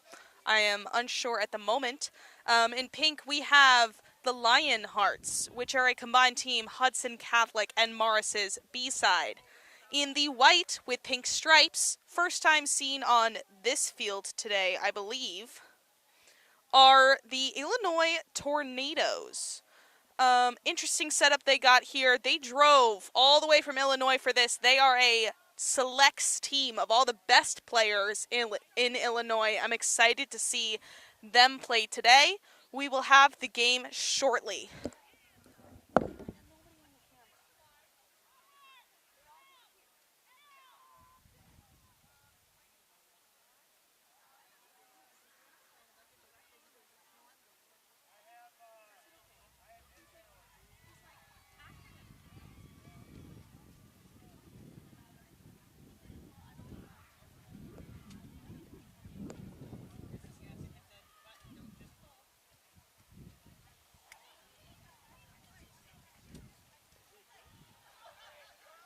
Do you want to man the camera? Do you want to find somebody to man the camera?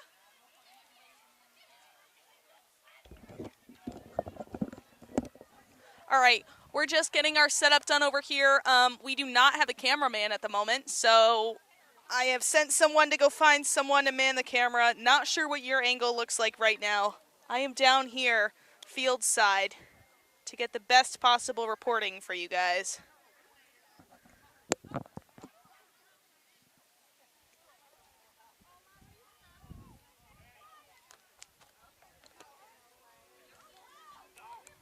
You're just joining us, this is field 2. We have the Illinois Tornadoes in white and the Lion Hearts in pink. They are a combined team of Hudson Catholic and Morris's B-side. If you're looking for the EGRL championship match, that is on field 1 behind me. Already underway, Aspatuck versus Morris. That should be an exciting one. So should this. If you're already here, stay with me. I would like to say that I like the sound of my own voice. We are having some technical issues right now in search of somebody to man the camera. If we do not have someone by the time the game actually starts, I will hop up there, do it for y'all myself. It's been a lovely day so far. Started at 9 o'clock this morning. It's getting warm. It's sunny. Lovely weather. Great day for some rugby. Great turnout. Think everybody's having fun.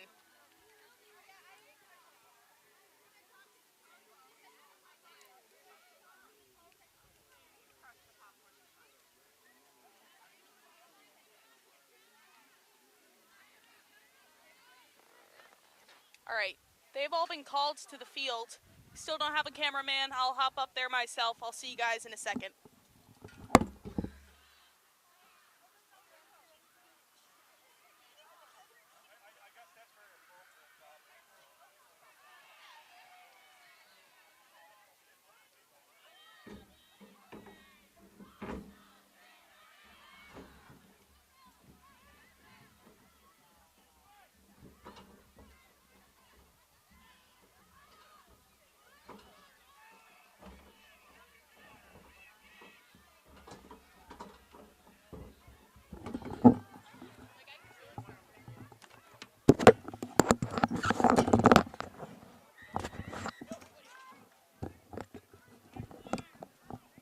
All right, folks, I'm back. I got the camera for you guys.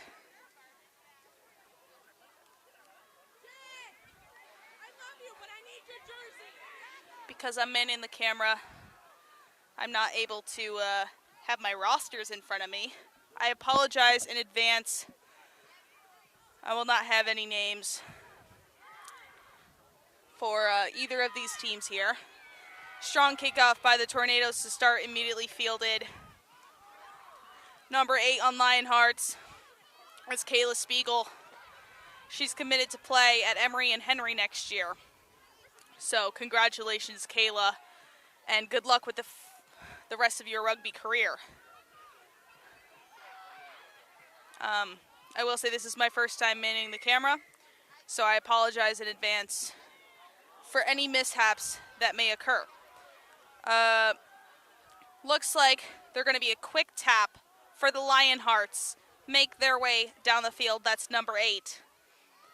Ball took an unlucky bounce off of the tackle, but went backwards and was immediately fielded by number 13.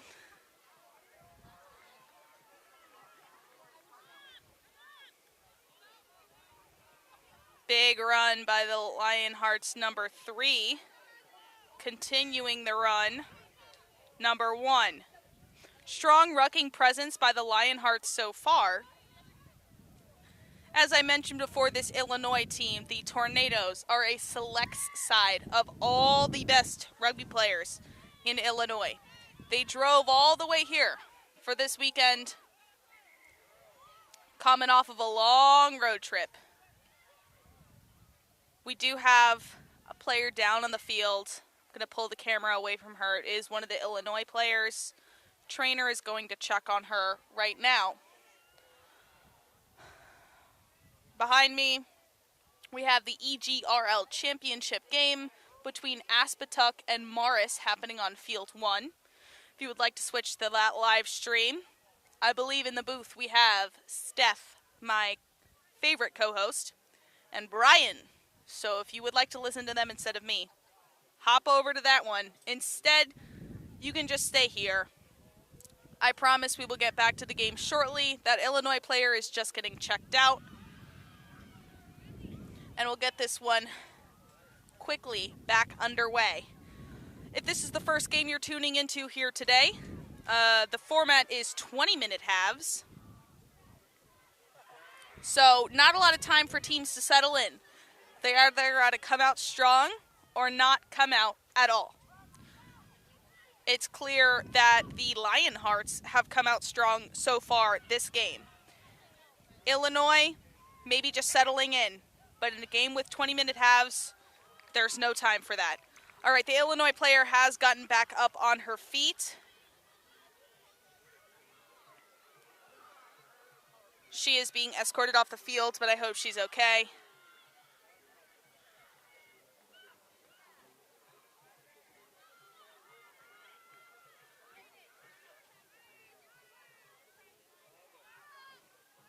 All right, we're going to have a toe and go by the Lionhearts. Number 9 is going to touch and pass it to number 13. They're at just about the 15, I would say, halfway between the 22 and the 10. Good defensive line speed by Illinois on the far side of the field there. Strong run by Lionhearts number 3. Again, it takes multiple girls to get her down. It's so hard to do that. Illinois is able to get a turnover and start pushing down the field towards their try zone. They're going to go for a skip pass. Looks like it caught some of their girls off guard. She's going to kick all the way back. Morris, the Lionhearts are going to field it.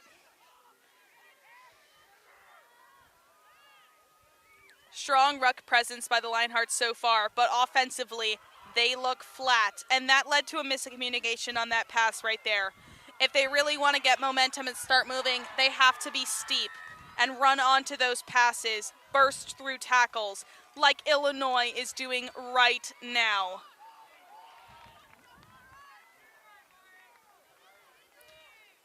Lots of turnovers in the last few minutes of this game. It's really been played between the two 22s. A lot of neutral zone playing.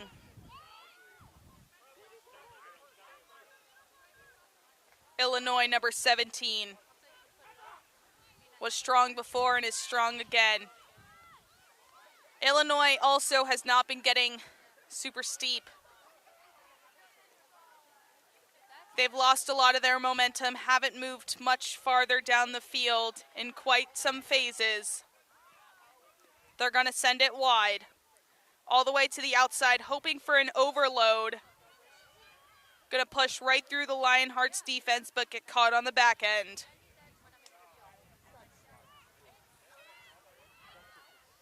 Still no depth in their offense, but they are able to build momentum.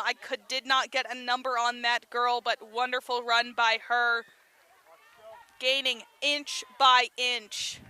Ref is going to call diving in the ruck on the Lionhearts. It's going to be a quick tap by Illinois. They're pretty close to the try zone. I don't blame them for wanting to quick tap it and move as fast as they can.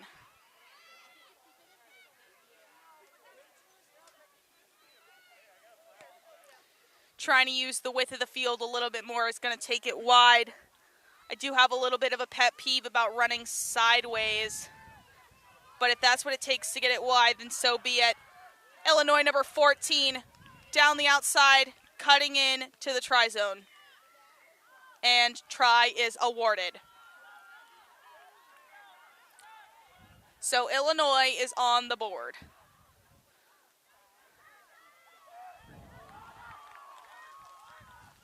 I believe that's the first try of the game. It is now 5-0 in favor of the Tornadoes. Strong show out by the Lionhearts. This right here is an interesting matchup, ladies and gentlemen. Both of these teams are combination teams. Illinois Tornadoes, a select side of players. They probably got in a few practices before this weekend. They are the best of the best. They should have no problem with flow meshing into one another. On the other side, the Lionhearts are another combination team combining two teams, Hudson Catholic, Morris, their B-side. Played together for the first time today. Had a rough go in their first game, but have surely been able to pull through and prove their stake here. Strong showing so far in this game.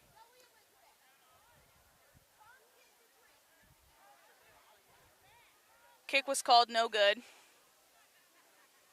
And that leaves the score at 5-0.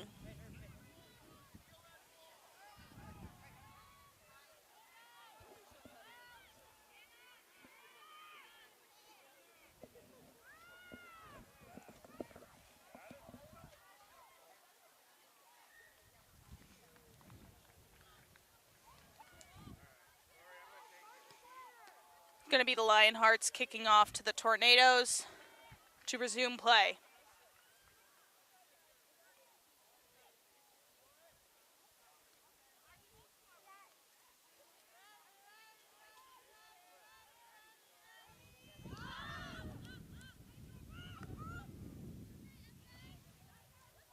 Good reception by Illinois, bringing the ball all the way back up to where it started, just inside the 50.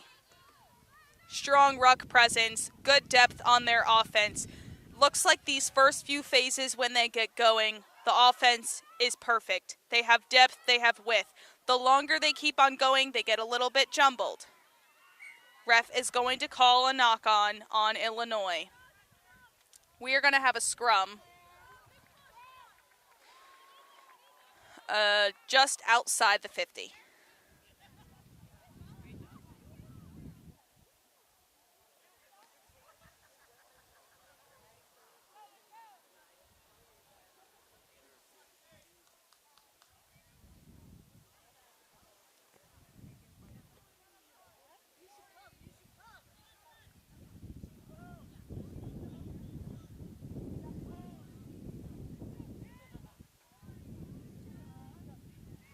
Ball is in and stolen back by the Tornadoes. Strong scrum. Number 7 for the Tornadoes taken down hard.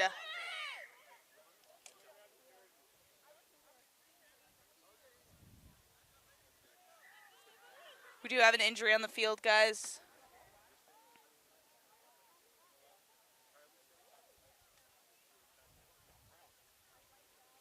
Time is off. The medic is going to attend to that girl.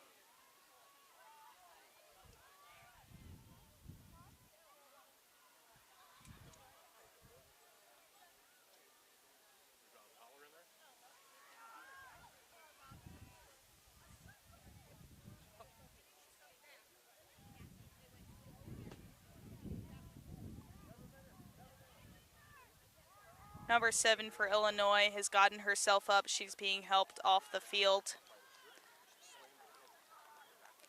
She did hit her head pretty hard. Hopefully she'll be all right. Both teams are going to take this as an opportunity to regroup, get some water. As I mentioned before, it's really hot out today.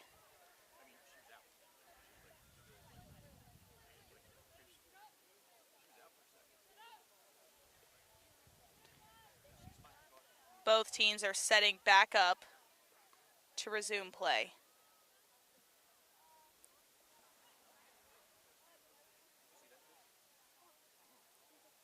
Ref counting players on the field.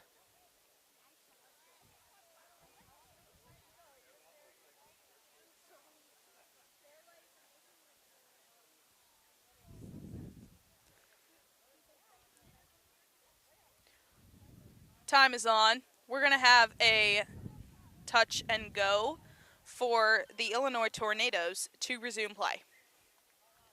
Number 6 is going to take it, pass it to a sub that just came on for the Tornadoes. She's immediately tackled.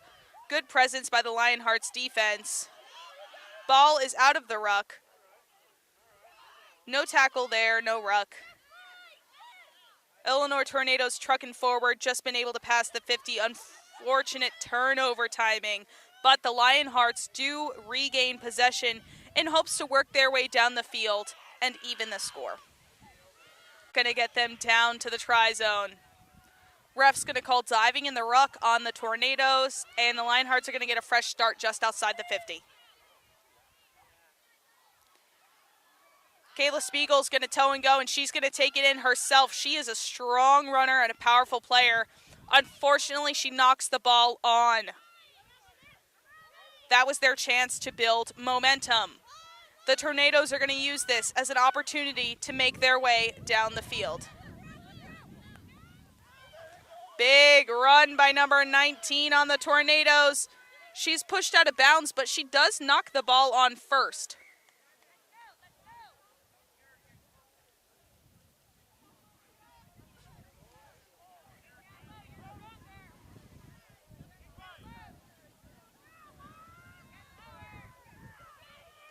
Ref is going to talk with the lineman to see whether she stepped out of bounds or knocked it on, which occurred first. That will affect whether it's a line out or a scrum.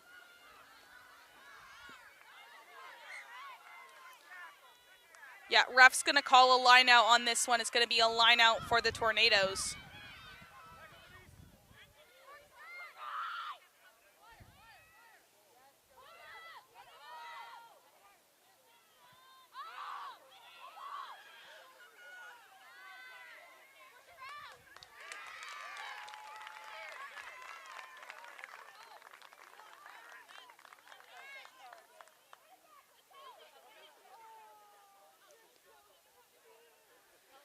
The sir seems a little bit confused about whose line out it is. I believe it should be Morris's. That's not my call, though.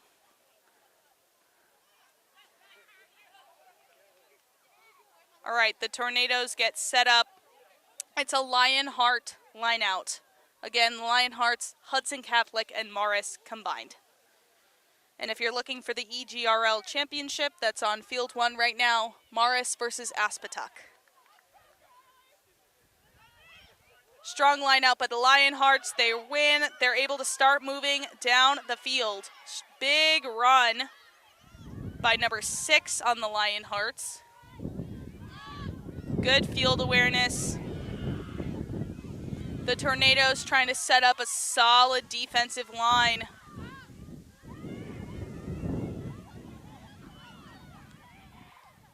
The Lionhearts are just moving down the field with such tenacity. It's hard to stop, even with the most solid defensive line.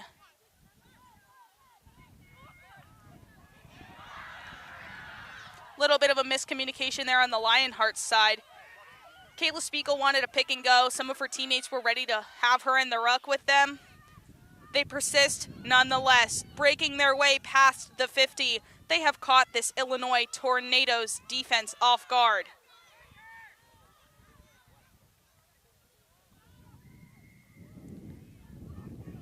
Ref is going to call an advantage. The Tornadoes were offsides before. It's going to be a quick tap by number 15. Ref's going to call it back. Not a fan of the quick tap.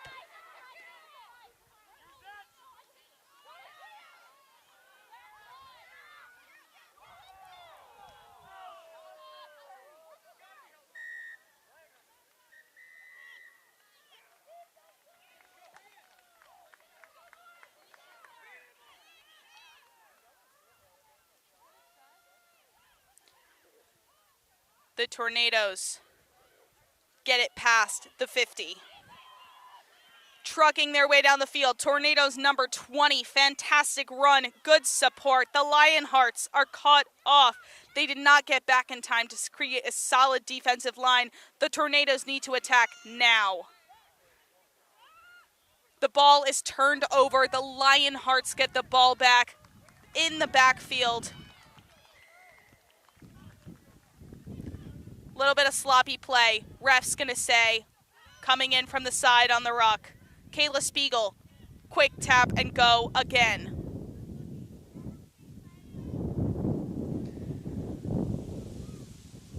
Ref's going to call for a sub for the Tornadoes after a diving in, I believe, from the Lionhearts. Whatever it was, we are going to have a scrum just outside the 50.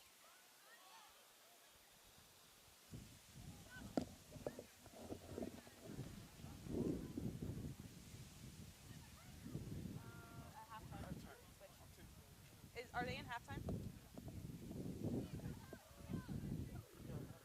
What's the score? I think it was like injury timeout. It's yeah, Okay.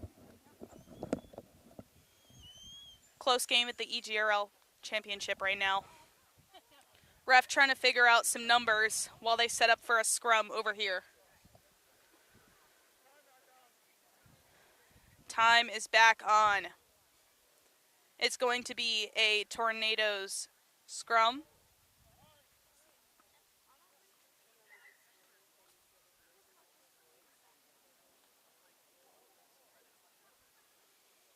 Ref correcting the scrum again.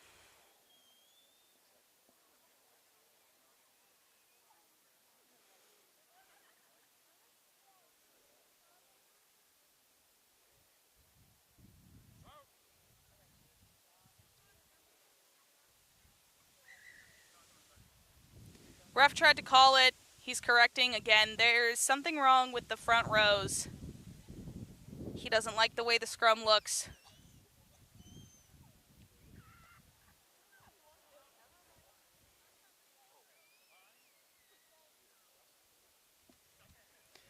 Ball is finally in. Big scrum. Won by the Tornadoes. They're going to go for a switch between their 10 and 11.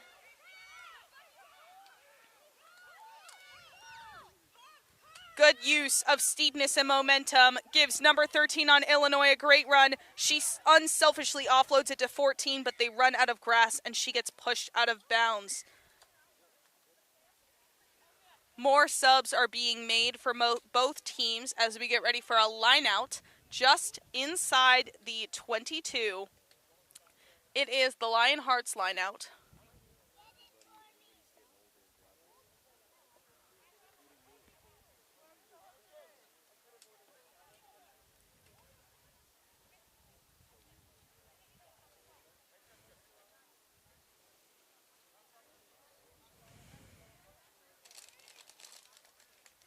Ball is up in the line out, right down the middle, snagged by the Lionhearts. They try to send it wide, but the line speed for Illinois tackles them. Back way behind the line of scrimmage. They're just trying to regain all the yards that were lost after the line out. Ref is going to call it back to an apparent forward pass.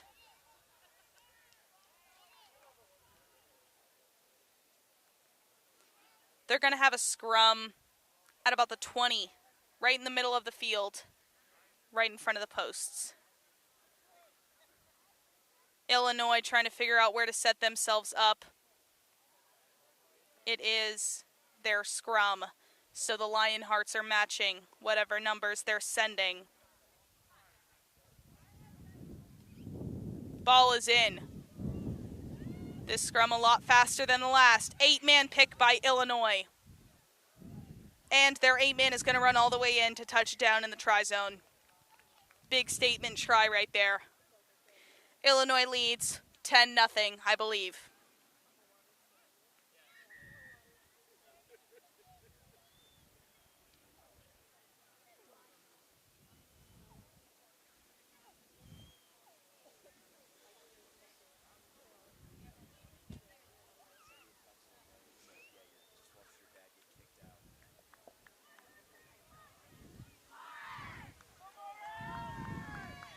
Good positioning on the kick for Illinois right here. Right in front of the posts. Gives them a great opportunity to get 2 extra points on the board. We should be nearing halftime, folks.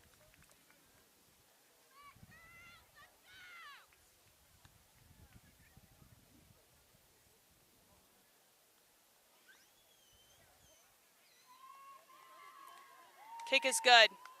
12-0 Illinois.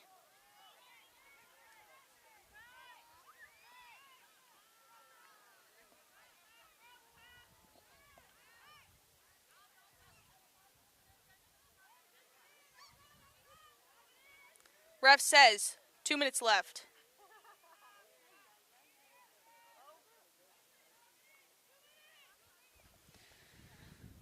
They thought it was halftime. Halftime could not come soon enough. 2 more minutes of play for the Tornadoes and the Lionhearts in this half. Lionhearts are going to kick. Lionhearts, Kayla Spiegel, having a word with the sir. She is definitely a leader on this team here today.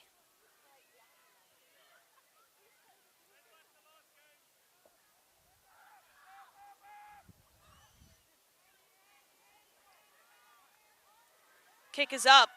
A little bit of a flat kick straight to the first line of Tornadoes, but that does not stop number 13 from getting the ball, making a great run. She finds touch, though, just about 10 inside the halfway mark of the field.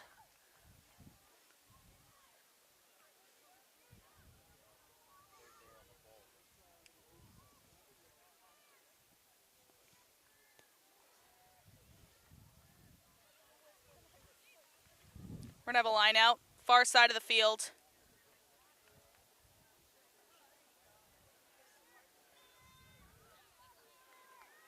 Lionhearts get the ball up, received well. Great depth on their offensive line.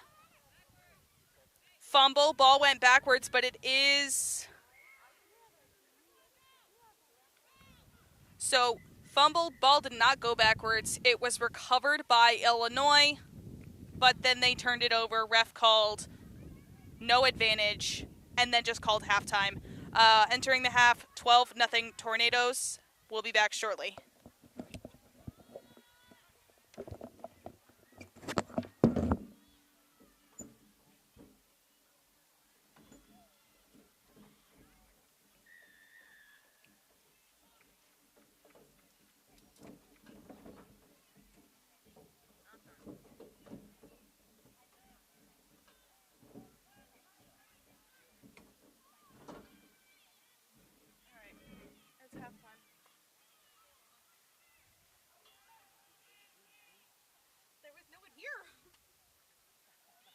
Important game is happening right now. I would love to be over there watching.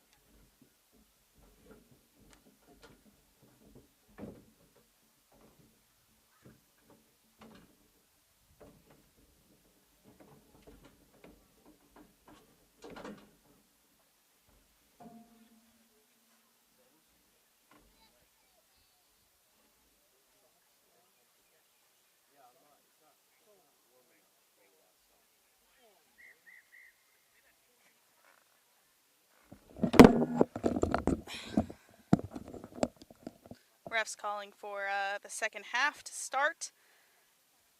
If you're just joining us now and you're looking for the EGRL Championship, that is on Field 1, but I would recommend you stay here with me instead. We have the Illinois Tornadoes, a selects team of all the best players in Illinois, versus the Lionhearts, a combined team from New Jersey of half Morris B-side and half Hudson Catholic. After the first half, score is 12-0 in favor of the Tornadoes, but it has definitely been a strong game by both teams so far. I'm excited to see what this second half holds. It's very warm out today, but a beautiful day for rugby. Here at Bundt Park, we're enjoying the Rugby Showcase East.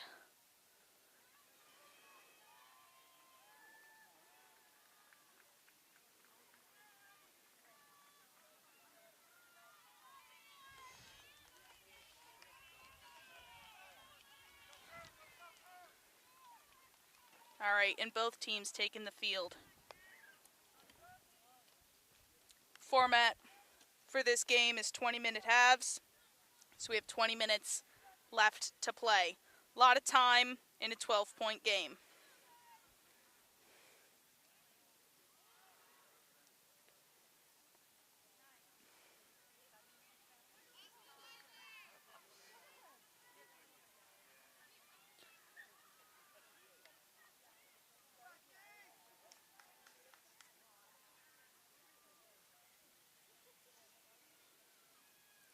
I will also have a chance to get rosters up this time around. Camera duties are not on my shoulders anymore. I'm going to start with a kickoff by Lionhearts, number 10.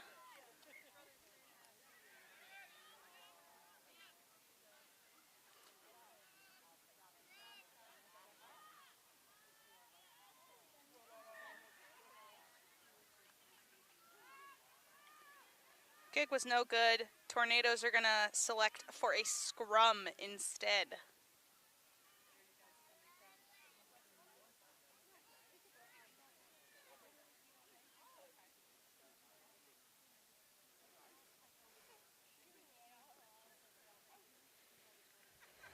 Scrum right on the 50 to start out this second half.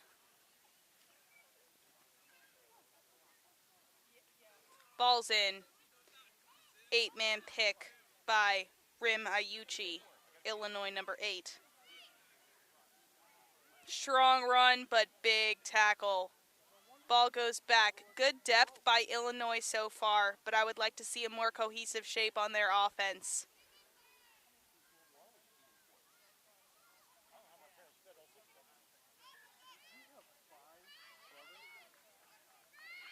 Ball comes to the outside. Little bit of a weird miscommunication for Illinois number 19 there. Jess Soto.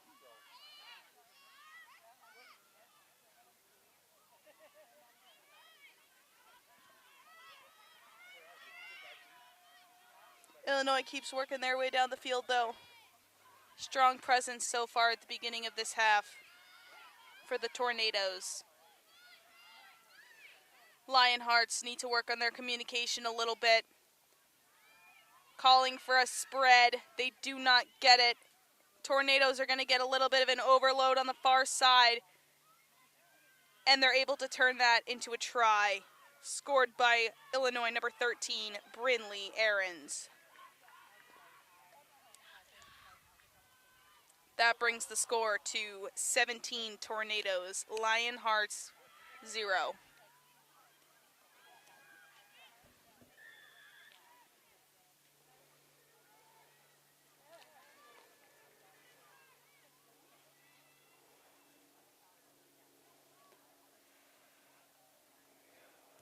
The sun is shining, folks.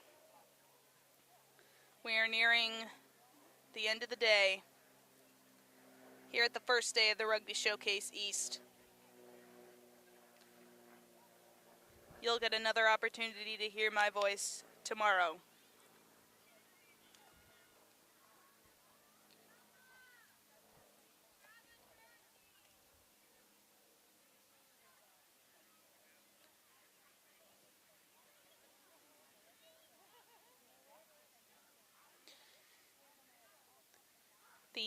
Illinois Tornadoes, select team from Illinois, made up of mostly upperclassmen.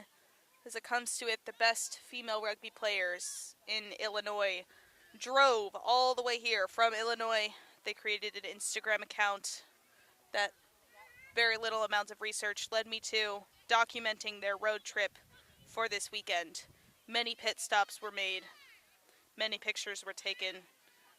Feel free to look at it yourselves. Pretty sure it's just Illinois Tornadoes. Very exciting things.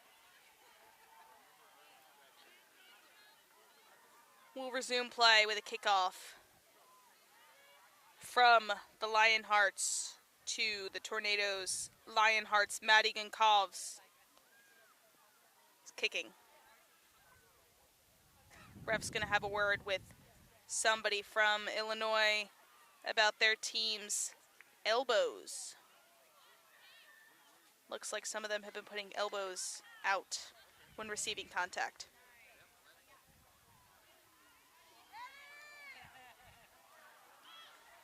Another whiffed kick by the Lionhearts, and the Tornadoes will select to scrum again.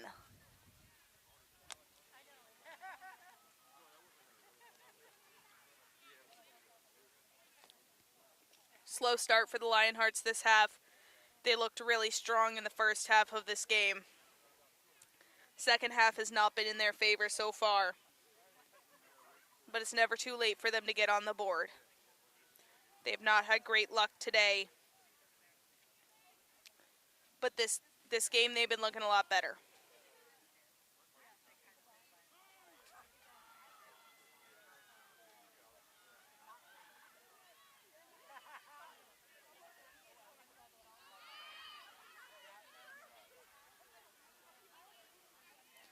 Scrum won by the Tornadoes. Ball movement to the outside. Big run down the sideline.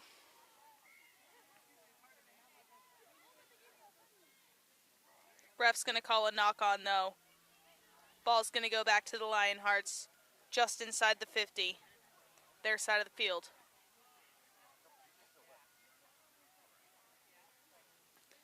Lionhearts scrum.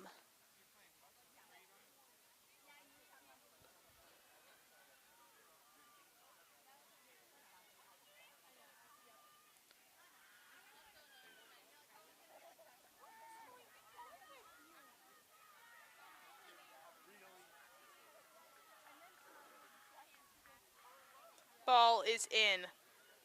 And scrum is dominated by the Tornadoes. However, the Lionhearts are able to get the ball out before getting crushed.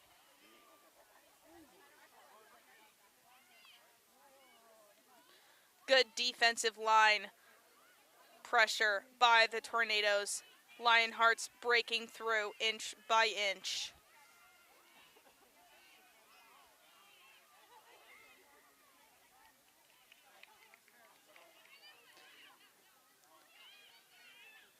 Lionhearts number 9 on the move. I'll have a name for you in a second. That's Ella Venables.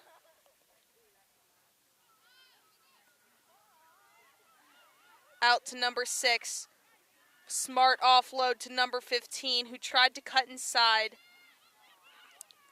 but the execution did not form a result.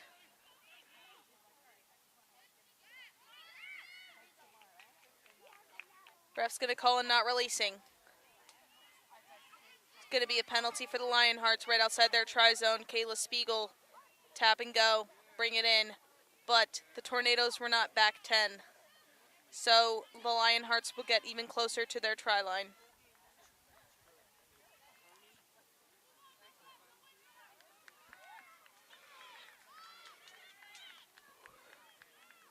Ball is trying to be sent out wide. Try scored, Lionhearts number 13, Jelia Clark.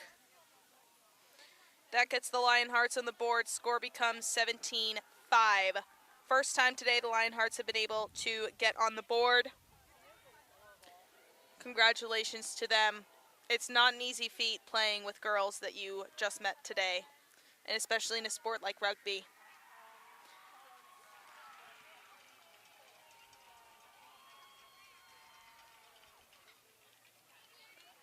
Positioning on the field for the kick. Looks decent.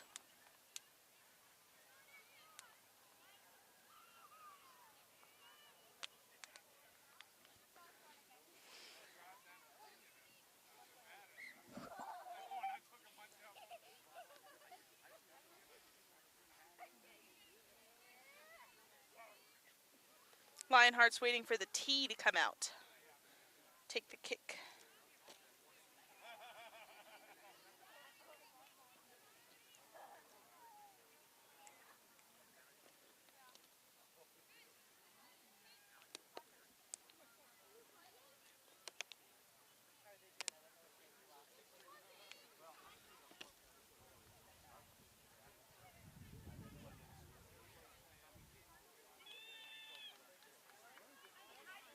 Kick's a little bit short, leaves the score at 17-5. But good push by the Lionhearts to get on the board. Ref signaled, 11 minutes left in the game. We're about 3/4 done. After this, the rest of today, this live stream might be middle school, might be nothing. We're unsure.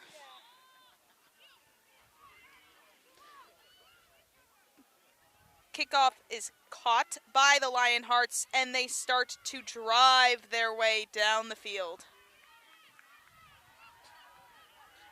Ball gets to Kayla Spiegel. Out to her teammates. A little bit of a frantic pass there. Out to number 15, Leah DeMarco, who's able to break past the 50. Big run by, I think, number 16. Nope, that's 18.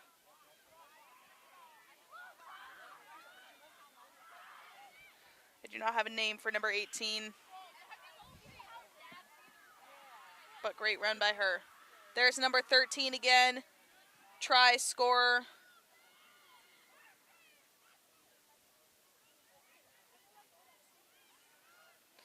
Lionhearts are going to get a quick tap, toe and go going.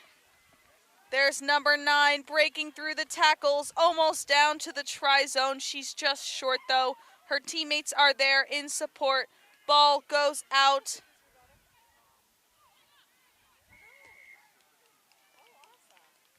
Ball is touchdown for a try. And this has turned into a game, ladies and gentlemen. Lionhearts 10, Tornadoes 17. Once she turns around, I'll get a number on our lovely try scorer.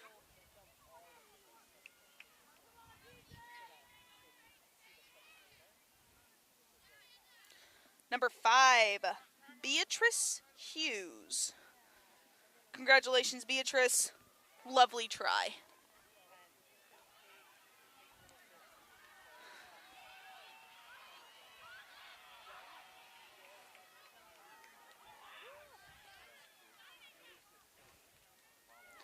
Bring the tee back out for the kick.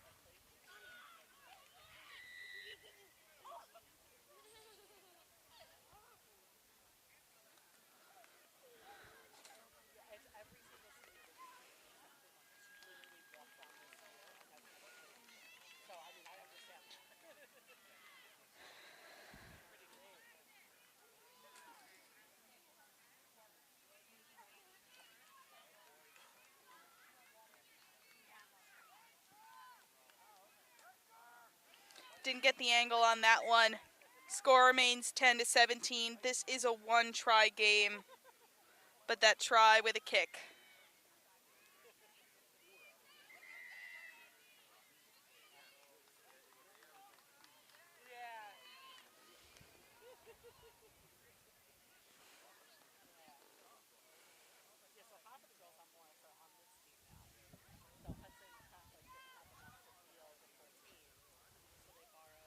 It's going to be a Tornadoes kickoff.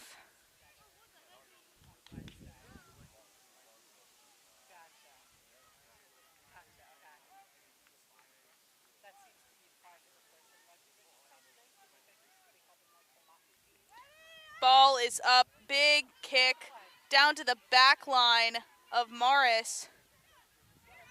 Great running. I believe that's Lionheart's number 9. Apologies, ladies and gentlemen. They are wearing Morris jerseys that are oh so familiar to me. Ball takes a little bit of a tumble backwards, but the Lionhearts still have possession. 18 trying to run it. She's abruptly stopped by the Tornadoes. Lionhearts lacking a little bit of depth on their offensive line right now. Don't really have any momentum anytime they start a new phase. Knock on upon the tackle by number 3 for the Lionhearts. Turns over the ball to the Tornadoes just inside the 22, nearing a score. Strong defensive line speed by the Lionhearts, or more specifically, Kayla Spiegel. Tornadoes are able to break through. They have to be just breathing on the try zone by this point. Yep.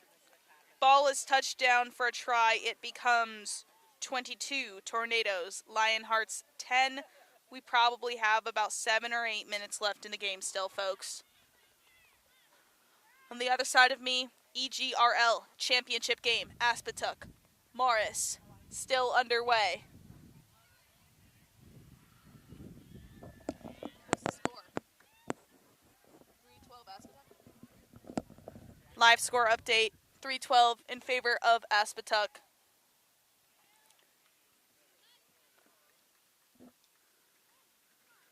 Tornadoes yet to take the kick for that most recent try. Kicker just got her tee.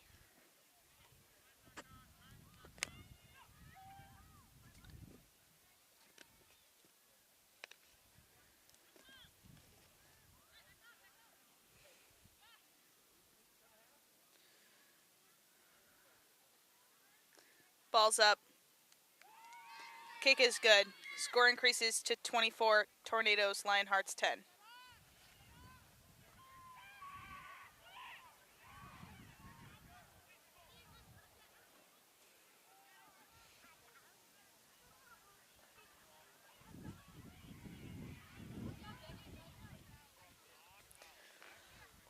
Lionheart's a little slow to come up after the conversion. Discussing some gameplay, I believe. 6 minutes left in the game, just signaled by the ref. A lot of time to play. Definitely enough time to score 2 tries, which is what the Lionhearts need.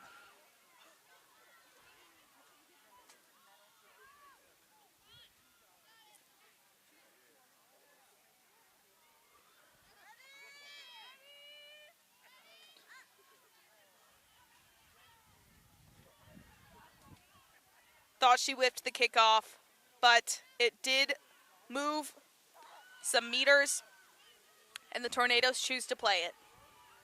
They're going to go to the outside here.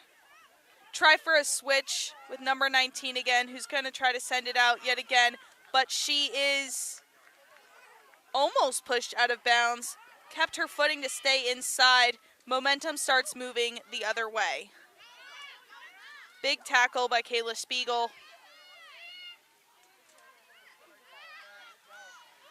Good defensive presence by the Lionhearts so far.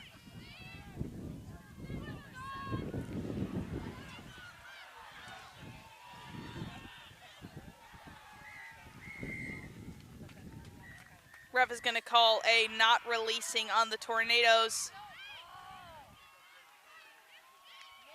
Going to be a toe and go for the Lionhearts. Number 9 is going to try to run for it. She bumbles with the ball, and it's turned over to the Tornadoes.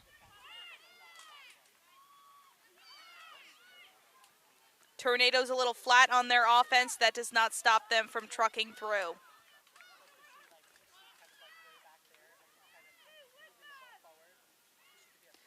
Ball is sent all the way wide. Tornadoes, I think number 15 on the outside, making her way down the field, waiting for a chance to cut in. That Lionhearts defense is relentless, though.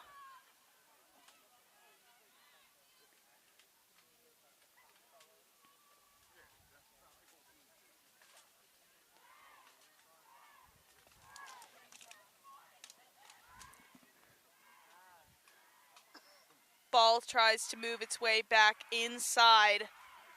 Turnover to the Lionhearts just outside the try zone, ends up with the ball finding touch. Our championship game just ended. Aspetuck on top, 2 years in a row, EGRL champions. Congratulations, Aspetuck.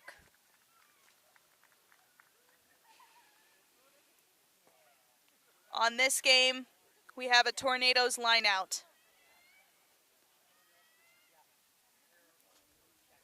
Probably about the 12 or 13, pretty close to the try zone. 14-point game in favor of the Tornadoes here.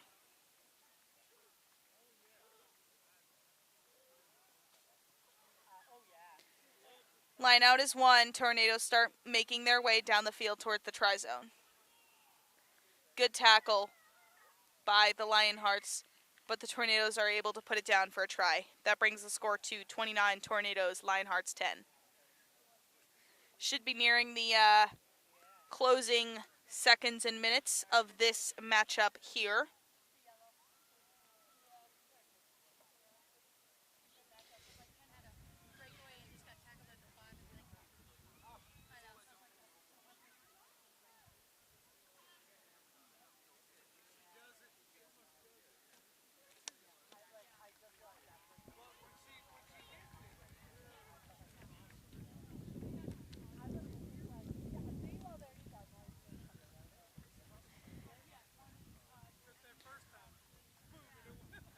Kicker is setting up for the Tornadoes.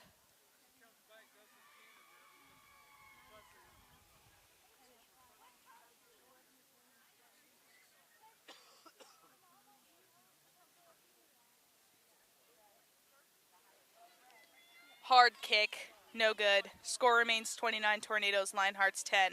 Ref says 1 minute to play.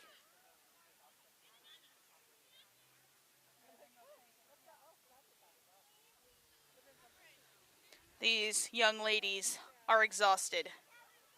It's hot. It's the end of the day. They've played at least an hour of rugby with all their games combined so far. It's a tough weekend, but oh so worth it. Final minute of play, final game for these ladies today. Then they get to sleep it off, start again tomorrow. Big kick by the Lionhearts over the first line of Tornadoes. Fielded in the back line by number 13. Bobble pass to number 14. Her support was just too close for that kind of pass. They try to go wide, sending it out, but they do not have the steepness, so it's going to be hard for them to build momentum to break through that defensive line. I spoke too soon. Number 8, great run, questionable pass. Doesn't matter. They're making their way down the field. Ball is knocked on. Ref's going to call game. We finish with 29 Tornadoes, 10 Lionhearts. That brings an end to the high school games on this field for the day. Hope you have enjoyed listening to me. I will see you tomorrow. Thank you so much.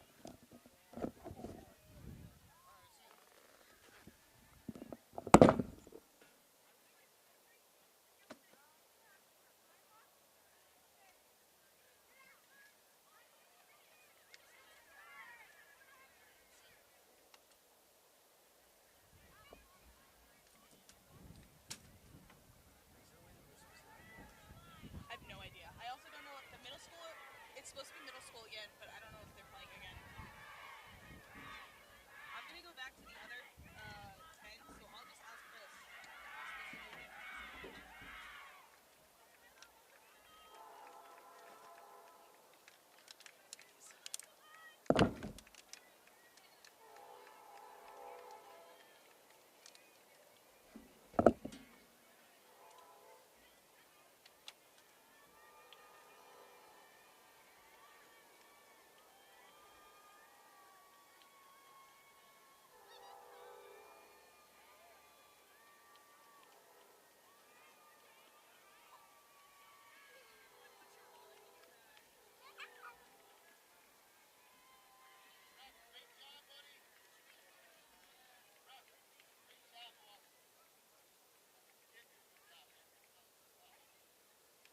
for Ashton Tuck, huh?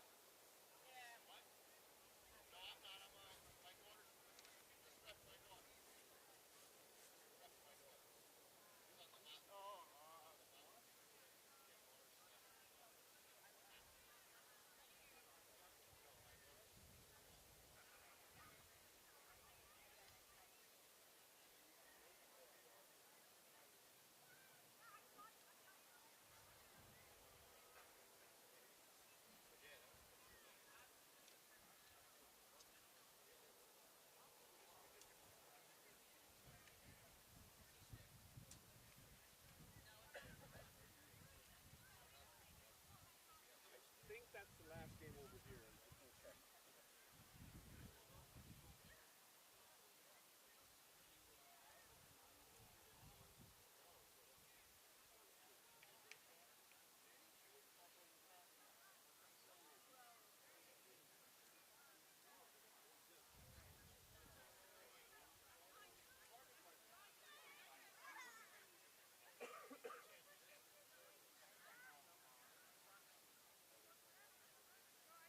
Yeah, it's the middle school. Yeah, I think. Give it a couple minutes and see. How did that one go?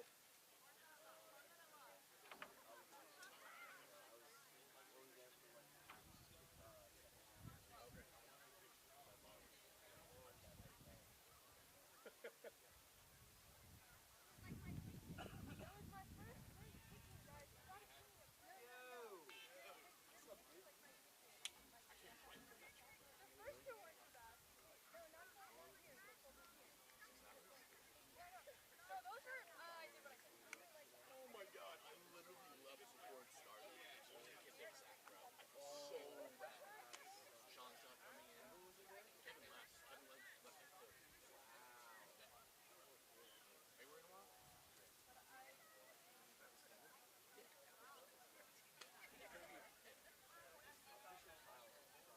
Are you working tomorrow? I'm driving Carroll work. I'm driving Carroll work. Yeah, dude, I just stayed up late. Poor soul, bro. So, John, like, he had a John that was so these people coming in, and John, like, really stay. He's gonna have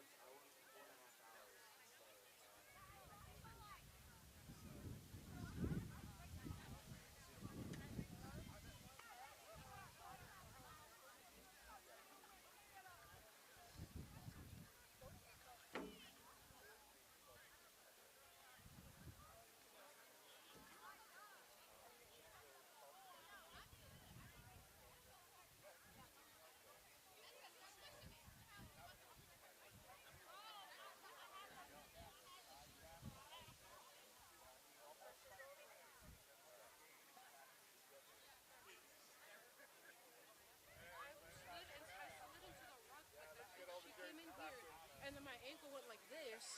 Oh. Guys, let's get all the jerseys back over. Oh, yeah. I just need to go to the trainer. Yeah.